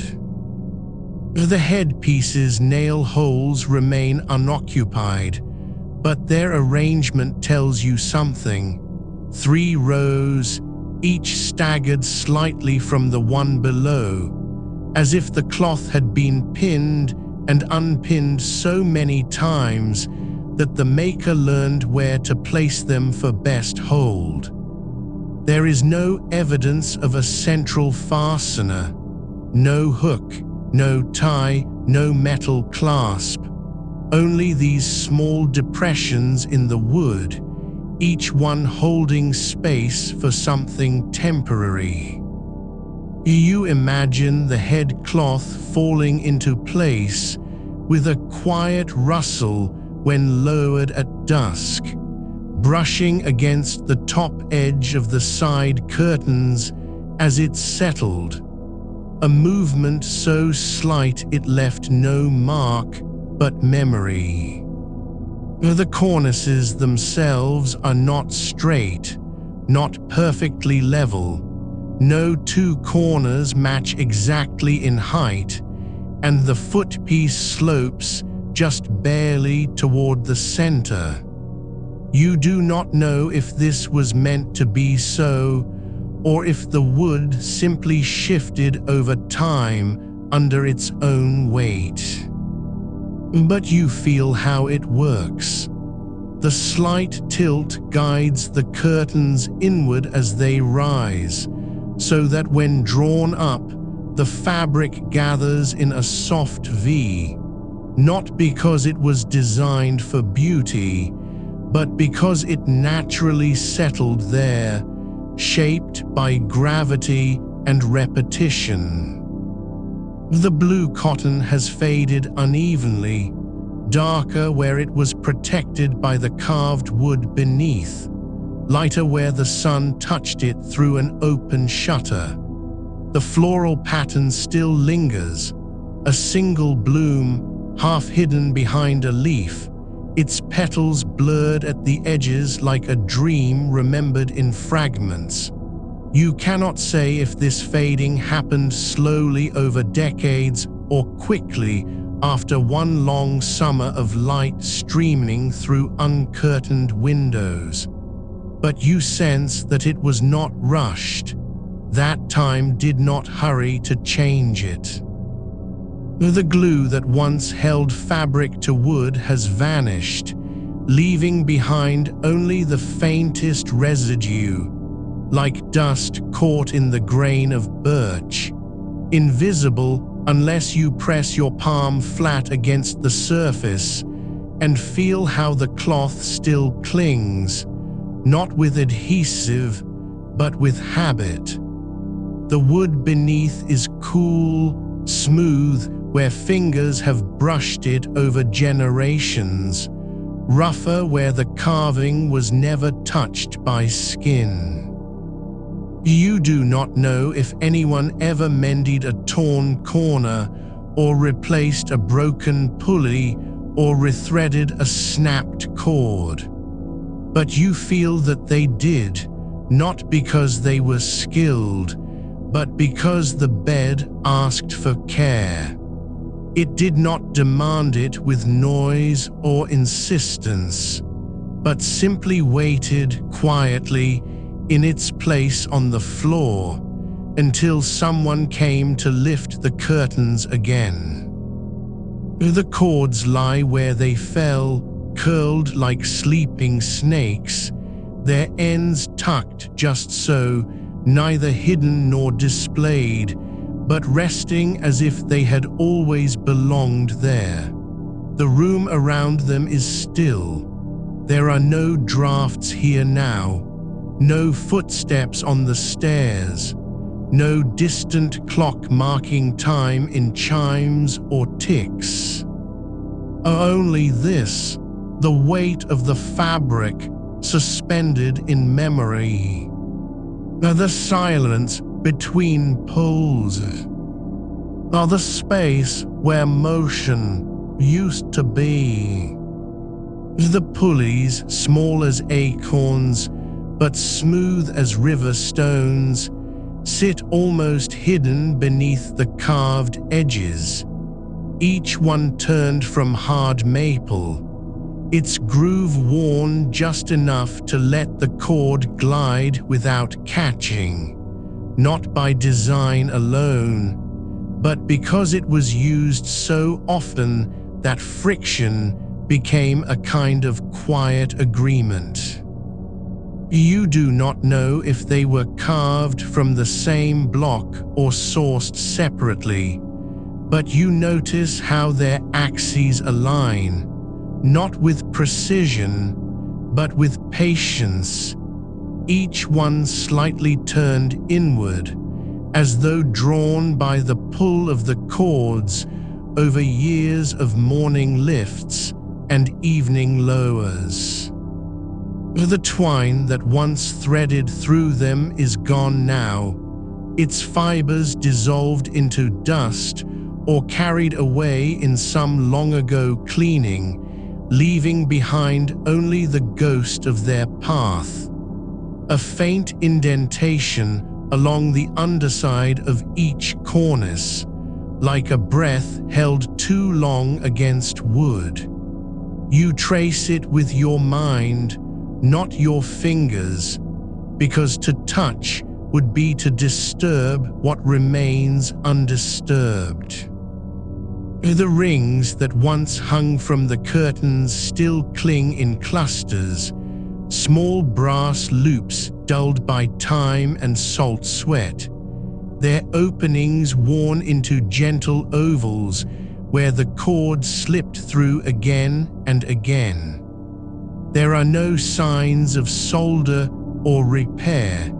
They were never meant to last forever, only long enough for one life's rhythm to settle inside them. You imagine how they moved, not with a jingle or clink, but with a soft, sliding sigh as each curtain rose, lifting in unison like the slow exhale of someone settling into sleep. The fabric beneath them has stretched over time, no longer taut, no longer flat, but draped now in folds that remember their former tension, hanging just slightly away from the wood, held by nothing but gravity and habit. You can see where a corner once caught on a nail head, the weave pulled thin, then patched with a scrap of matching blue cotton stitched so lightly it's nearly invisible, like a secret kept between fabric and time. There is no thread left to follow, only the memory of its passage. Tiny stitches now loose at their ends, curled into nothingness, as if they had simply unraveled themselves after doing what was asked. The cornices curve gently where they meet the headpiece, not because the wood bent under weight, but because the fabric above it pulled them inward over seasons, like a hand pressing against cloth to make space for rest. You feel how this shape became natural, not carved into form but formed by use. There are no hinges here, no mechanisms of metal or gear, only rope and ring, wood and cotton, held together by the quiet insistence of need. The blue pattern still holds its breath in places, the center of a rose, where pigment was pressed deepest before dye faded, and you wonder if it once caught the last light of day, glowing just enough to be seen through half-closed eyes as sleep came on. You do not know who chose this bloom, whether it was for luck or beauty, or because it was what remained in the bolt. But you feel how it endured, not by being strong, but by being ordinary. The wood beneath is quiet now, not silent exactly, but still enough to let your thoughts settle into its grain. You can almost hear where a plane once passed over birch, smoothing away splinters that might have torn fabric or scratched skin, each stroke deliberate, unhurried, leaving behind the memory of motion without the noise of it. The joints between pieces are tight now, not because they were glued or pinned, but because the wood has swollen and settled into itself, holding together as breath holds in a chest before release. You do not know if this bed was ever moved, whether it stood against one wall for 20 winters and then another for 30 summers, or if it remained where it was first placed, like an anchor in the slow tide of years. But you sense that its place never changed, not because it could not be shifted, but because to shift it would have meant breaking something deeper than wood or cord, a rhythm learned by touch, by habit, by quiet hands rising and lowering night after night without thought. The curtains themselves are gone now, taken down long ago for mending, for burning, perhaps even for repurposing into quilts or sacks. But their absence is not empty. It is full of the shape they left behind, a hollowed space in the air above the bed, where warmth once pooled and privacy was stitched with cloth. You imagine how it felt to pull them down at dusk, not as an act of duty, but as a ritual that needed no name. The cords would have slipped through your fingers like warm silk, cool from being tucked away all day. The rings would have clicked faintly against the pulleys, each one a tiny bell calling night closer. And then stillness. Not loud stillness, not heavy, but soft, deep, as if the room itself had drawn in its breath and held it until morning came again. The cornices remain, not because they were beautiful to look at, but because they were useful to hold. Their beauty was never meant for guests or mirrors. It lived only in the quiet space between lift and fall, where warmth gathered and silence grew thick as wool. You do not know if this bed ever held a child's first sleep, or an old hand reaching out one last time before dawn, but you feel how it waited, always waiting, not with expectation, but with patience.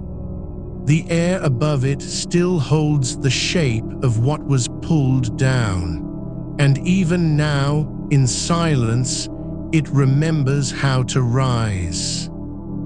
You feel how the pulleys, though small, carry the weight of something larger than their size suggests, not in strength, but in stillness. They turn without friction now, not because they are polished or oiled, but because time has smoothed their edges until even resistance forgot its name. The wood around them is worn just slightly deeper where the cords once rubbed, not in grooves you could trace with a finger, but in a softening, a thinning of grain that remembers motion without memory. You imagine how the rope would have felt at dusk, neither rough nor smooth, but somewhere between, like linen left to dry on a line after rain, just before the sun returns and takes the dampness away. It was never new when it first passed through those wheels. It had already been handled, tied, untied, coiled, uncoiled, each loop holding the ghost of a hand that knew its purpose without naming it. The rings are gone now too, but their imprint remains in the fabric's edge, a pattern of tiny dimples where metal once pressed into cotton, holding the curve just so as the curtain rose. You can still see how they followed the line of the cornice, not straight, but gently arcing upward like a sigh released slowly through closed lips. That arc was not decorative. It was functional, shaped to guide the fabric without snagging, allowing it to fold into itself cleanly when lifted, so that no corner caught or pulled loose at the wrong moment. The fabric beneath those rings would have lain flat during the day, taut and still, but at night, when lowered, it pooled just above the mattress, not in folds of excess, but in a soft gathering, like the hem of a cloak drawn close against chill air.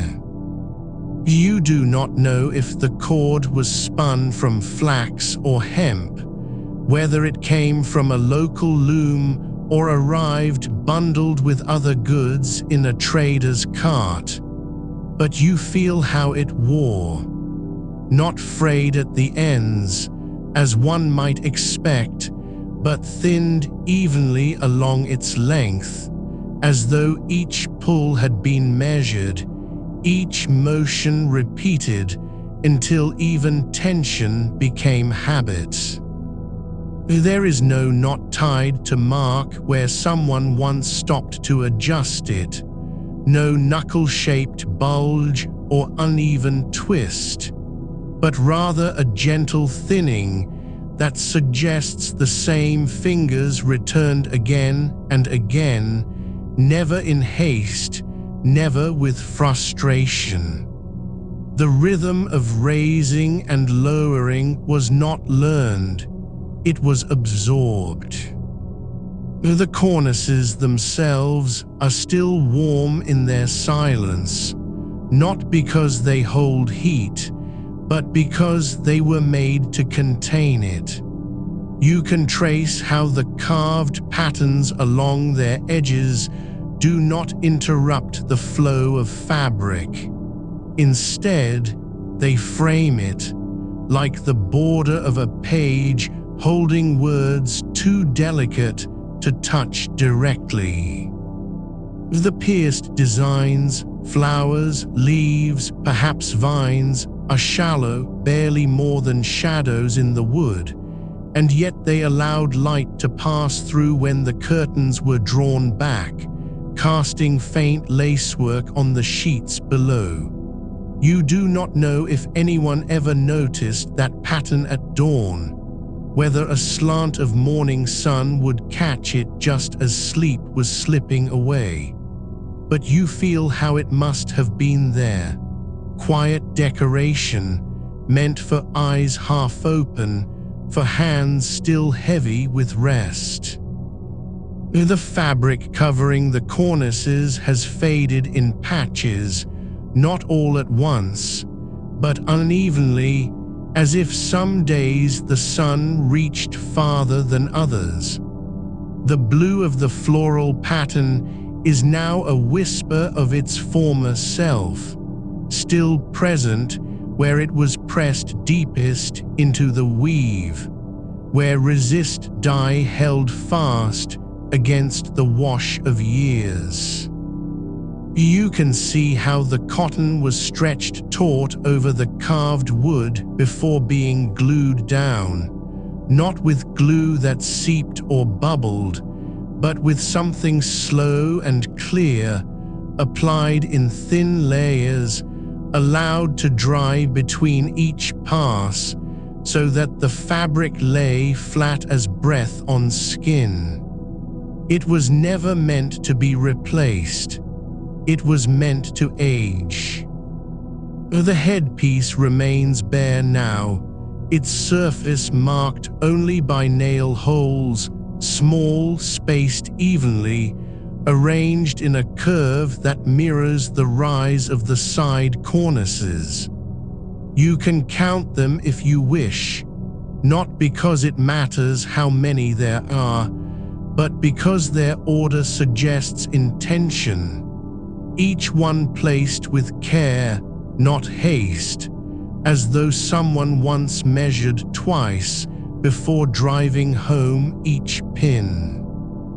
There is no trace left of the head cloth that hung from them, no shred of thread, no scent of lavender or beeswax. But you know it was there, drawn across at night like a veil over thought, and lifted again in morning's first light. The mortise and tenon joints hold without glue now, not because they were never glued, but because the wood has grown into them. You feel how each tenon has swollen just enough to press against its socket, how each mortise has settled around it like soil around a root. There is no creak here, no looseness, only the quiet certainty of things that have learned to stay. You do not know if this bed was ever warmed by firelight or cooled by open windows, whether it stood near a hearth or beneath a high ceiling where drafts moved freely, but you sense how its structure adapted regardless. The cornices were never meant to be grand. They were built low enough to be reached from the mattress, tall enough to hold fabric without sagging, deep enough to hide the nails that held everything in place. They were neither ornamental nor utilitarian alone. They were both at once, like breath, invisible until you need it. And still, even now, when no hand pulls the cord, when no curtain falls or rises, you feel how the mechanism waits, not dormant, not broken, but resting, like a sigh held just below speech. The pulleys remember rotation. The rings remember tension. The wood remembers touch. And the blue floral pattern, faded and quiet, still holds its shape, not as memory, but as presence. You do not need to know who slept here. You only need to feel how this bed learned to be still, how it held warmth without speaking, privacy without demanding silence, and dignity without ever raising its voice. The cords, thin as spider silk now, still coiled gently where they were last tied, looped once, twice, then tucked beneath the edge of the side cornice, not knotted tightly, but with a slack that lets them breathe. You can see how the twine has worn smooth in places, not frayed, but polished by years of slow pull, not yanked, not hurried, but drawn with a rhythm that matched the turning of the day. There is no tangle here, no knot left behind to catch on the pulley's edge. Someone once knew how to let go without letting loose. The rings, small and iron, have darkened to a soft gray, not rusted, not corroded, but seasoned by the same air that breathed through the room night after night. They curve upward in their path, following the line of the fabric's fall, each one spaced just far enough apart so that when drawn taut, the curtain would fold without puckering, without bunching, as if the cloth itself were learning to settle into its shape. You do not know whether these rings were turned by hand or guided by the weight of the curtains themselves, but you feel how they moved, sliding forward with a whisper, catching only briefly on the pulley's edge before slipping again into silence. The wood around each pulley has worn faintly indented, not deep enough to be carved, not wide enough to be deliberate, but just enough to show where the wheel turned day after day, season after season, as if the motion had left a shadow behind.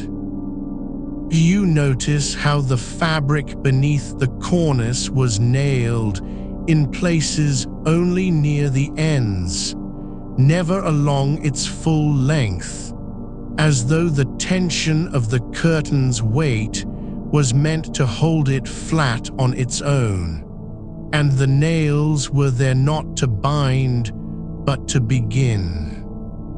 The blue floral pattern, though faded, still holds its center, the largest bloom, where the resist dye was thickest, remains a quiet anchor in the cloth.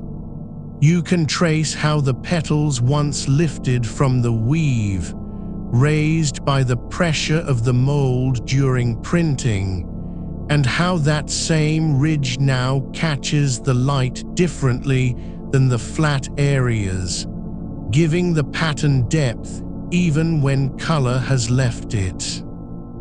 There is no stitching along the edges where the fabric met the wood, only glue, thin as a breath, applied with patience, allowed to cure slowly in the still air of a winter morning. You imagine how the room must have felt then, cool, quiet, untouched by rush. The cloth was pressed down not with hands that trembled, but with palms that knew their work would last longer than they would. The headpiece remains bare, its surface pocked with holes that do not lead anywhere now, but once held something soft and movable, a curtain drawn across the top like a thought held back. You feel how it must have moved, not pulled sharply, not snapped into place, but lowered gently as one lowers a veil over sleep. There was no latch here, no lock, no fastener to click shut, only weight and cloth, gravity and time working together in quiet agreement. When the curtains were raised, that head cloth would be gathered up and tucked behind the cornice, hidden from view but still present, waiting like a held breaths. The birch and white pine do not speak, but they remember how they were joined, not by nails or screws, but by the careful shaping of one piece into another. The mortise and tenon joints hold without force now, because the wood has learned to fit. You can feel it in your fingertips if you rest them there. A slight rise where the tenons swelled, a subtle dip where the mortise settled inward over decades of humidity and dryness, summer heat and winter chill. There is no gap here, no creak, no sigh, no looseness. Only stillness earned through patience. The pulleys themselves are small enough to fit in the palm of your hand, each one turned from a single block of hardwood, bored through with a hole just wide enough for the cord to pass without friction. They do not spin freely, not anymore, but they do not resist either.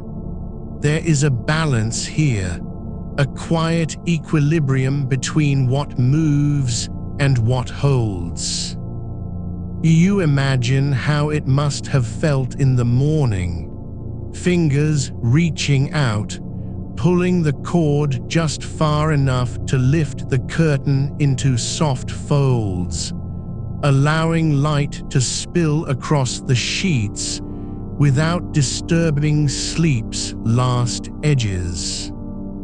And at night, when the air grew heavier with the scent of wool blankets and closed windows, the same hands would lower the cord again slowly so that the fabric descended not in a rush but in slow waves, like water settling over sand. The rings would glide back into place, one after another, until the curtains hung full and close, forming a chamber within a room, a space held by cloth and wood alone.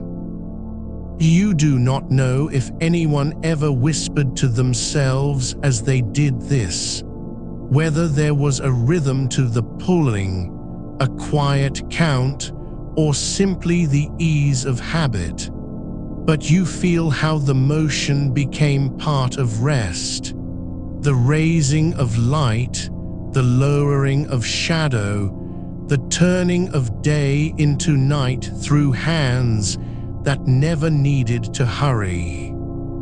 The cords still lie where they were last left, not coiled neatly, not tangled wildly, but resting in the curve of the bed's edge, as if waiting for a hand that will come again. And though no one pulls them now, you sense how they remember their purpose, not with urgency, but with patience, like breath, like sleep itself. The cords, thin as spun spider silk, yet strong from years of woolen twist, rest along the inner curve of the foot cornice, where the wood has worn smooth beneath their passage. You feel how they have settled, not slack, not taut, but in a quiet arc, as if remembering the shape of every pull, every slow release. They do not kink or fray at the edges. There is no fraying here, only softening, the fibers yielding gently to time, each strand holding its place without complaint. The pulleys beneath them have grown still, their wooden rims dulled by dust, and the slow breath of air that moves through the room even when no one is there. You imagine how they once turned, not with a click or a whir, but with the barest whisper of wood against wood, the axle turning just enough to let the fabric glide, not slide, not slip, but flow like a tide pulled by an unseen moon. The rings, small and iron-darkened with age, still hang in their curved line along the back edge of each curtain panel. They do not jingle now, they have forgotten how to make sound. But you can trace their path in your mind, rising from the foot, where the curve begins low, then arching upward toward the head, where they lift just enough to allow the fabric to drape without pooling. Each ring was nailed into place with a single thin nail, no more than 2 inches long, and though the wood has shrunk slightly around them over decades, none have pulled free. They remain suspended in their original order, as if waiting for someone to take up the cord again and begin the ritual. You think of how they would have caught the light in the morning, not brightly, not glittering, but with a soft gleam, like the edge of a silver coin held just beneath the surface of water. The fabric of the curtains, though faded now to the color of twilight after rain, still clings to its original weight. It was never sheer, nor stiffened with starch or paste, only cotton, woven tightly enough to hold warmth without choking it. The blue resist pattern, once bold with indigo and madder, has softened into a memory of itself. Petals blurred by washing, stems faded from sun, the centers now more gray than flower. But the design remains whole in its structure. The large blooms still rise like slow breaths across the surface, each one spaced just far enough apart to let the light breathe through when raised. You do not know if it was chosen for beauty or for durability, or perhaps for both, woven by hands that knew how cloth must endure more than it must please. The cornices themselves hold the weight of all this, each carved with pierced patterns that once allowed a sliver of moonlight to fall across the sheets when the curtains were closed. The holes are not random, they follow a rhythm, small circles and teardrops, interlaced in pairs as if stitched by a needle too fine to see. You press your palm against one side, just below where the fabric was glued, and feel how the wood beneath has warmed slightly from the day's last sun. It is warm not because it is alive, but because it remembers warmth. The carving runs deep enough that light would have passed through in shifting patterns, not as a picture, not as a story, but as movement. A slow dance of shadow across skin, across wool, across linen. You do not know if the person who lowered these curtains each night ever looked up at them while they drifted down, whether they watched the fabric fold upon itself like the closing of a flower, or simply felt the weight settle against their ankles and knew it was time to close their eyes. There is no trace of such a moment left here, not in the wood, not in the cord, not in the rings, but you sense it anyway, as one senses the echo of a voice that has long fallen silent. The headcloth, though gone, still lingers in its absence. The nail holes along the top edge are arranged in 3 rows, each row spaced just wide enough to hold a fold, each hole placed so the cloth might be drawn taut without puckering. You imagine how it must have hung, soft as a sigh, gathered slightly at the center where the cord was tied, then falling in gentle waves on either side, brushing the edge of the bed curtains like a whisper against skin. It did not reach all the way to the floor. It never needed to, but it covered enough to block drafts from above, to keep sleep undisturbed by cold air that drifts down from ceilings when the fire has burned low. And still no one pulls the cord now.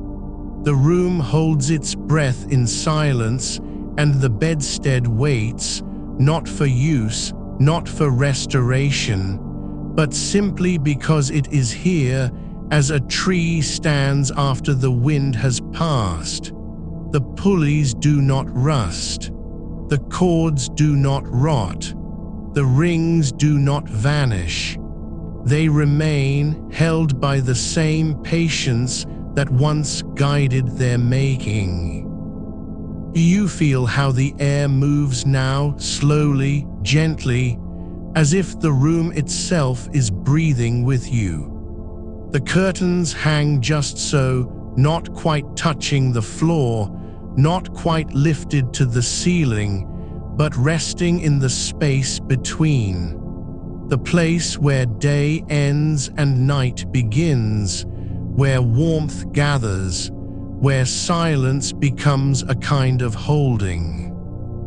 And still the cord rests, and still the rings wait, and still the wood remembers how to hold. You do not need to pull it again. You only need to know that someone once did. You feel how the cord, though limp, still holds the memory of tension, how it once stretched taut between the pulley's brass-sheathed wheel and the ring that slid along its curve like a bead on a thread too fine to see. The twine is not new, nor is it frayed beyond repair. It has simply surrendered to time, softened by years of slow pull and patient release. You trace its path with your gaze, from where it disappears into the side cornice's hidden groove, up through the pulley's smooth bore, down again to the ring that still hangs just above the curtain's hem, caught in a quiet loop, as if waiting for a hand that will never come. There is no knot at the end, only a gentle taper, as though it was cut cleanly and left to rest. You wonder whether the person who last drew it upward did so with one hand while the other steadied the bed's edge, or whether they sat upright for a moment before pulling, letting the fabric begin its slow ascent before settling back into the pillows, eyes already half closed. The rings are not silver, nor are they brass. They are of turned iron, small and unpolished, each one worn smooth where the cord passed through, the metal darkened by oil from fingers long gone. They do not gleam, but neither do they rust. The air in this room has never been damp enough to claim them. Each ring is spaced just far enough apart that when the curtain was raised, the fabric would fold into even pleats, not too tight, not too loose, like the creases in a sheet folded by careful hands. You imagine how the cloth must have gathered above, swelling gently against the underside of the cornice as it rose, the floral pattern turning inward like petals folding at dusk. The blue dye has faded where sunlight touched it most, but elsewhere it holds its depth, the same way moss clings to stone that is never fully exposed. You do not know if the person who chose this fabric ever saw it in a shop, or if it was woven for them by someone who knew their taste, or perhaps their need. The pattern is bold, a single large bloom, repeated with slight variation, each flower surrounded by leaves that curl as if caught mid-breeze. It does not tell a story, it does not depict gardens or fields, but it carries the rhythm of growth, the same way the carving on the cornice carries the rhythm of breaths. The fabric was glued to the wood before the pulleys were installed, each strip laid with care, pressed flat under weights until the adhesive dried into something nearly invisible, a bond that held through winters and summers, through dry air and humid nights. You press your fingertips along the seam where cloth meets carved edge, and feel how the glue has cracked in tiny fissures, not enough to loosen the fabric, but enough to show how much time has passed since it was last touched. The pulley wheels are not mounted with screws or nails. They are set into recesses carved directly into the wood, their axles fitted so precisely that they turn without a whisper. You imagine the maker testing each one with his thumb before securing the cornice in place, ensuring no friction would catch on the cord, no squeak disturb the quiet of morning or night.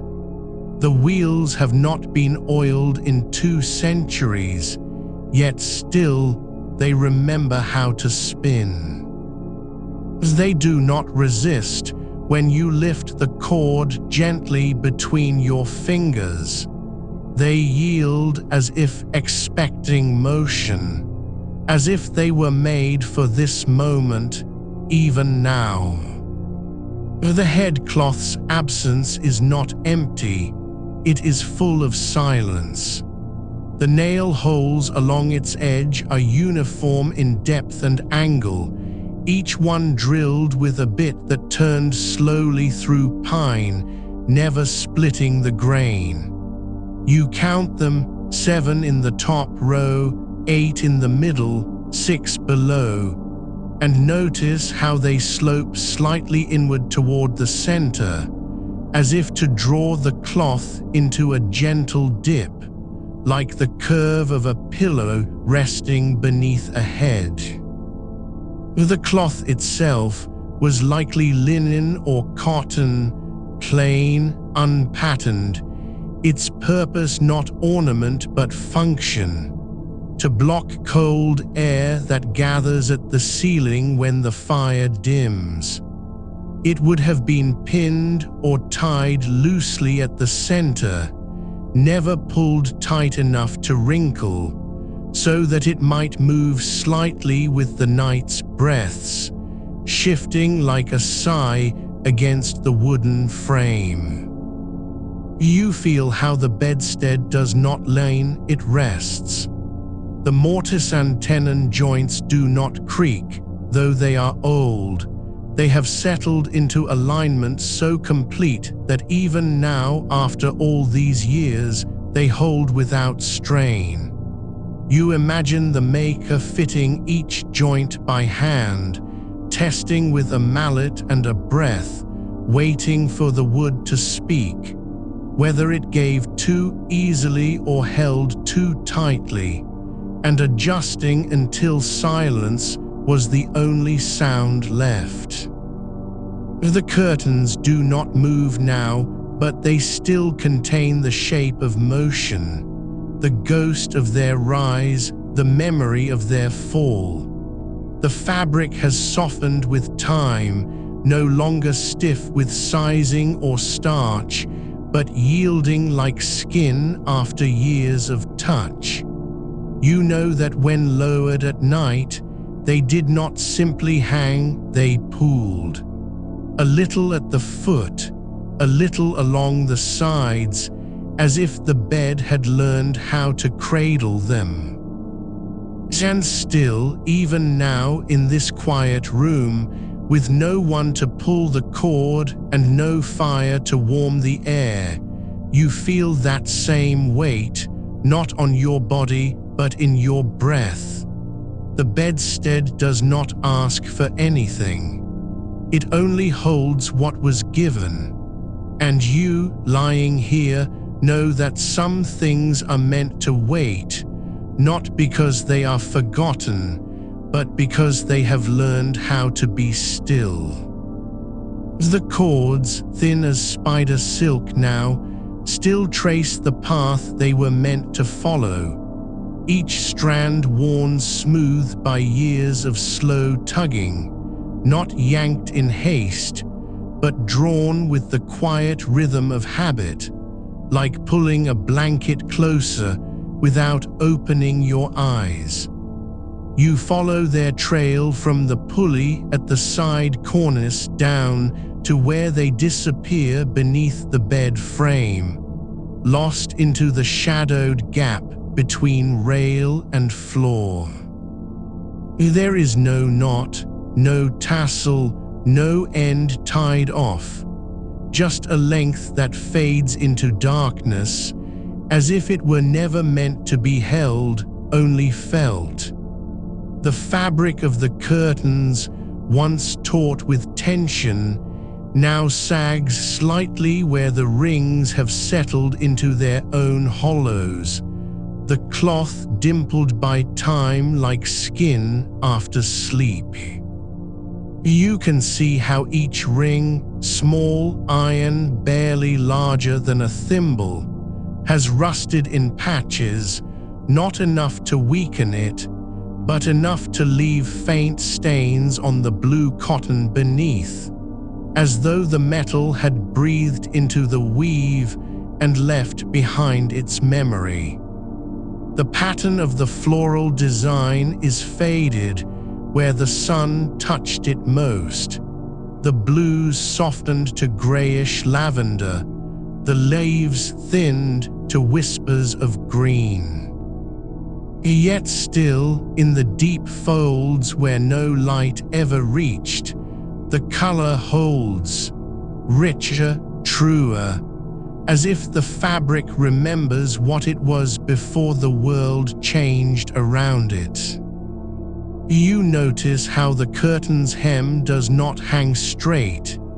It curves inward at both ends, pulled gently by the weight of the rings and the slow sag of cotton grown heavy with dust and stillness.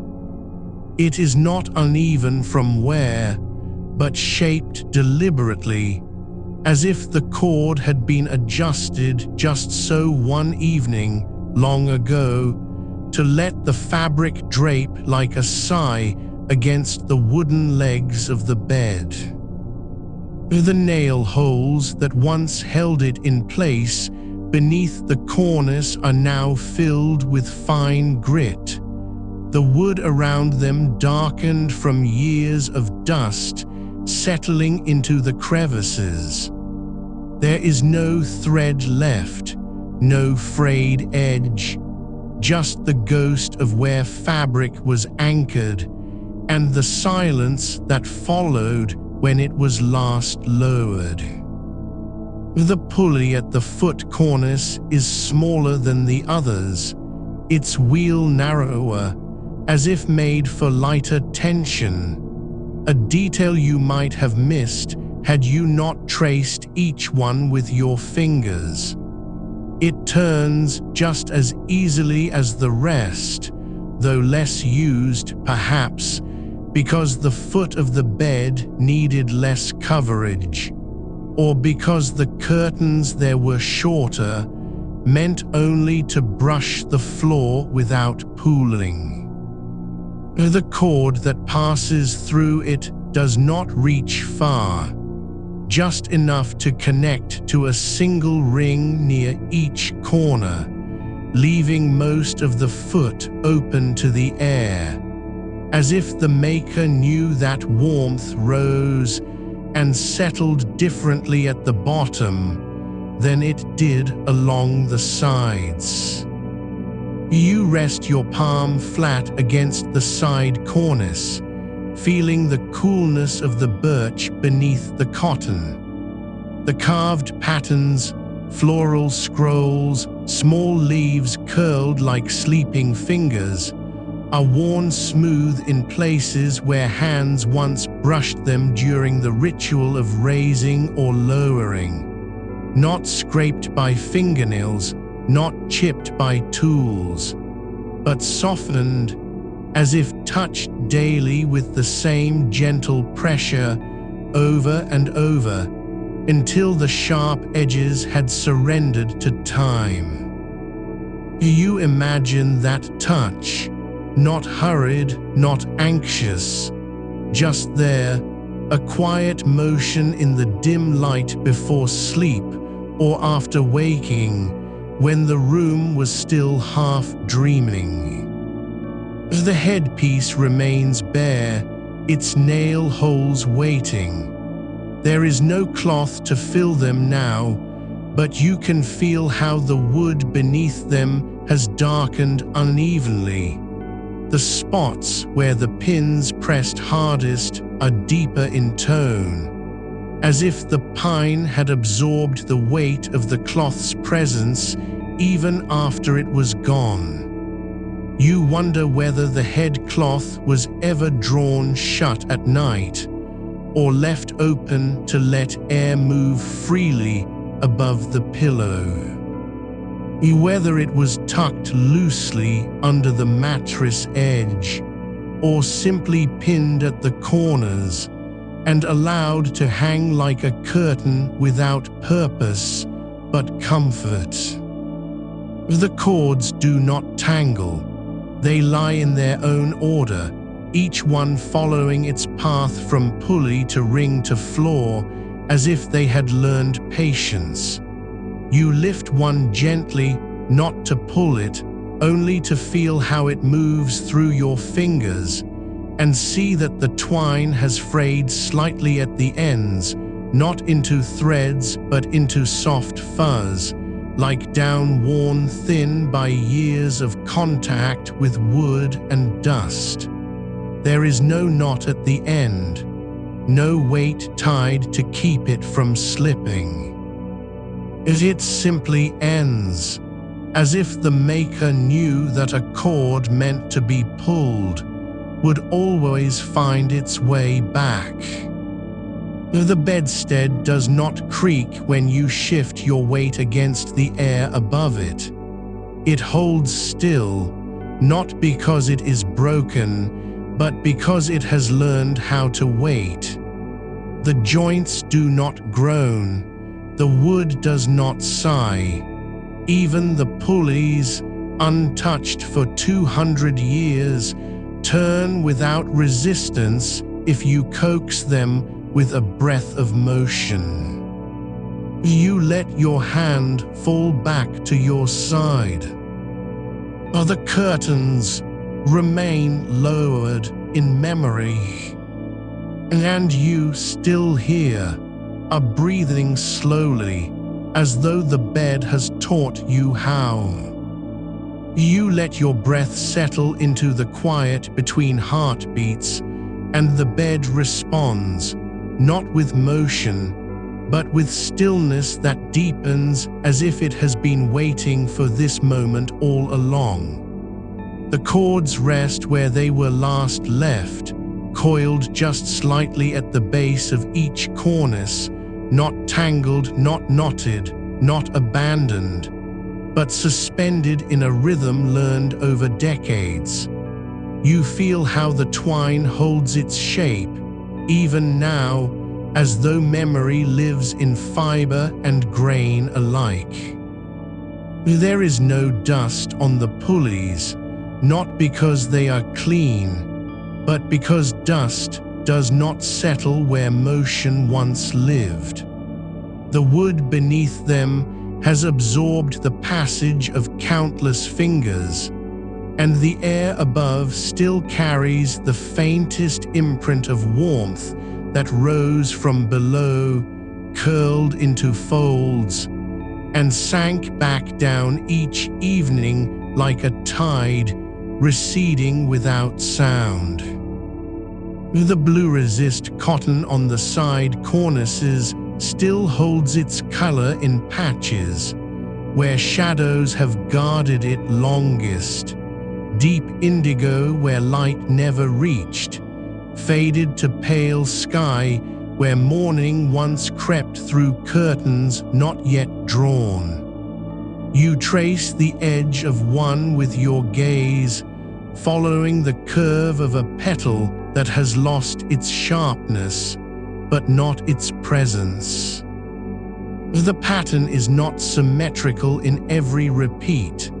The maker did not measure each bloom with compass or caliper, but let the hand guide the brush, and so some flowers lean slightly to the left, others tilt as if nodding toward the window, as though they too remembered which way the sun moved across the room. The fabric is thin where it was folded for washing, thinner still where it brushed against the floor, where the weight of sleep pressed it down night after night until the weave grew soft enough to breathe. You think of how the cords were pulled, not with force but with a rhythm, one hand steady on the cornice, the other drawing gently upward, letting the rings glide along their path as if they had always known this motion. There was no need for knots because the weight of the fabric itself kept the cord taut when lowered.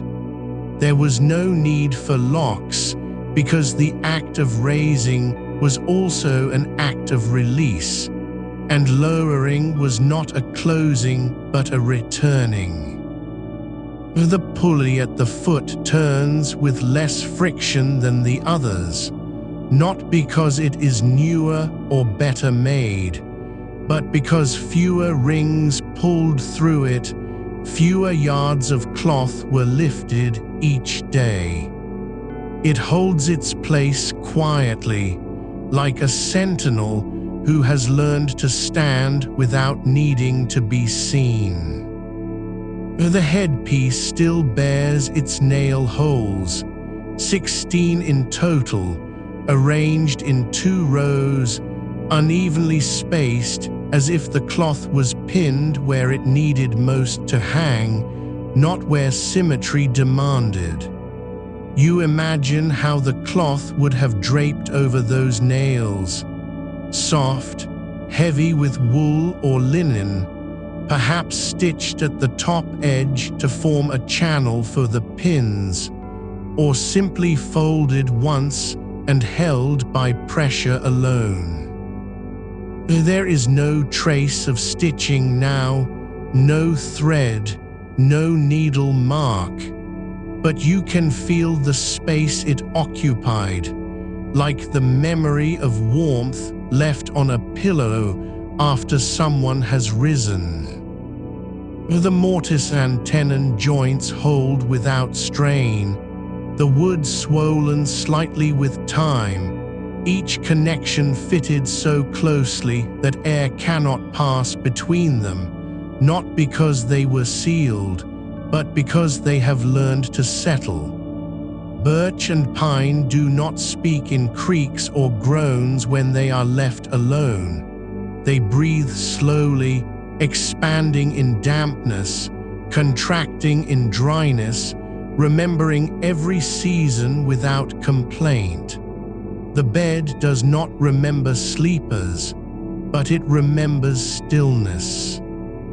You let your hand rest on the side cornice again, this time letting your fingers linger where the carving ends and the fabric begins, a place where the wood curves upward into a leaf's tip, then softens into cloth, as if the maker meant for the pattern to dissolve gently into the air.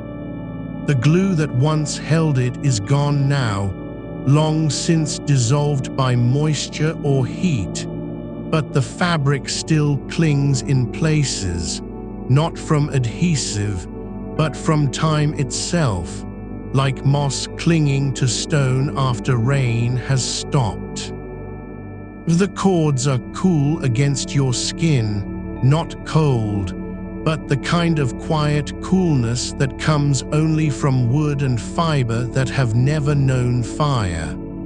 You lift one again, slowly, letting it slip through your fingers as if testing its weight, though there is no weight left to test, only texture, only history held in fibers too fine to name. The twine has become something else over the years, not rope, not thread, but a presence, a quiet companion that never spoke but always answered. You do not pull it, you do not need to, it already knows how to move. The room around you is dark now, not because night has come, but because you have grown still enough for darkness to settle in like fabric over the bed. The curtains remain lowered in your mind, folded into softness, weighted by memory. And the bedstead, silent, patient, whole, is waiting as it always has been, not for another sleeper, but for this, the quiet of breath and the slow surrender of thought. You are not sleeping yet, but you are close enough to feel the space between waking and dreaming, and in that space, the bed does not ask you to remember. It only asks you to be still. And so you are.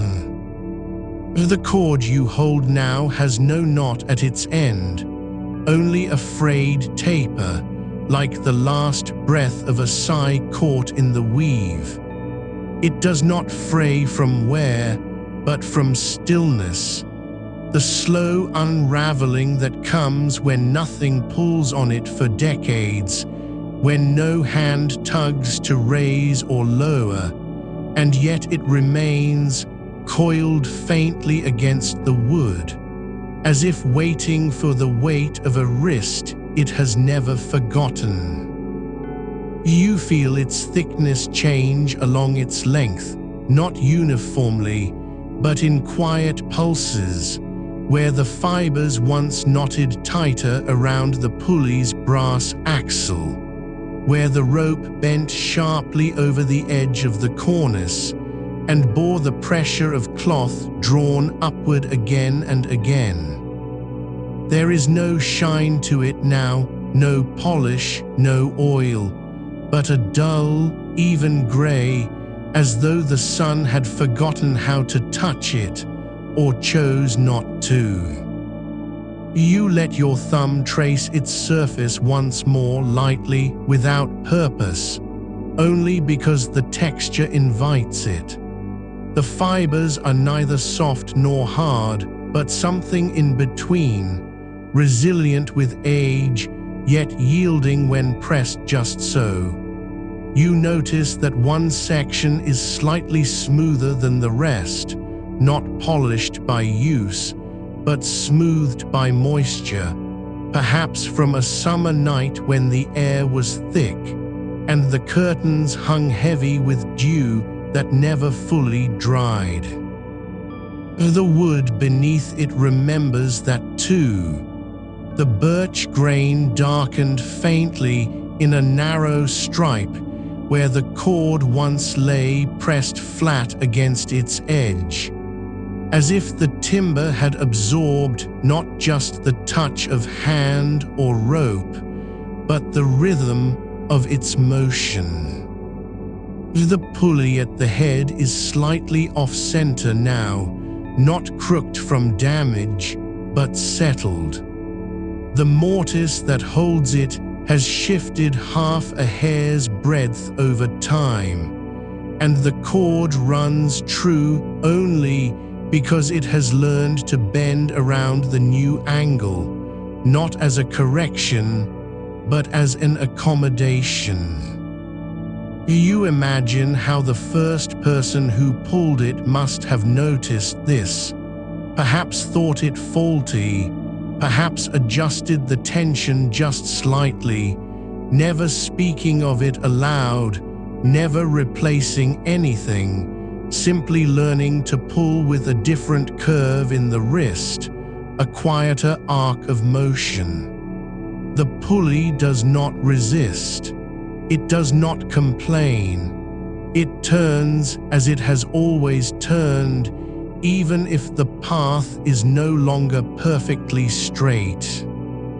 There are 3 rings still attached near the foot, small brass circles thin as fingernails, their edges worn smooth from contact with twine that moved daily. They hang in a curve that rises gently upward, following the slope of the cornices' inner edge, as though they were placed not for function alone, but for balance. The way a line of poetry holds its weight on the page. You can see where one ring has been reattached, 2 tiny nail holes beside it, older than the others, filled now with dust and wood particles. The cord slipped free once, long ago, and someone took time to fasten it again, not with new brass, but by looping the twine twice through the same hole, doubling its grip, trusting that friction would hold what glue could not. The fabric on the side cornice still holds faint traces of color where the blue was deepest, near the center of the floral pattern, where the resist dye had been applied thickest, and where sunlight, over years of morning light through uncurtained windows, never reached. The rest has faded to a ghostly gray blue, like a memory of sky seen through fogged glass. You press your palm flat against it, not to feel warmth, for there is none, but to sense the texture beneath, the weave of cotton, coarse where the dye saturated, finer where the pattern thinned out into leaves and stems that now dissolve into abstraction. The glue that held it has vanished, but the fibers have grown tangled with the wood's pores, minute filaments caught in grain ridges, as if the cloth had begun to grow roots. The carved patterns on the cornice remain sharp despite time, the pierced leaves still open like hands cupped for rain, the spirals still whole, though their edges are softened by countless dustings and breaths.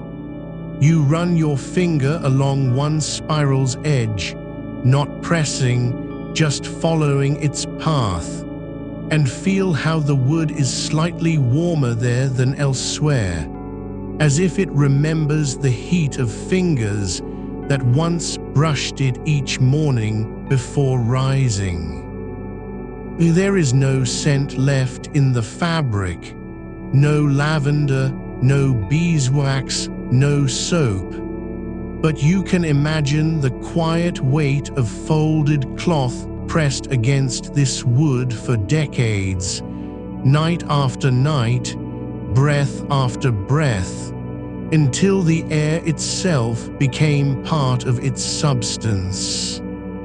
You let your hand rest again on the headpiece, the plain, uncarved timber with its 16 nail holes.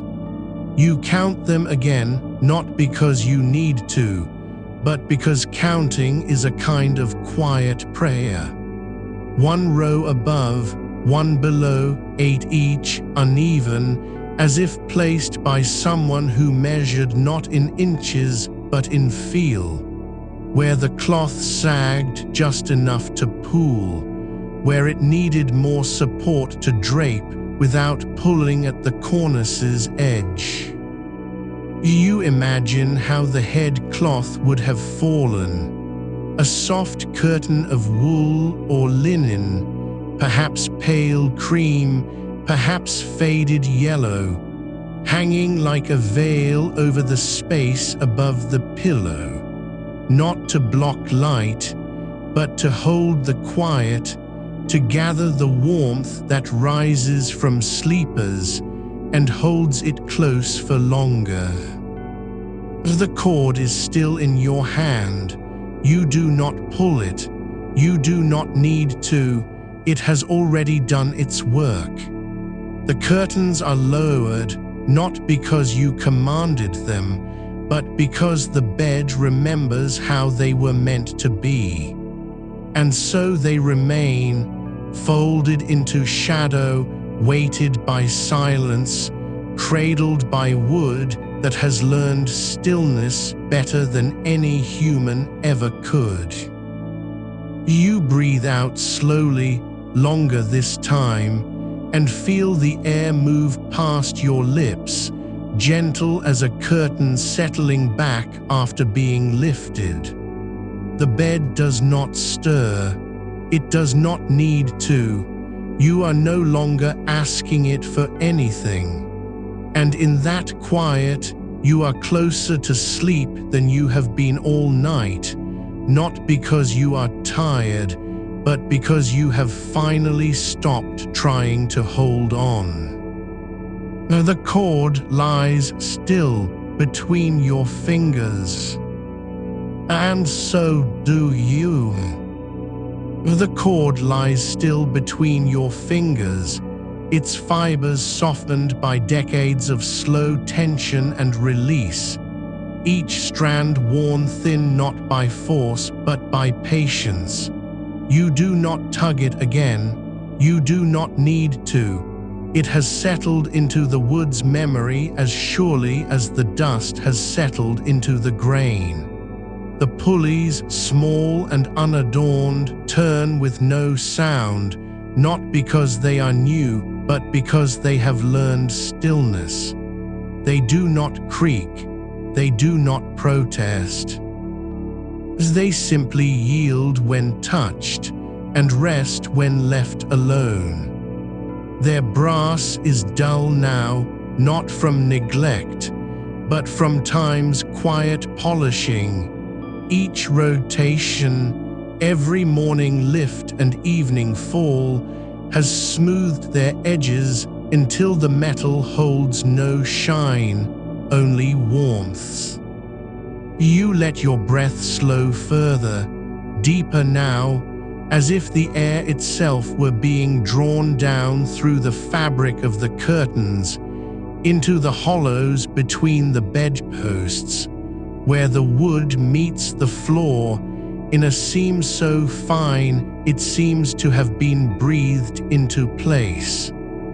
The twine passes over the first pulley near the foot cornice, a curve so gentle you might miss it if your eyes were open. It loops once around the wheel's rim, then dips down through the ring sewn just beneath the floral border of the curtain, where the blue has faded to the color of twilight on linen. There is no knot there, only a single loop, tied with a slip that holds because the fabric clings to itself, and the twine remembers how it was first threaded.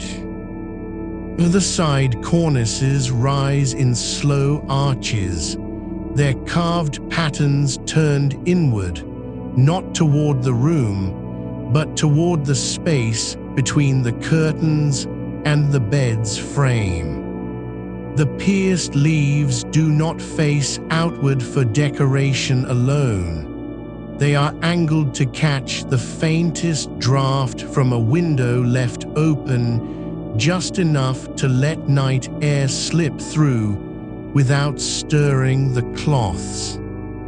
You imagine how in winter that same draft would have been blocked by the lowered curtain, how the fabric, thick with weave and dye, would have held the warmth like a second skin, not trapping it, but cradling it. You feel the wood beneath your palm again, not the headpiece this time, but the side cornice near its center. The carved spiral here is deeper than elsewhere, as if the carver paused there longer, perhaps to rest his hand, or perhaps because he knew this spot would be touched most often, by fingers brushing back the curtain in the dark, by a shoulder pressing gently against it when rising before dawn. There are no fingerprints left, not visible ones, but the wood has changed shape anyway. The edges of the spiral have rounded slightly, as if the grain itself had softened with repeated contact. The fabric on this side is thinner than on the other, worn through in one small place, just below the largest flower, where a thumb or fingertip must have caught and tugged over years. It has not torn, it has merely thinned until the weave becomes almost translucent, like skin after long exposure to light. You do not look at it closely, you do not need to. The pattern is still there, just barely, in the way the blue lingers beneath the surface of the cotton, as if the dye had sunk into the fibers and refused to leave. The twine continues its path toward the hedge cornice, where two more pulleys sit flush with the wood's edge. They are smaller than the others, not because they were meant for less weight, but because there is no curtain here to lift. The headpiece holds only nail holes, 16 of them, arranged in 2 rows, uneven as footsteps taken by someone who walked slowly and never counted steps. You think again of the cloth that once hung above, the soft fall of it, the way it would have draped over the pillow's curve, gathering warmth like a sigh held too long. You do not imagine its color, you do not picture its texture, you let it remain unnamed, because names are for waking hours. Here in this quiet there is only presence, the weight of fabric that has been lowered so many times it no longer needs to be pulled. The cord does not hang loose, it rests as if it knows it will be needed again tomorrow and the day after that and the next. The air in the room is still, not empty but full of quiet. It moves in the smallest ways, a breath from your lips, a shift in the bed's frame, the faintest sigh of wood settling into its own shape. The cornices do not creak, the pulleys do not whisper. Even the twine, though it lies across your fingers, makes no sound, not because it is silent, but because you have learned to listen without needing to hear. You close your eyes more fully now and feel the weight of the bed around you, not pressing down, but holding up, as if the wood itself were breathing with you. The curtain above does not move. It does not need to. It has already done its work, held warmth, kept darkness, gathered silence for countless nights. And so it remains, lowered, folded, resting, in a stillness that is not empty, but full of everything it was meant to carry. You breathe again, slowly, deeper this time. The cord slips slightly in your hand, not because you let go, but because the bed has begun to hold you. And you let it. You feel the cord again, not pulling, not tugging, but simply resting against your palm, its fibers slightly rough where they've been rubbed thin by years of motion and stillness in turn. It does not fray at the ends. It has been knotted once, long ago, with a hand that knew how to tie without haste, and that knot now holds the weight of every lowering, every raising, every quiet moment when no one was watching but the dark. The twine is not new. It is not old in the way you think of things wearing out. It is simply worn into itself, like a path through tall grass that no longer shows where footsteps began or ended. You trace its curve from the pulley near your hip, down along the side cornice's inner edge, where it dips slightly before climbing again toward the headpiece. There are no knots along its length, not one, but there are places where it has settled into a groove worn into the wood beneath, as if the rope had learned the shape of the bed and chosen to rest there gently, like a child curling against a familiar shoulder. The pulley at your side is slightly askew, just enough that you notice when you breathe out slowly. It does not creak. It does not grind. It simply turns with the smallest pressure, as if it remembers how to move and has chosen, for now, to remain still. The wheel's edge is smooth from countless rotations, its surface worn down until the original grain of the wood beneath the brass rim is barely visible, only a hint of the pale ring that once held the axle in place. You do not wonder why it shifted.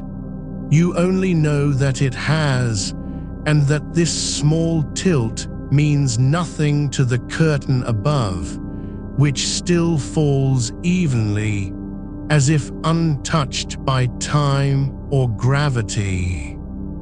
You shift your weight just enough to feel the bedstead settle beneath you, not a groan, not a sigh, but the quiet compression of joined wood yielding slightly under pressure. The mortise and tenon joints do not loosen with age. They deepen into one another, like roots finding more earth. Each joint has its own story, not in the way of marks or scars, but in the way the wood breathes differently around it. In one corner near your foot is slightly tighter than the others. You can feel it when you press your heel against the frame. The tenon there has swollen just a little with humidity over decades, and now holds its place more firmly than when it was first fitted. You do not think of the maker's hands, only of the way the wood has learned to hold. The fabric on the foot cornice is different from the sides, not in pattern or color, but in how it lies. It hangs lower here, as if it were heavier with use, or perhaps because the pulley at this end was never quite aligned with the others. The blue floral pattern still shows, though faded by sunlight that must have slipped through curtains drawn only halfway on summer mornings. There is a single patch near its center where the fabric has pulled slightly from the nails beneath, just enough to form a tiny ripple, like water disturbed long ago and now forgotten. You do not wonder if it was caught on something, a child's hand, a pet's tail, a careless sleeve in the dark. You only feel the softness of it when your fingers brush near, and know that this small imperfection has made no difference to its purpose. The rings along the curtain's edge still hang where they were placed, small brass circles, each pierced with a single hole through which the cord once threaded. They have not rusted, not truly, but their surfaces are duller than when first attached, as if the air itself had polished them slowly over time. Some are slightly crooked, pulled askew by uneven tension, and yet they still guide the twine upward without catching. You imagine how they must have moved in the dim light before dawn, each one lifting just a fraction of an inch at a time, the curtain gathering like folds of mist drawn back from a window. There is no sound when you move your hand along the cord's length, but there is texture. The slight bump where two strands were once tied together to repair a break. The smoothness where it passed through a pulley for the 1,000th time. The faint resistance as it passes over the edge of the headpiece, where the wood has worn into a shallow groove that matches the curve of the twine perfectly. You do not know how many times this cord was pulled, how many mornings it was raised to let in pale light, how many nights it was lowered to hold back the chill. You only feel its weight now, not heavy, but present, as if it carried all those motions within itself and chose tonight to rest. The headpiece remains silent above you, its nail holes still mark where the cloth once hung, a soft barrier between sleep and the space beyond. 16 of them, some close together, some farther apart, as though someone had tried again and again to find just the right distance, the right fall, the right drape. There is no trace left of that fabric, not even a thread, but you know it was there. You feel its absence like warmth that has been taken from your sheets, but still lingers in the air. You close your eyes fully now. The room does not change. The bed does not shift. The cord still rests against your skin, warm from your hands' quiet pressure. Above you, the curtains do not move, but they are not gone. They are waiting. And you too are waiting, not for anything to happen, but simply because this is how it has always been. The wood holding, the fabric falling, the cord remembering its purpose without needing to speak. You breathe again, and with each slow exhale, the bed holds you a little more tightly, not by force, but by habit, by years of stillness, by countless nights when warmth was needed and privacy mattered more than light. And so it remains, this quiet machine of cloth and wood, made for no grand design, only to keep the dark close and the cold far. You feel the edge of the headpiece beneath your palm, not rough, not smooth, but worn into a curve that fits the shape of your hand without asking for it. The wood has softened where fingers once rested while pulling the cord, and the grain has opened slightly in places, as if breathing after years of holding still.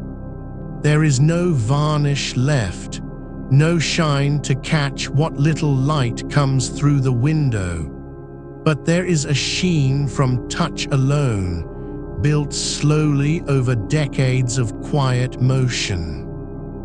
You trace the line where the mortise meets the tenon, where one piece of pine was fitted into another with such care that even now, after 2 centuries, no gap has widened. The joint does not creak. It does not groan. It simply remains closed, tight, unyielding in its silence. Above you, the side cornices stretch like quiet arches, their carved patterns still visible beneath the faded blue cotton, though only as shadows now, petals turned inward, stems bent by time, leaves that once stood bold but have since softened into suggestion.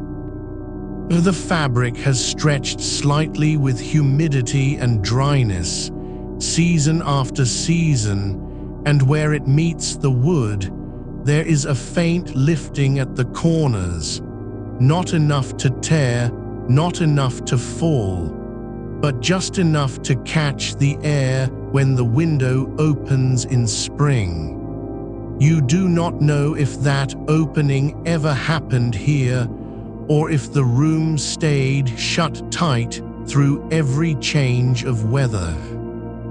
But you feel how the fabric must have settled after each pull, how it would settle into its folds like a sigh, gathering itself along the curve of the pulley's path before settling again into stillness.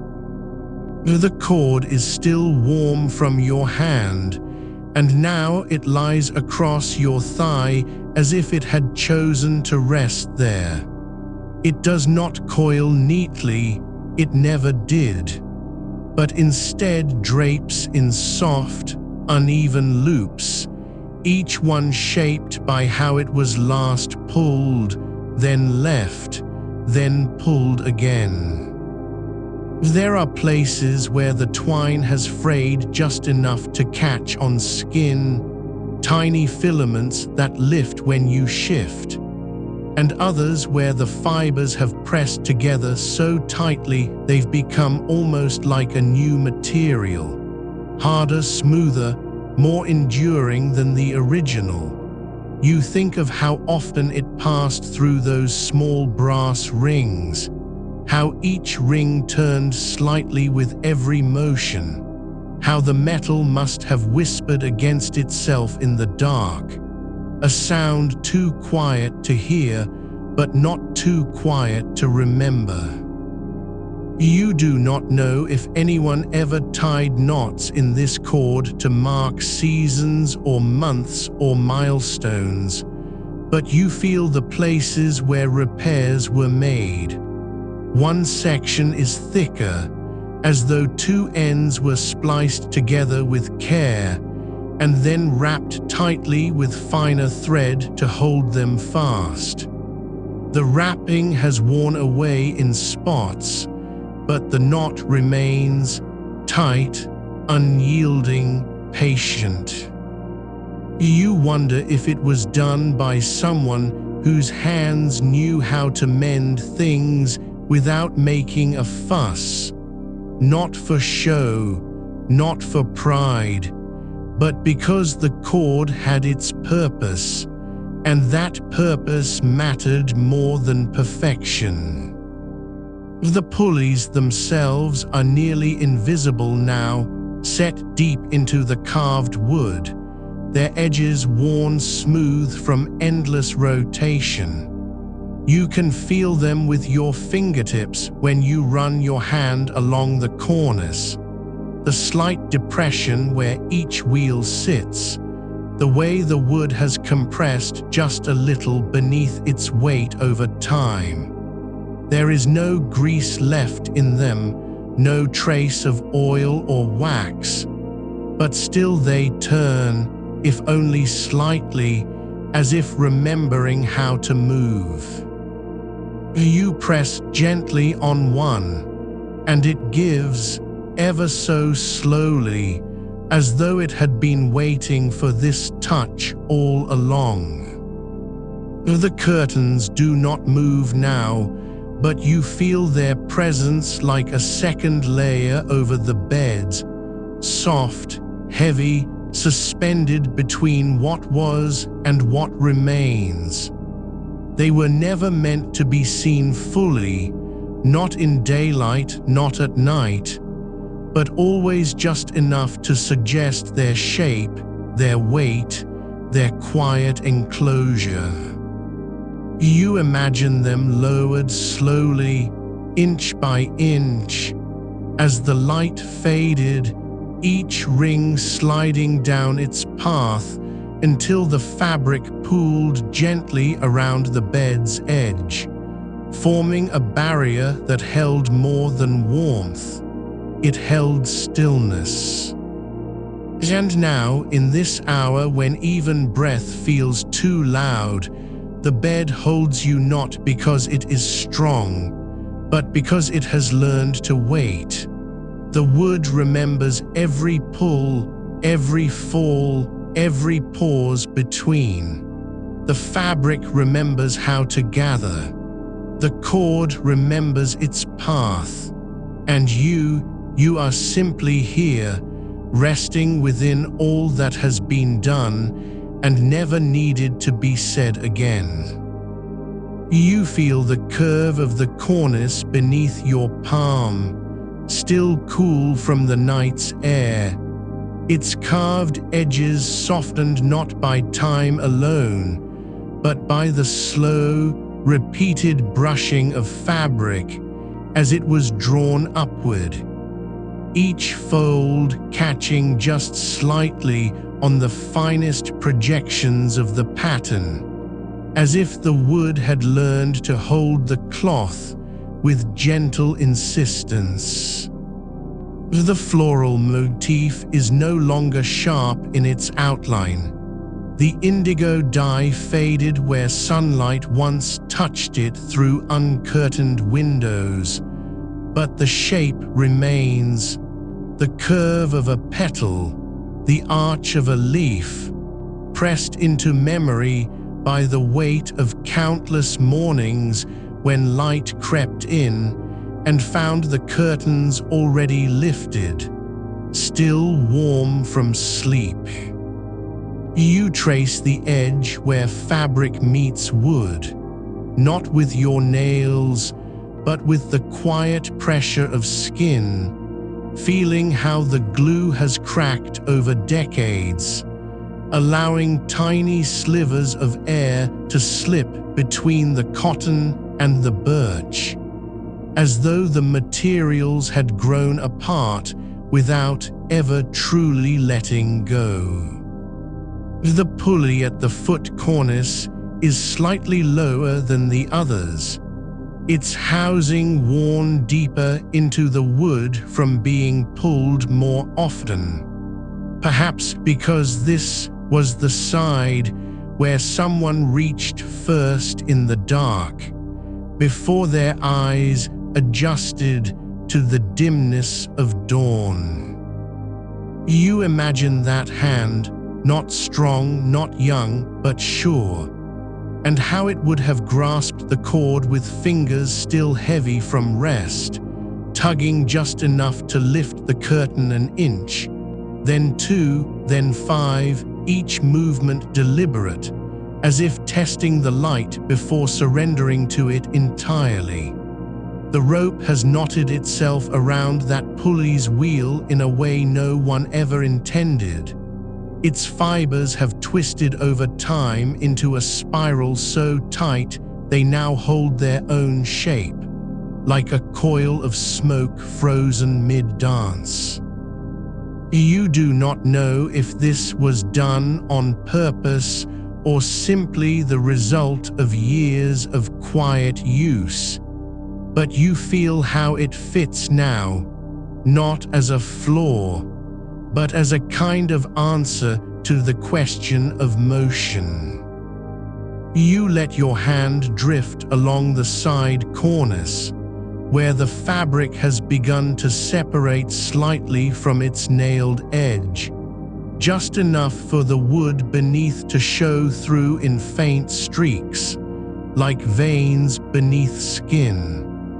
The nails themselves are small and dark with age, their heads flattened by repeated tugging, some bent ever so slightly, as if caught mid-struggle between holding fast and giving way.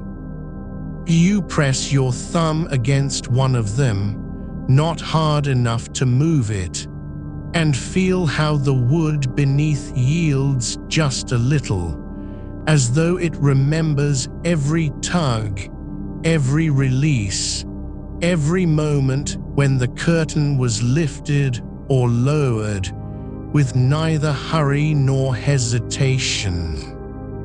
There is no scent left in the fabric now, no trace of lavender or beeswax or sweat, but you know there must have been once. You imagine how the fibers absorbed the quiet humidity of breath over many nights, how they held it briefly before releasing it again to the air, like a slow exhale repeated thousands of times. The pattern is still visible in its broad strokes. The bloom, the stem, the curl of a vine, but the individual threads have frayed into soft halos around each shape, as if the design had been painted not with dye, but with time itself. The headpiece remains bare now, its surface pocked with tiny holes where the removable cloth once hung, each hole no wider than a pin's tip, arranged in 2 parallel rows that run the length of the wood. You wonder how long that cloth was kept, how many seasons it saw, how often it was taken down to be aired or washed or mended. There are no remnants left, not even a thread, but you feel the pattern of those holes like a ghostly embroidery, a silent map of where something once was and what it meant to let go of it. You shift slightly beneath the stillness, and the cord beside your thigh shifts with you, its loops rearranging themselves, one knot slipping into another, as if remembering how to move even now. The pulleys do not turn again, but they wait, not in patience, not in expectation, but simply because they were made to hold motion, and motion has left them only what it could not carry away. You think of the rings, how many times each one turned on its axis as the curtain descended. Not a full rotation, never more than a quarter turn at most, but enough over years to polish the metal inside, to smooth the tiny edges where the twine passed through. You close your eyes and feel them in your mind, those little brass circles, worn thin by friction, each one slightly different, some brighter with use, others duller, as though some had been pulled more gently than others. There is no sound now, not of rope, not of wood, not even the faintest creak, but you remember how it all used to whisper. The soft click of a pulley settling back into place after being lifted. The sigh of fabric brushing against itself as it settled over the bed's edge. The almost imperceptible tug when someone reached for the cord in the dark and found it just where they had left it, waiting. You do not know who pulled it last, but you know that whoever it was, they did so without thought, without ceremony, without witness, and that is why it still holds its shape. Not because it was made to be admired, but because it was meant to be used quietly again and again until even the wood forgot it had ever been new. And now, in this hour when all motion has settled into breath, you feel the bed not as a thing that held others, but as something that learned how to hold stillness.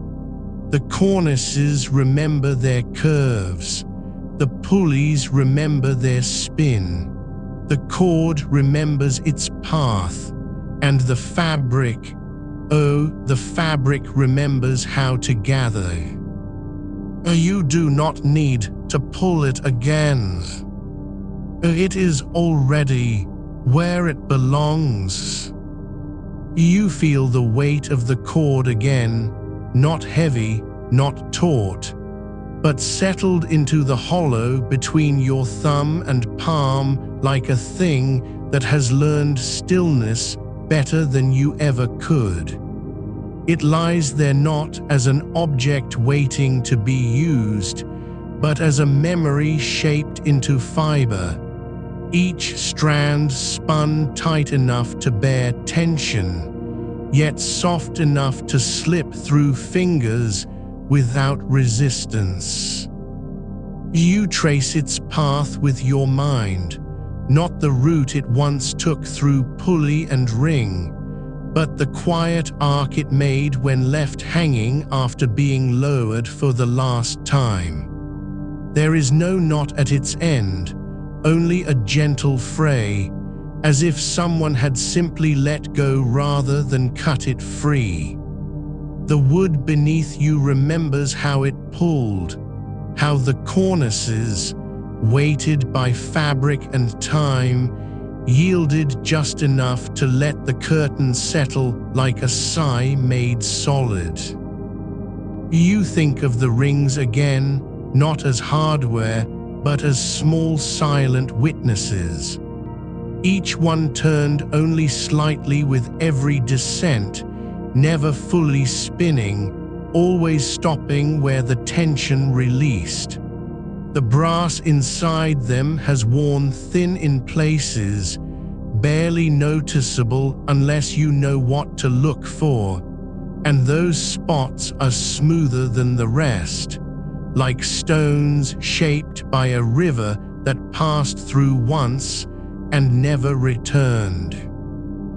You imagine how they caught the last glimmer of candlelight before sleep, how their edges caught the fringe of shadow as the curtains settled into place. There is no echo left in them now, no rattle, no whisper, but you know they still hold the shape of motion within their cores, like a tree remembers wind even after the storm has passed. The fabric at the foot cornice is different from the sides, not in pattern, not in color, but in how it hangs. It was shorter, narrower, and perhaps less frequently touched. The folds there are tighter, more compressed by years of being gathered and released only once a day, if even that. You notice how the blue has faded unevenly, darker where the sun never reached, lighter where the morning light brushed across the bed each dawn. There is no seam visible along its edge, no sign of repair or replacement. It was made to last as it was, and so it did. The glue beneath the fabric, once wet with animal protein and heat, has long since dried into something brittle and invisible, holding fast not by force, but by patience. You shift again just slightly and feel how the pulley at the head end, still embedded in its mortise joint, has settled deeper into the wood over time. The hole where it sits is no longer perfectly round. The edges have softened with each rotation, each tug, each lowering of the curtain, as though the birch itself were learning how to cradle motion rather than resist it. You wonder if the carver who shaped that joint ever imagined how deeply the wood would come to remember what was asked of it, not just as a frame for sleep, but as a vessel for quiet ritual. The twine does not tangle now. It lies in loose loops along the bed's edge, each coil resting where gravity and habit placed it last. There is no need to wind it back. It has learned its own rhythm, and so have you. You think of how many hands passed over this cord before yours, how many fingers curled around it in dim light, how many breaths were held as the curtain began its slow fall, how many nights ended with that same gentle tug, not out of necessity, but because it was done, always done, and doing it felt like closing a door no one had to name. You do not know if the person who last lowered these curtains did so with tired hands or with care.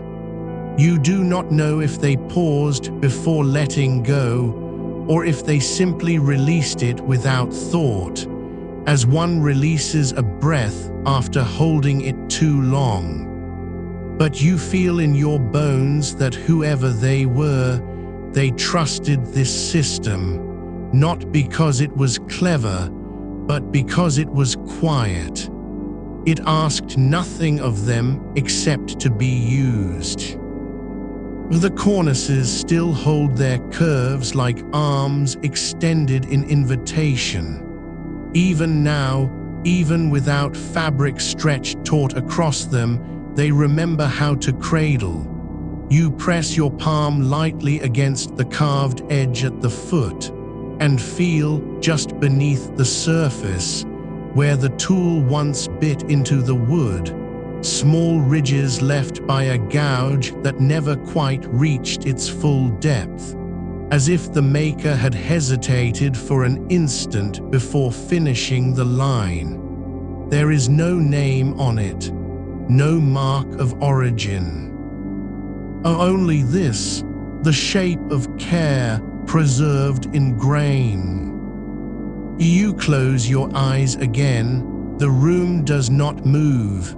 The bed does not creak, but you feel the memory of motion not as something lost, but as something resting. The pulleys wait.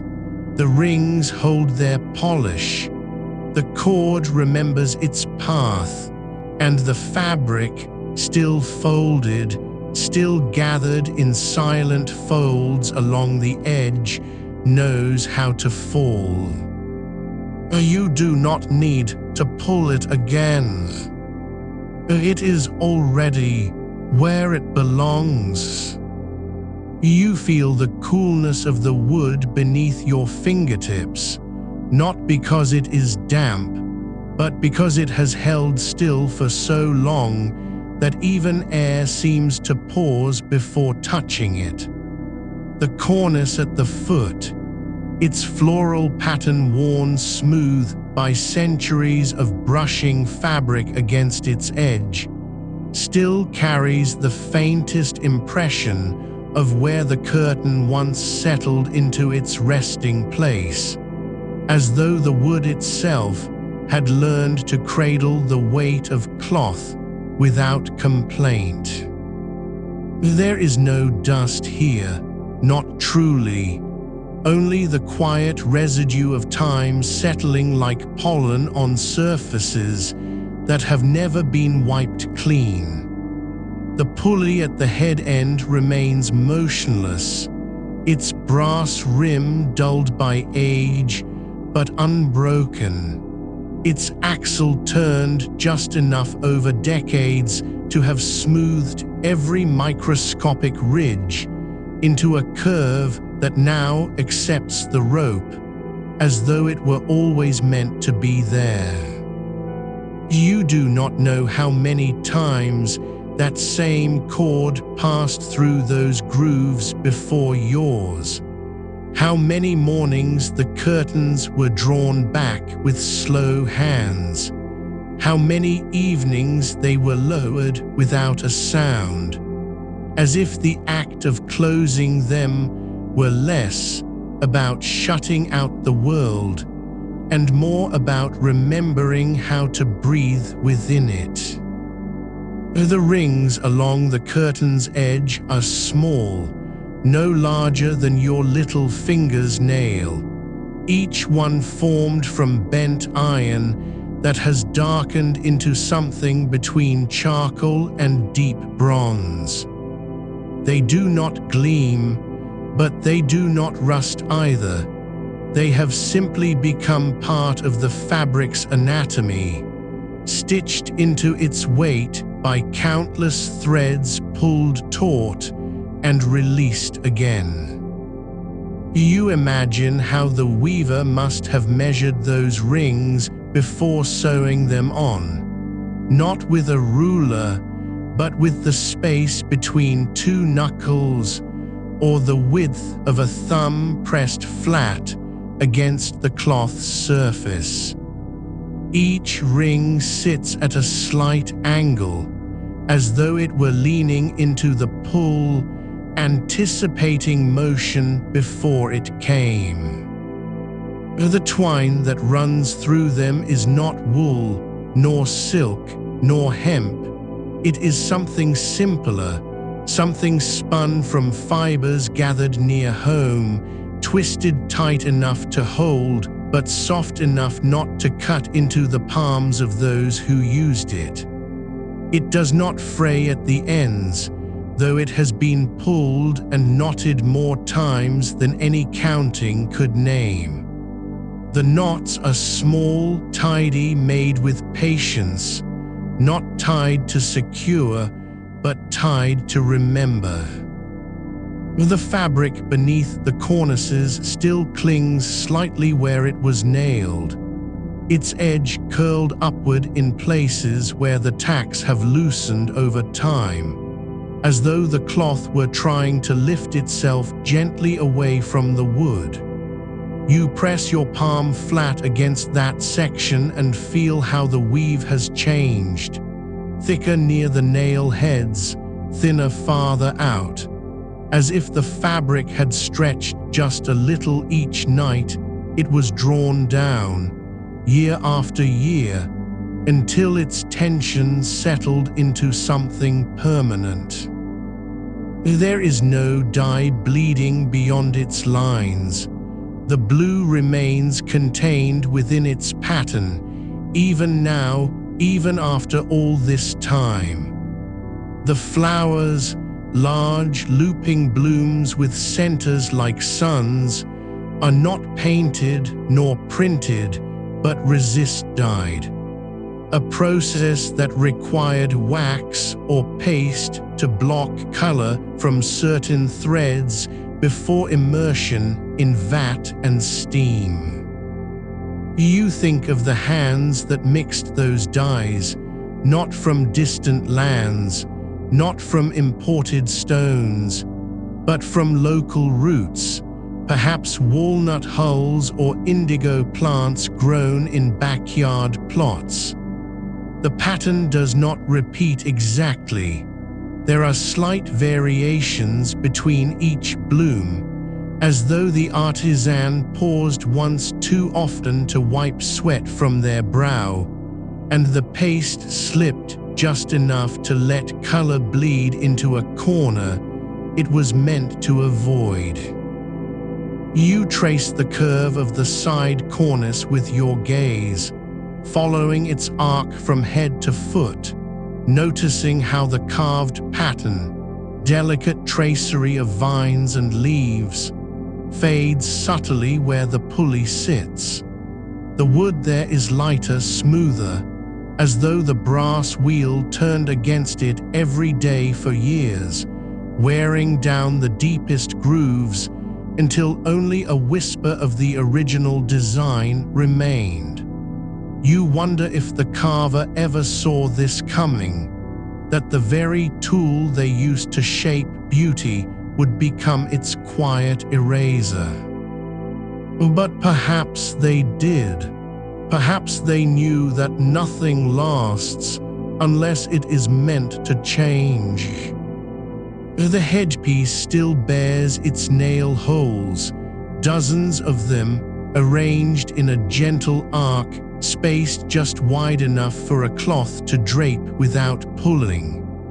There are no remnants of fabric left there now, only the ghostly outline of where something once hung, perhaps a sheer curtain to soften morning light, or a heavier panel to block drafts from an open window.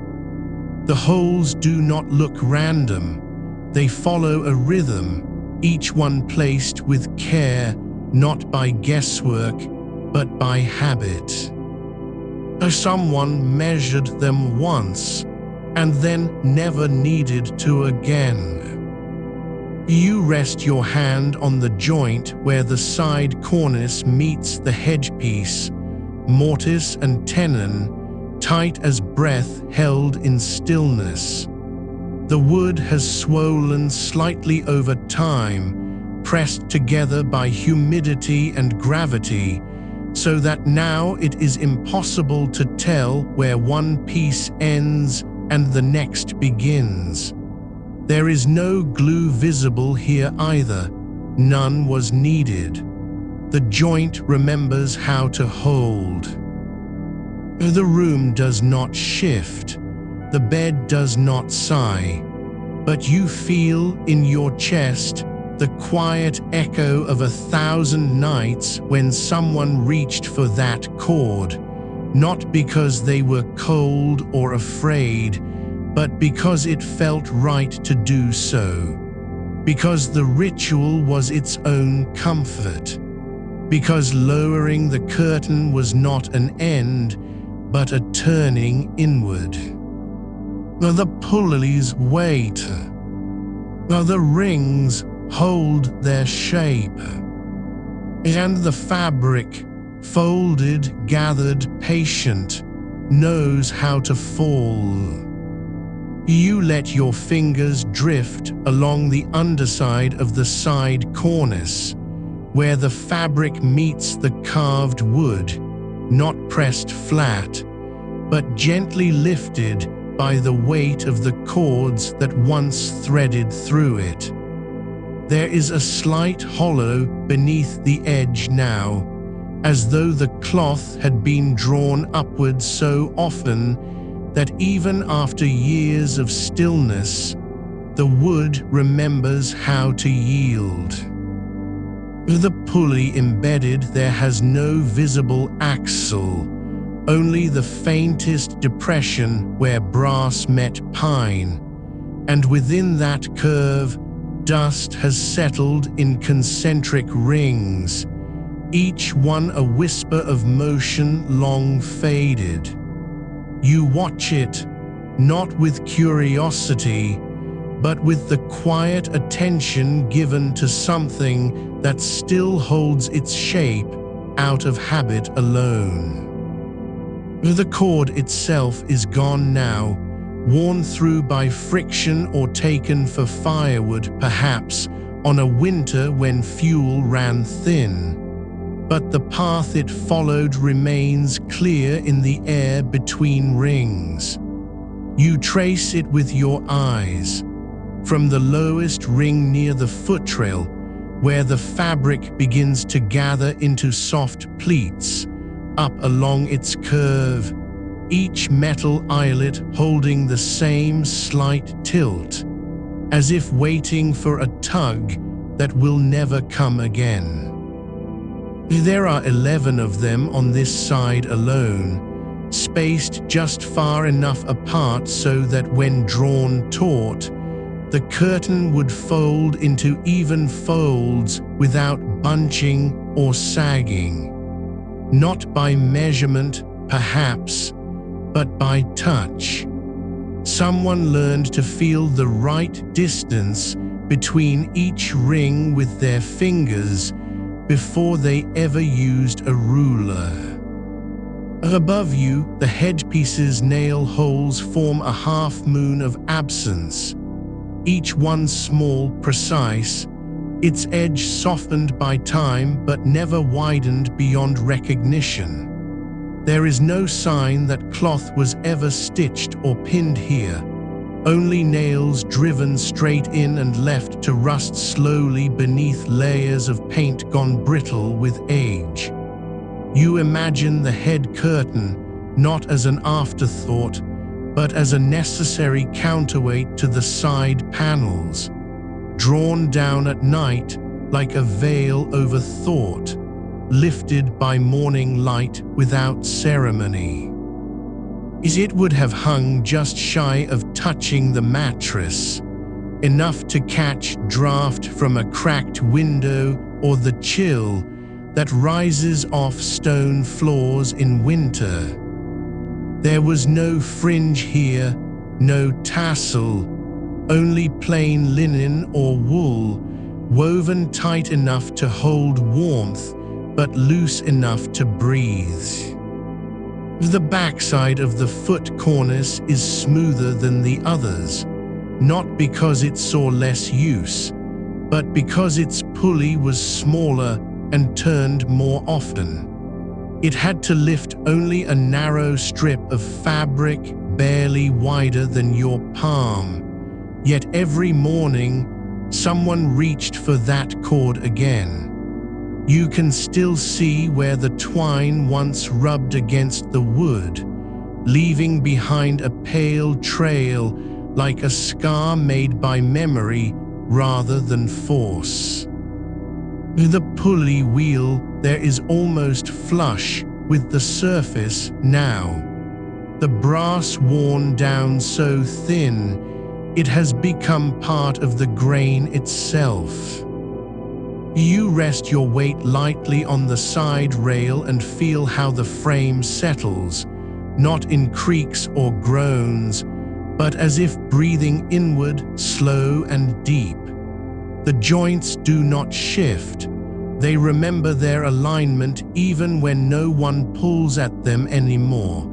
Mortise and tenon are not fastened. They are held by patience, by silence, by the way wood learns to press itself into shape over decades of humidity and dryness, winter cold and summer heat. The fabric on the foot cornice is frayed along its lower edge, no longer nailed, but resting there as though it had simply slipped down after one final lowering. The blue bloom pattern here is faded differently than above, less from sun, more from friction, the constant drag of linen sheets against it each night, the brushing of bare feet when rising before dawn. The design still holds its form in places where folds once gathered, where fabric was caught between fingers and pulled taut. And there, just barely, you can see how the resist dye held deeper than elsewhere, as though that momentary tension had locked color into place. You close your eyes not to sleep yet, but because seeing is no longer needed. The texture of this bedstead lives in your skin now, the coolness of carved pine beneath fingertips, the slight resistance of old cotton against the palm, the hollow echo where cord once moved through air. There was never a bell here, nor chime, only motion and stillness, repeated until repetition became ritual. And still you feel it, the quiet rhythm that lived inside this frame, not for grandeur but for peace, not to impress but to protect. Each pulley turned by hand, each ring guided into place, not because it was efficient, but because doing so made the night more whole. The curtains are gone now, but their absence does not erase what they did. You feel how the air still moves differently around this bed, as though space itself has learned where warmth once pooled. The cornices hold their curve like arms waiting to be wrapped around something tender again. And somewhere beneath your breath, in the quiet between heartbeats, you know, someone long ago chose this way, not out of need alone, but because lowering a curtain felt like choosing, even if only for an hour, to rest without being seen. You do not move. The wood does not creak. And the silence, soft as worn cotton, is enough. You feel the edge of the side cornice beneath your fingertips again, not to examine, but because the wood still remembers the shape of a hand that once rested there in the hush between dreams. The carved patterns are shallow now, worn smooth by decades of brushing linen against them as curtains were drawn back at dawn. You trace the outline of a petal, half lost beneath the blue dyes fading, and notice how the grain beneath runs perpendicular to the curve of the cornice, cut not for strength alone, but because the woodworker knew that if the grain followed the bend, it might split with winter's chill. The pulley at the corner is slightly higher than the others, not by design perhaps, but by use. One cord was pulled more often, or with greater care, and over time, the wheel settled just enough to tilt its axis toward the person who reached for it first each morning. The twine that once threaded through those rings has long since dissolved, gone to dust in the air, or eaten by moths, or burned quietly in a hearth far from this room. But the rings remain, small and tarnished, fixed into the back of the curtain fabric, with tiny iron nails driven just deep enough to hold without splitting the weave. You imagine how they once caught light as the curtains lifted, how each ring would catch a sliver of morning sun before the fabric pooled above it like folded mist. There were no beads, no metal ornaments, only these rings, simple and functional, their purpose hidden beneath folds that never showed them off. The headpiece, plain and uncarved, still bears its nail holes in patient rows, each one a silent anchor for a cloth that could be removed, washed, replaced. You count the spaces between them, 8, then a gap of 2 inches, then 5 more, all evenly spaced, as if measured by eye and trusted without tool or rule. That head cloth was never part of the pulley system. It did not rise or fall with the others. It hung still, like a curtain that chose to remain closed even when the rest were drawn back. And perhaps it held warmth better than the sides. Perhaps it blocked drafts from an open door or a chimney's sigh. You wonder if someone once pinned a sprig of lavender between its layers, though no trace remains, not scent, not fiber, not stain. The cornices are joined where they meet at the corners, each tenon fitted into mortise with such precision that even now, after 200 winters, there is no gap to speak of. You press your palm against the joint and feel nothing but solid wood, no whisper of movement, no sigh of separation. It was never glued, never pinned, never reinforced. The join holds because the wood remembers how it once fit, because patience was the only glue they knew. You shift slightly on the mattress, not to adjust, not to find comfort, but as if your body has learned to settle where the frame's rhythm still hums beneath you. The air above the bed is cooler than elsewhere in the room, not because of draft or window, but because the space once held warmth that pooled under fabric, trapped by folds and tension. Even now, when no curtains hang there, the air lingers differently, slower, denser, as though it still remembers what it was meant to cradle.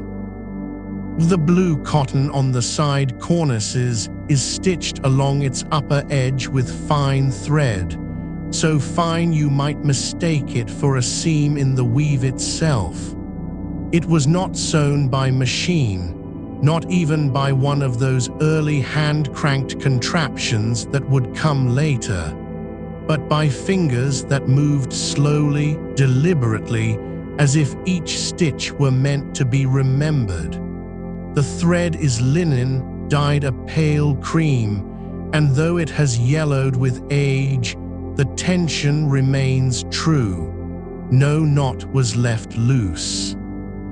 Each pass of the needle was pulled taut and held until the fabric lay flat against wood.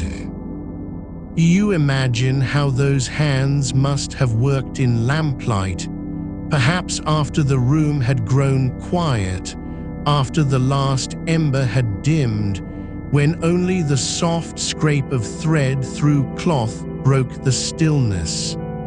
No one sang while they sewed. No one counted stitches aloud. They simply did it, as you do now, breathing slow, letting your thoughts drift, not to forget, but to let the work speak for itself.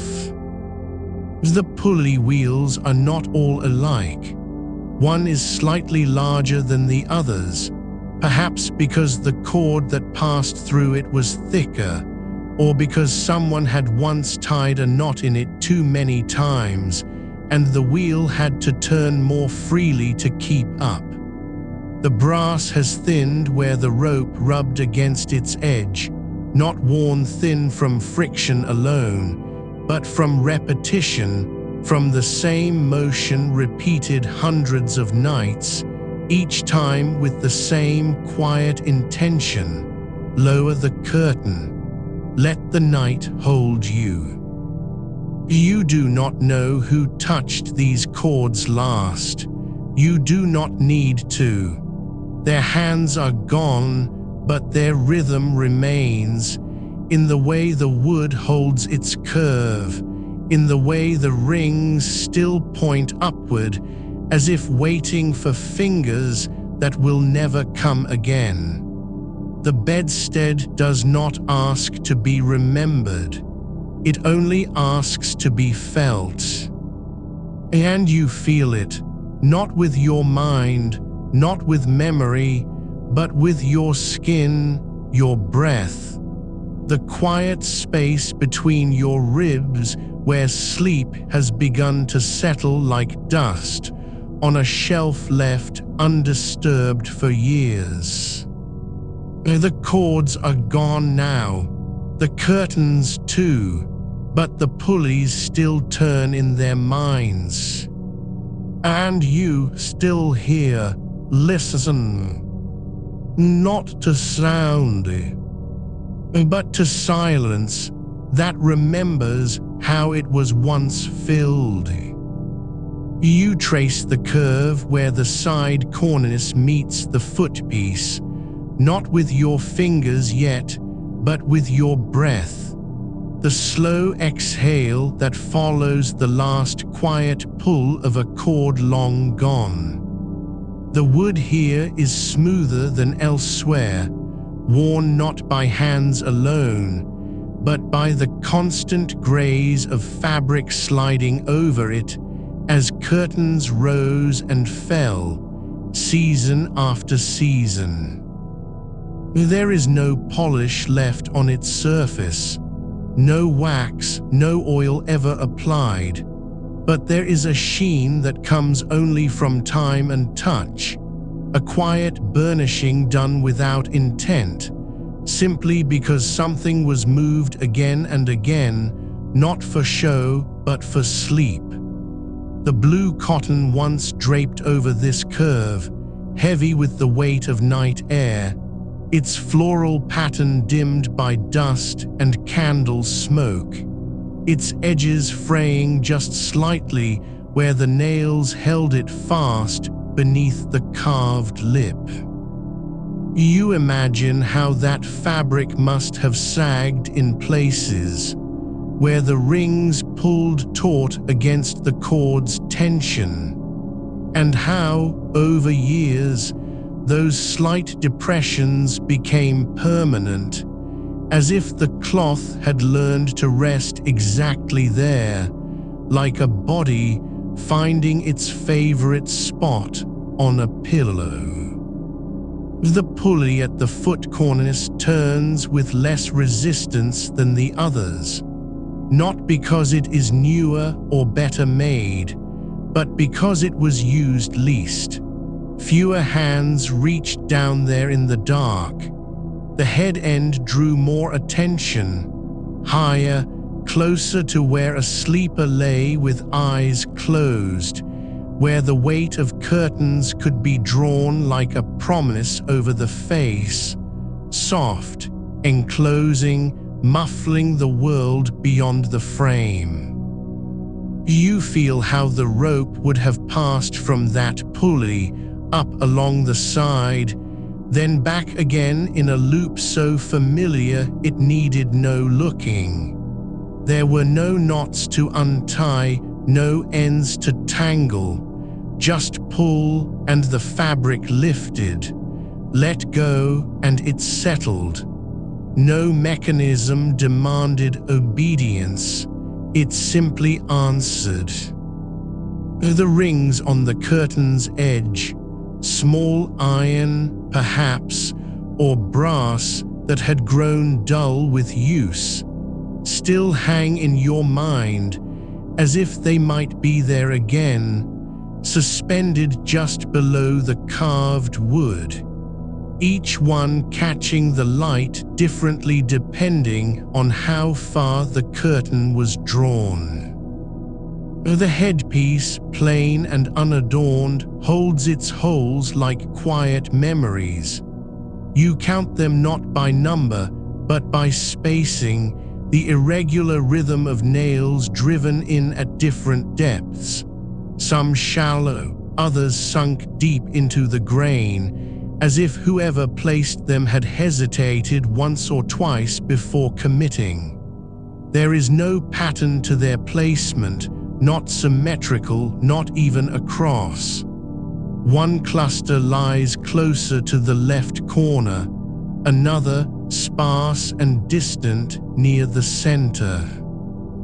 You wonder if the cloth they held was folded differently each time, sometimes pulled taut for daylight, other times gathered loosely at night, as if the same fabric could be both shield and veil depending on need.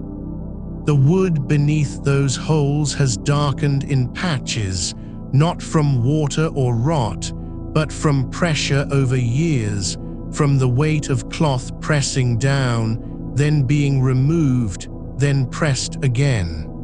There is no stain beyond that. No ink, no mark left by pen or hand. Only the quiet impression of something that was there, and then was. You let your awareness settle into the space between the cornices, the hollow where the curtains once pooled when lowered, forming a tent so small it held only what was necessary: warmth, silence, the shape of one body beneath its fold.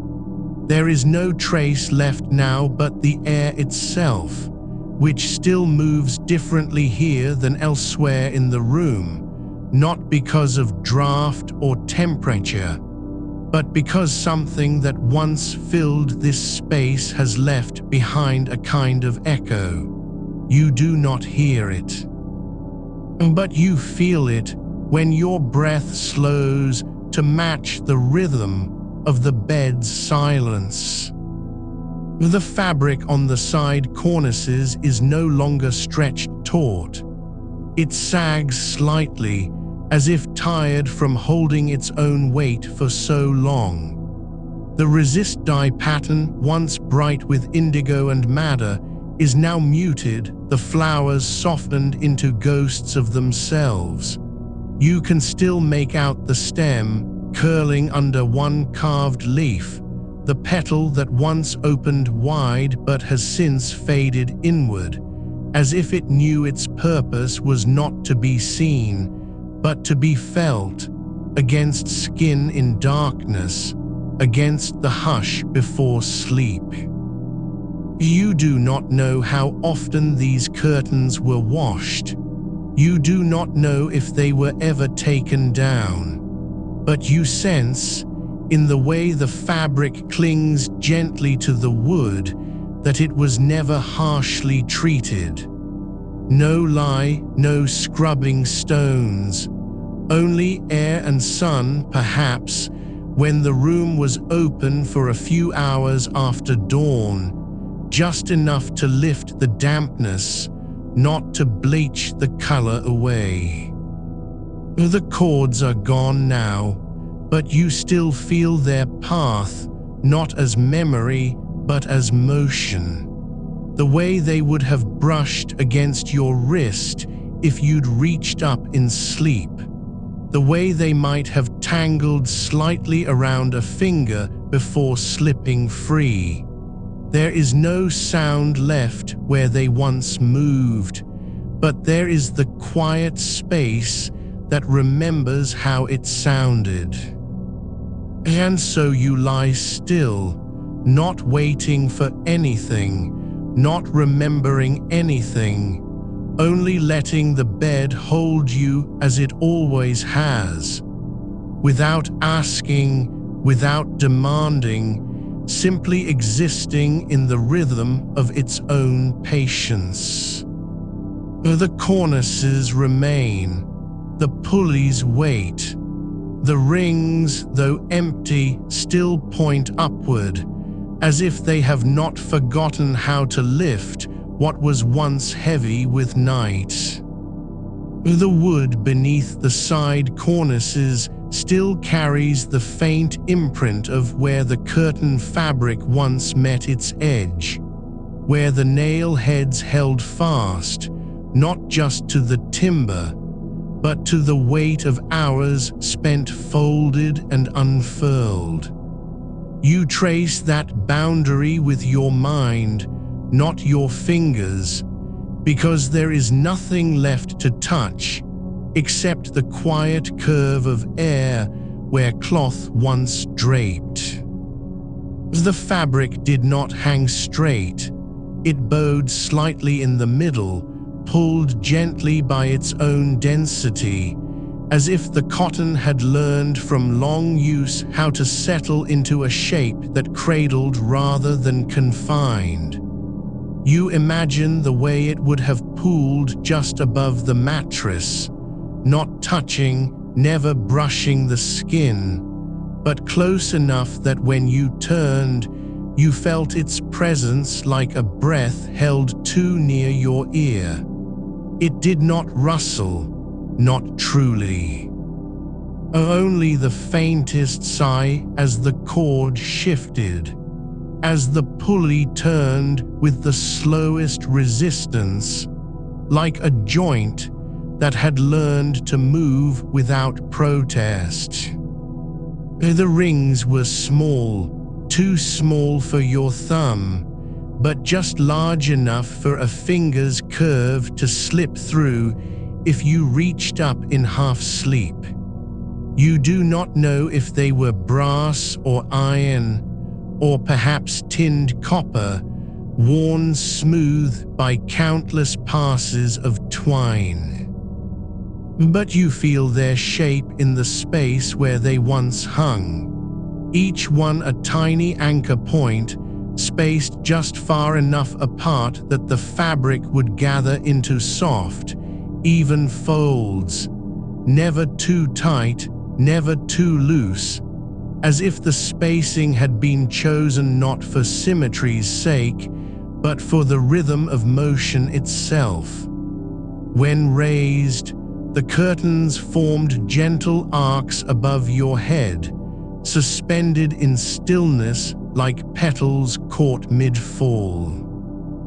When lowered, they curved inward, enclosing you not as a cage, but as a shelter that remembered how to breathe. You do not know who tied the cords or how often they were replaced, but you sense, in the way the pulley wheels sit flush within their carved sockets, that they were never forced into place. The holes for them were drilled with care, each one sized exactly to the wheel's axle, no gap, no wobble.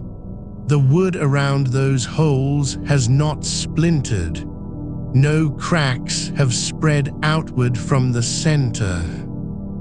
That suggests the wheels turned freely, without strain, and that whoever maintained this bed understood how little force was needed to lift fabric when it was well balanced, when the weight was shared evenly across all three cornices. The twine would have been spun from flax or hemp, thin enough to glide through the rings, thick enough not to fray with every pull. It did not knot easily. It did not stick. You imagine its texture, not coarse, but slightly waxy from handling, softened by years of being coiled and uncoiled, passed between fingers that knew its path without looking. When lowered at night, it would have hung just beyond reach, resting lightly against the side rail, perhaps tucked beneath a folded corner of sheet, or left to dangle freely, swaying only when the air moved through the room. You do not know if anyone ever tied it off, but you imagine that on colder nights, someone might have looped it once around the footpost, not to secure it, but to keep it from slipping, as one might hold a blanket's edge between their toes. The headpiece remains bare now, no cloth, no fringe, no tassel, but its nail holes still speak of something larger than function. They are not arranged for decoration, not ordered like a pattern meant to be seen. Their placement suggests adaptation, the same piece of cloth used again and again, but folded differently each time. Once doubled for extra warmth in winter, once pulled tight to block the morning light, once left loose so that even when lowered, air could still pass through its weave. There is no evidence of stitching or hemming along the top edge, no reinforcement, no fringe, just nails and fabric pressed against them. The cornices themselves are not carved with grandeur.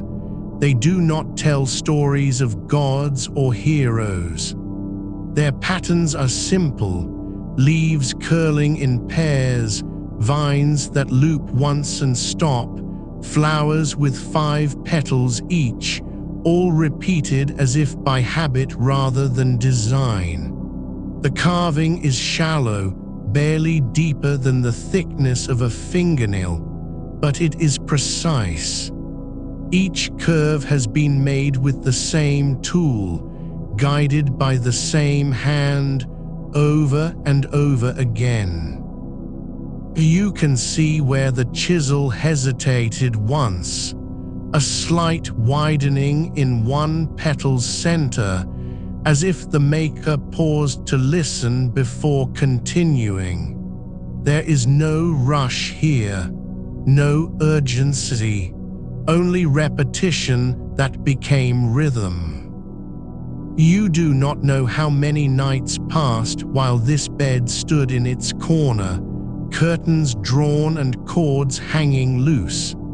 You do not know if the same person slept beneath it for years, or if others came after, each bringing their own quiet rituals, each lowering the fabric as if to say, "I am here now and I will rest too." But you feel how the wood has absorbed those nights, not through scent or color, but through stillness. The grain has settled into a kind of patience. The joints have learned to hold without creaking. Even the pulleys, though empty, seem to wait, not for motion, but for the return of weight. And so you lie beneath its memory, not as one who once slept here, but as one who now rests where that sleep still lingers. You do not need to imagine the fabric's texture, because your own breath has grown slow enough to match it. You do not need to hear the cord move, because your pulse has slowed to the rhythm of its pause. The bed does not ask you to remember. It only asks you to be still, and in that stillness, the cornices hold you as they always have, with quiet precision, with gentle weight, with the patient certainty of wood that remembers how to shelter. The cords, when slack, rest against the side rail not in disarray, but in a quiet coil, each loop just large enough to cradle the next, like breath held between sighs. You notice how the wood beneath them has darkened slightly where they've brushed over time, not from dirt or oil, but from the slow transfer of motion itself, as if the grain remembers the pressure of fingers that no longer touch it. The pulleys, though empty now, still hold the shape of their purpose. Small brass circles, worn smooth at the rim, each one turned by 100,000 gentle tugs, never yanked, never hurried, always released with care.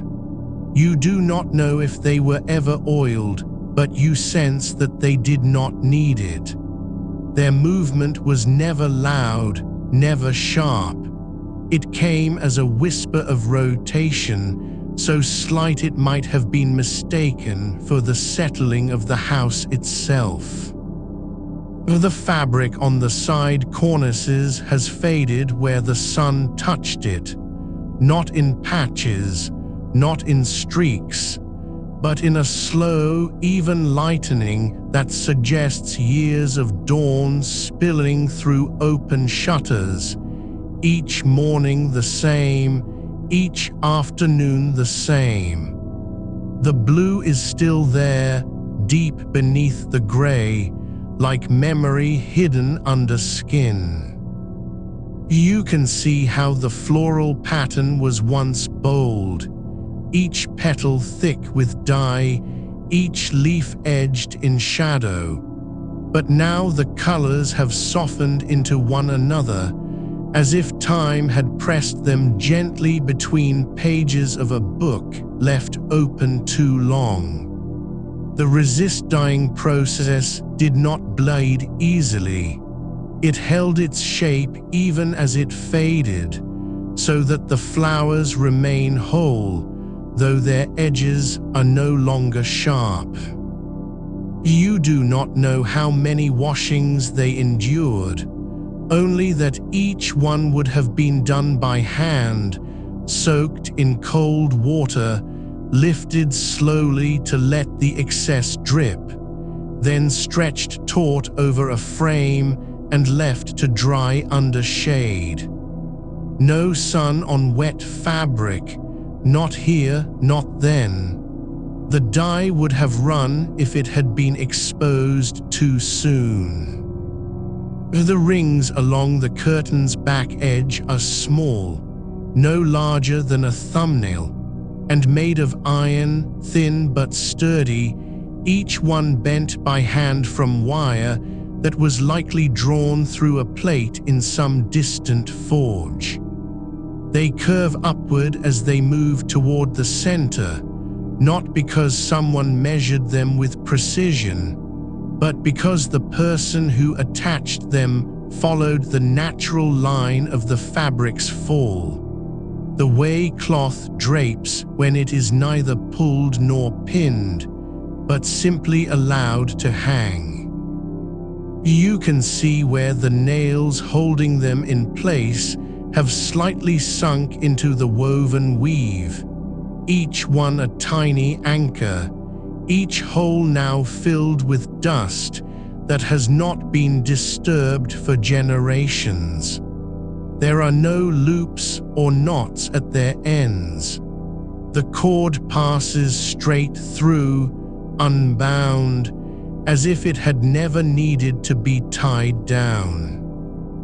You imagine how the curtain might have moved in the wind, not from an open window, but from a door left unlatched on a spring evening, when the air rushed into the room and lifted the fabric just enough for someone to notice.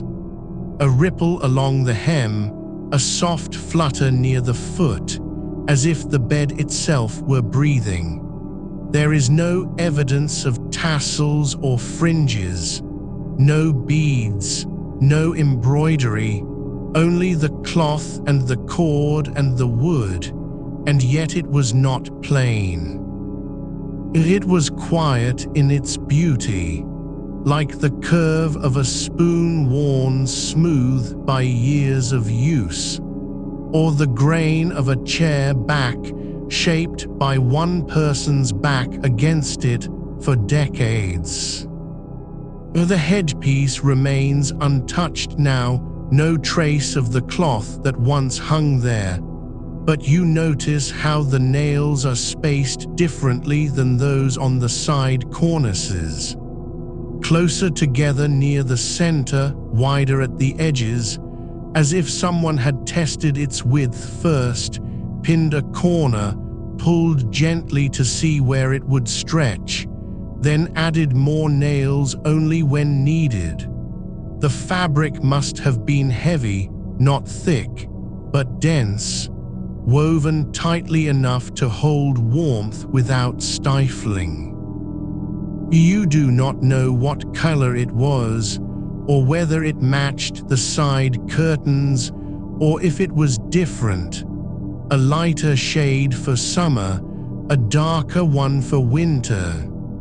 But you feel how its weight would have settled across the top of the bed like a second skin, soft at first, then warming with body heat, finally settling into the shape of sleep itself.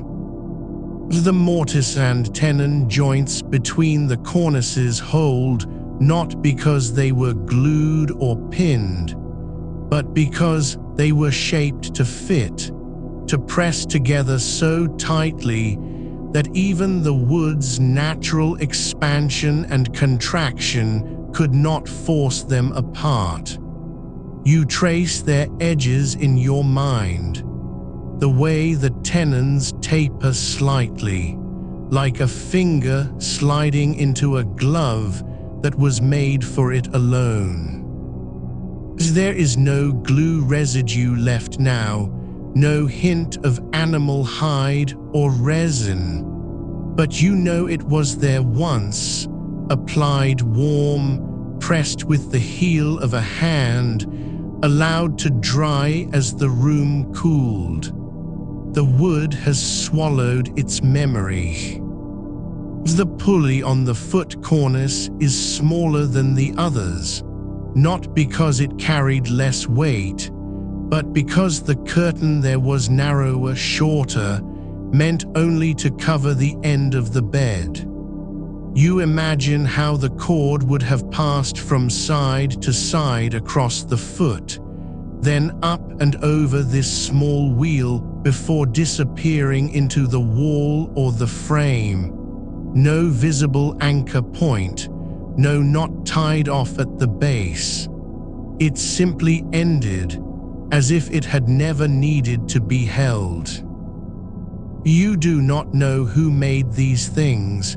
You do not know how many nights they were drawn closed, or how many mornings they were lifted with a single hand while someone reached for their stockings beside the bed. But you feel how each part was chosen not for speed, but for silence, for slowness that did not demand attention, only presence. The wood does not creak when you think about it. The cord does not rustle in your dreams.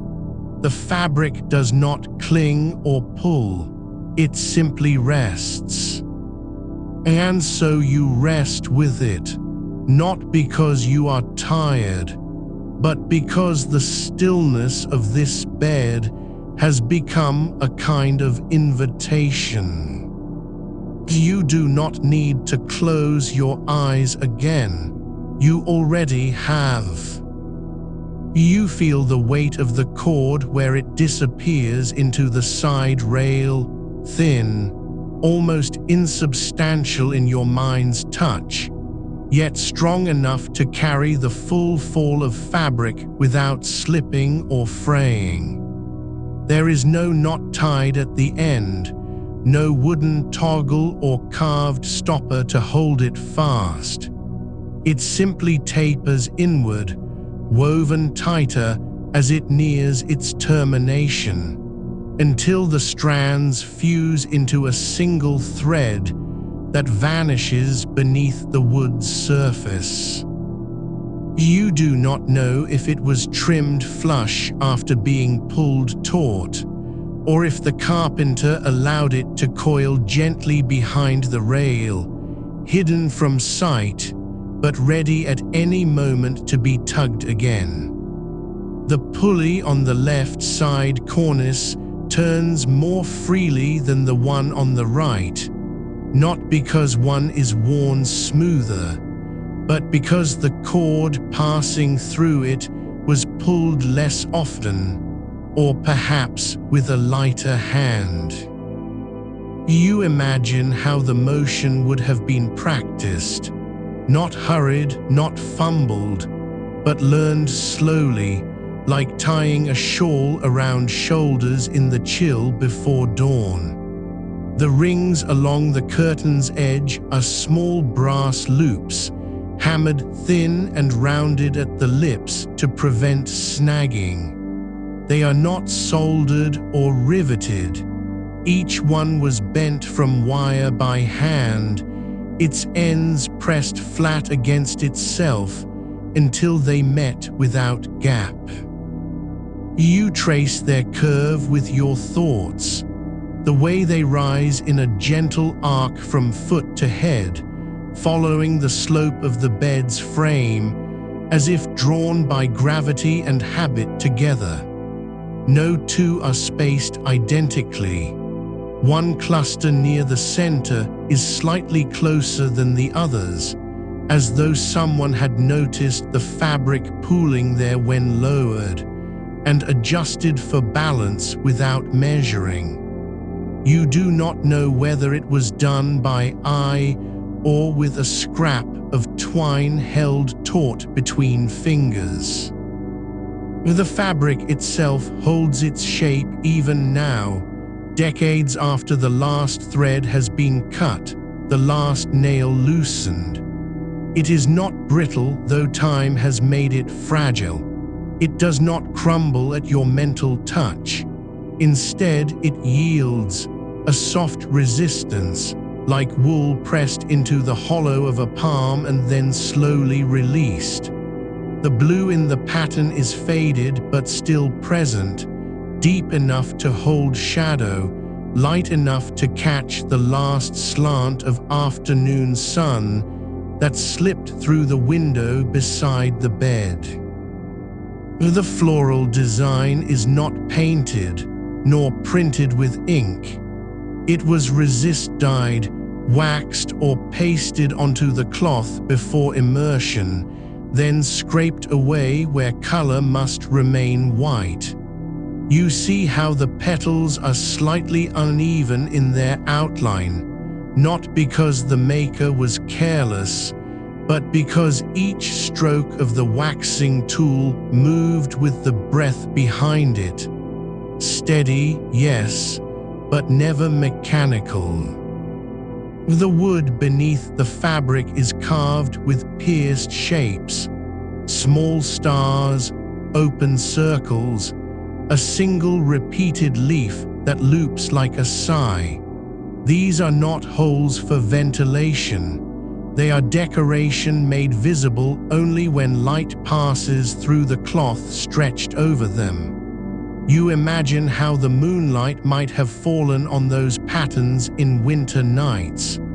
The way the glow would soften into lace across the curtain's surface, turning the darkness into something gently patterned, almost sacred in its quiet repetition. The headpiece, though bare now, still holds the memory of cloth in the arrangement of its nail holes, each one a tiny crater where tension once lived. You notice how the outermost nails are angled slightly inward, not to grip better, but because the fabric was drawn from both sides at once, pulled taut across the top before being pinned down. There is no central anchor point. No single nail holds more than its share. The weight is shared evenly, as if the bed understood balance before it ever knew how to be called furniture. You do not know whether the headcloth was removed seasonally, washed in spring, replaced in autumn, or if it remained through all years until it finally frayed beyond repair. But you feel how its edges would have brushed against the pillow's linen each night, a whisper against skin that never woke from it. The cornices do not touch the wall. There is space between them and the plaster, a finger's width, perhaps, left so air could circulate without lifting the fabric. You imagine how this small gap became a silent promise. Warmth would rise, yes, but not be trapped. Breath would stir, but not escape. The cords run parallel to each other, not crossing, not braided, not tangled. Each one has its own path, its own pulley, its own set of rings. They do not compete. They do not interfere. You picture them hanging still during the day, slack and silent, like the lines on a loom after the shuttle has passed. And at night, when they were drawn down with slow hands, each cord would have settled into place one after another, not all at once, but in sequence. First the foot, then the left side, then the right, a rhythm learned without being named. The fabric does not cling to itself when lowered. It does not stick or bunch.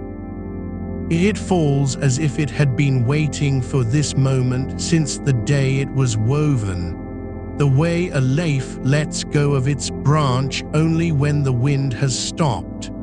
There is no rustle, no snap, no whisper that might disturb sleep, only the slow, soft settling of weight into stillness. And you are here now not as a witness, not as a dreamer, but as someone who has come to rest inside this quiet mechanism. The wood remembers nothing. The cord holds no memory of hands. But the fabric, still holding its shape, still bearing its pattern, still draped in silence, knows how to wait. And so you wait with it. The cords, when lowered, did not drag against the floor. They hung just short, leaving a breath of space between their ends and the plank beneath. You can still see where the fibers have worn thin from years of brushing against the same grain, the same slight ridge in the wood where the fabric's edge caught each time it settled. There is no fraying beyond what natural tension allows, no unraveling, no loose threads flung into disorder. Each strand was tied off with a simple knot, tight enough to hold, loose enough to yield. You notice how the knots are not hidden beneath the cornice, but left visible at the base of each pulley. A quiet signature of function over concealment. They do not gleam or catch the light. They rest in shadow, like seeds buried just beneath soil. The rings, small and iron, have darkened with age, not from rust, but from oil that once passed through them when hands pulled the cords down each evening. You imagine how the warmth of skin would transfer to metal, then fade slowly into the air, leaving behind a film too thin to see but present in touch, the memory of motion preserved in patina. They are not polished, not lacquered, just turned smooth by repetition. Each ring holds its own curve, its own slight tilt, some angled upward as if reluctant to let go, others hanging perfectly vertical, as though they had learned stillness before they knew their purpose. The fabric of the curtains, when lowered, did not pool in heavy folds, but gathered softly into shallow pleats, 3 or 4 per panel, never more, never less.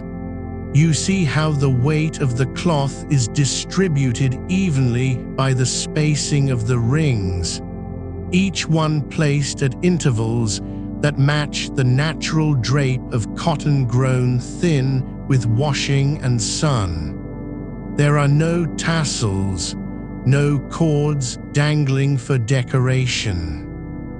The only movement comes from breath, the slow rise and fall of air beneath the canopy, rising like a sigh through the carved patterns in the cornice above.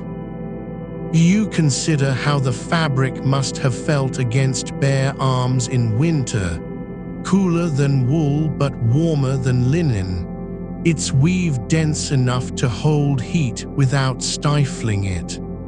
The blue has faded where light touched it most, the petals now more gray than indigo, the white space is still bright as snow caught in shadow.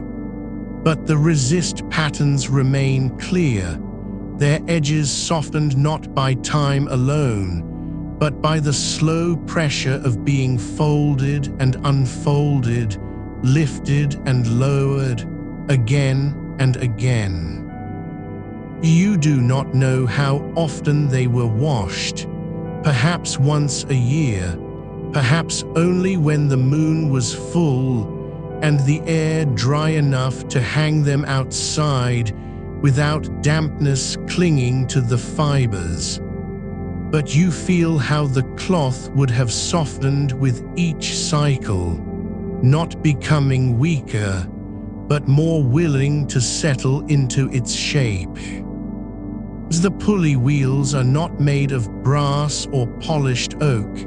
They are turned from hard pine, carved by hand, their grooves worn just deep enough to hold the cord without slipping.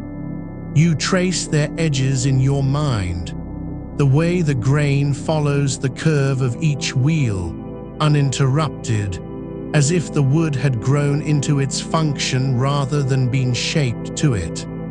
There is no axle visible, no metal pin protruding, only a mortised hole through which a wooden dowel passed, fixed with wedge-shaped pins driven from either side.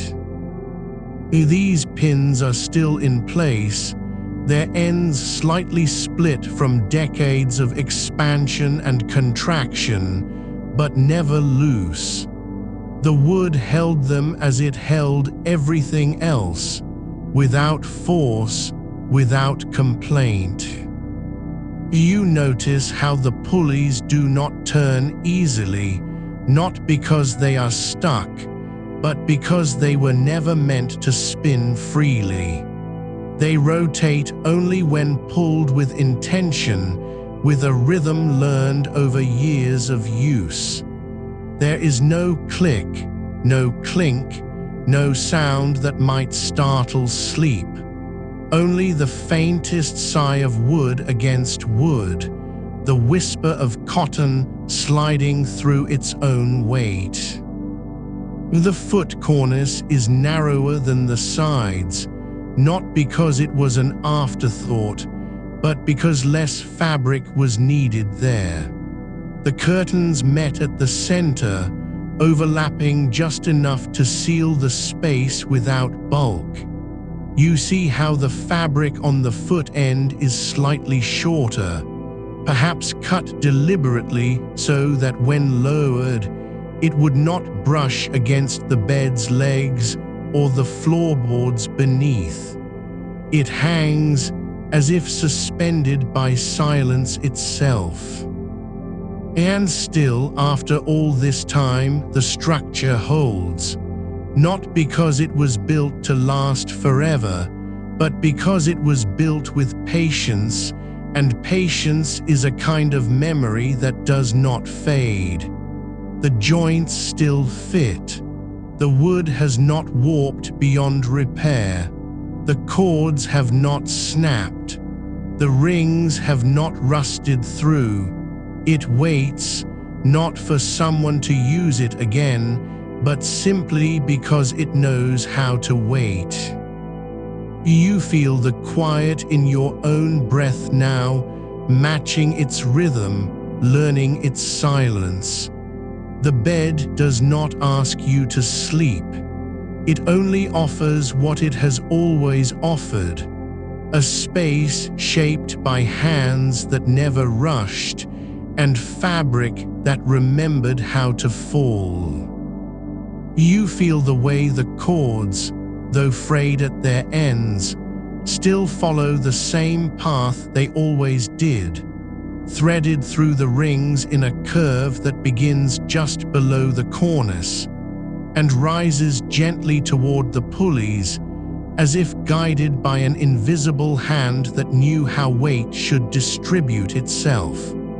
The rope is not hemp nor linen twist, but something finer, a spun cotton thread, dyed faintly with walnut or indigo, so worn now that only its shadow remains on the wood where it has rested for decades.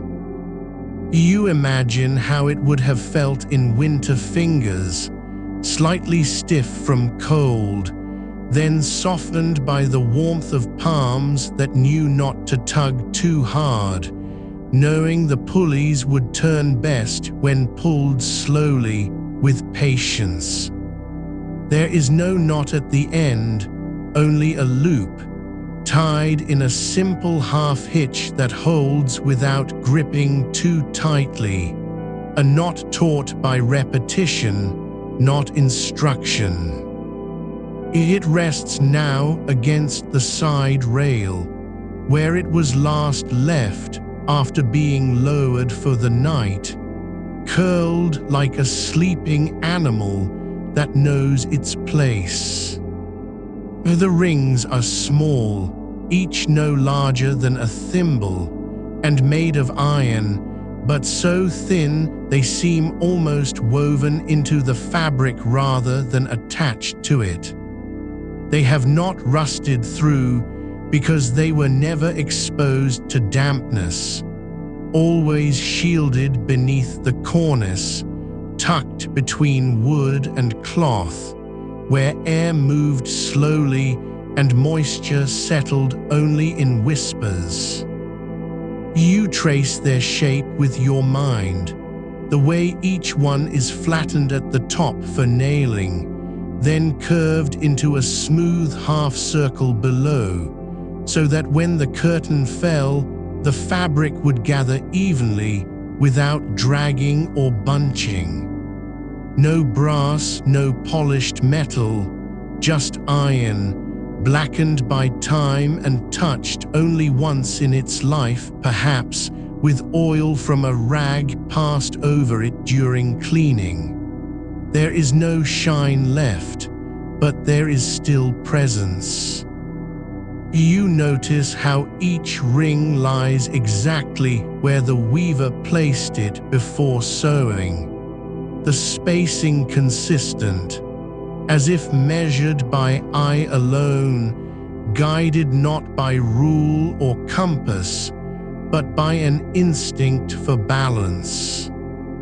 You think of how the curtains were lifted, not all at once, but in stages.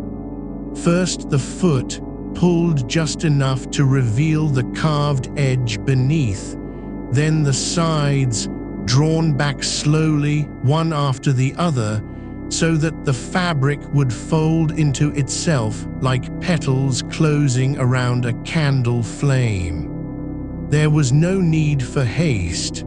Mornings came quietly here, without bells or shouts. As the light entered through the window as it always had, soft at first, then widening, and the bed waited, its curtains held aloft by nothing more than gravity and thread. You feel how the fabric would have gathered in gentle waves along the cornice, pooling just slightly where the pulley's curve met the wood, forming small hollows that caught the dust of days past, but never disturbed it. The headpiece, though plain, holds its own quiet history. The nail holes are not random, they form a pattern 3 rows of them evenly spaced, each one slightly deeper than the last, as if the cloth was tested in different positions before settling into its final resting place. There is no trace of tassels or fringe here either, only the faint impression left by woolen weave, pressed flat over time, then removed with care when winter came and a heavier covering was needed.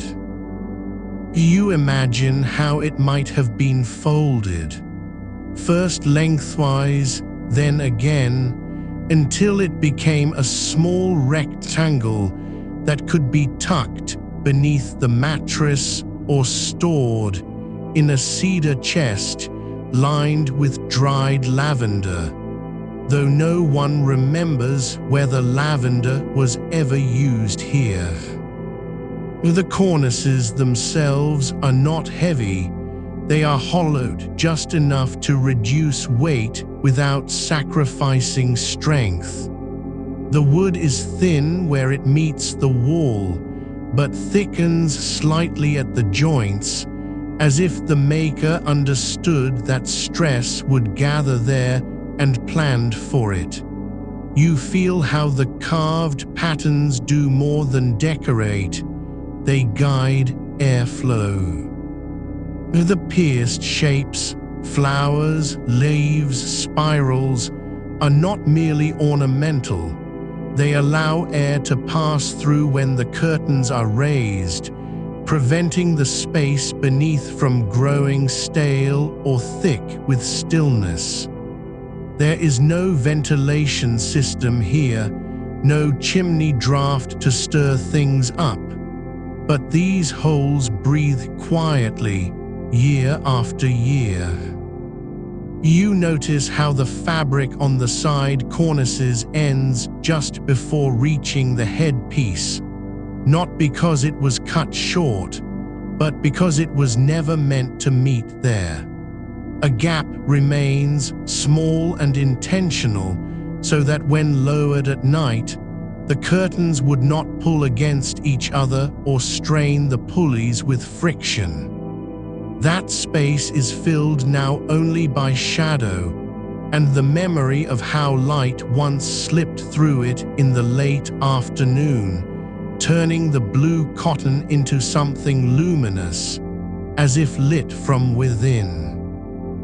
The cords have settled into their grooves so completely that they no longer seem like objects at all, but extensions of the wood itself, like roots growing slowly through stone. You think about how little force was ever needed to move them, not because the mechanism was perfect, but because it was never meant to be forced.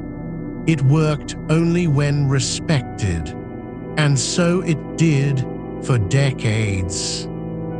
You are not tired yet, but you feel the weight of stillness pressing gently against your eyelids, as if the bed itself is offering its quiet as a gift, not an obligation. The air has grown cooler now, not from wind, but from time passing slowly. You do not need to move. The pulleys hold their position. The rings remember their curve. The fabric remembers how to fall. And so it waits, not for dawn, not for hands, but simply because it knows what silence is for.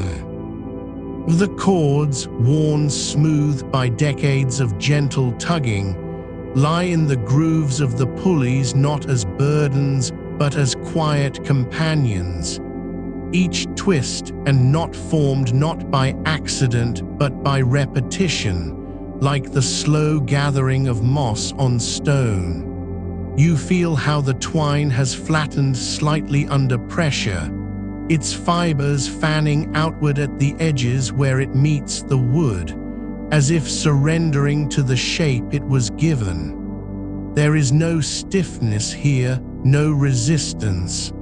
The motion was always meant to be a whisper, not a command. When lowered, the curtains did not drop suddenly, but settled with the patience of falling leaves, each fold aligning itself without urging, settling into the curve of the bed's frame as though it had always belonged there. You notice how the rings, small and iron, have darkened over time, not from rust, but from oil absorbed slowly through skin and cloth, from fingers that brushed them morning and night without thought. As they do not gleam now, they glow faintly, like old coins buried in earth, warmed by touch long gone. The fabric on the side cornices is not taut. It hangs just enough to allow for movement, a small slackness built into its hanging so that when pulled upward, it would gather without tearing at the nails. Those nails are few and placed with care, only where the wood grain runs straight, never across the knots or splits. You trace their placement in your mind, not as random punctures, but as anchors chosen for strength, each one holding not just fabric but memory. The blue cotton, faded now to a muted indigo, still holds its pattern clearly enough to see. Large blossoms with rounded petals, clustered like clusters of wild grapes, stems curling beneath them in slow arcs that follow the curve of the cornice itself. The resist dye did not soak evenly. Some areas are deeper, others nearly translucent where the wax was applied too thinly. And this unevenness gives the fabric its character, a quiet irregularity that no machine could replicate. You think how the weaver may have watched the cloth dry in sunlight, knowing that some parts would hold color longer than others, and accepted it, not as flaw, but as part of the making. The cornice at the foot is narrower than the others, its carved patterns simpler, a single row of repeating teardrops, each one slightly wider than the last, like footsteps leading inward. There are no flowers here, only rhythm. It does not seek to draw the eye upward, it invites stillness. The fabric glued to this piece is the same as the sides, but worn differently, the edge frayed just enough that a thread occasionally catches on the mattress's weave when curtains are drawn. And though it might have been trimmed once or twice, no one ever removed it entirely. You imagine how, in winter, the foot cornice would have felt colder than the others, its wood thinner from being carved deeper to preserve weight, and how the fabric there may have been pulled tighter at night, as if trying to hold heat against the chill that rose from the floorboards. The pulleys themselves are not brass or polished steel. They are turned from dense hardwood, probably maple, sanded until their edges blurred into softness. Each wheel has a shallow groove carved around its center, just wide enough for the cord to rest without slipping sideways. There is no bearing inside, no metal axle, only wood on wood, oiled once a year with linseed and left alone after that.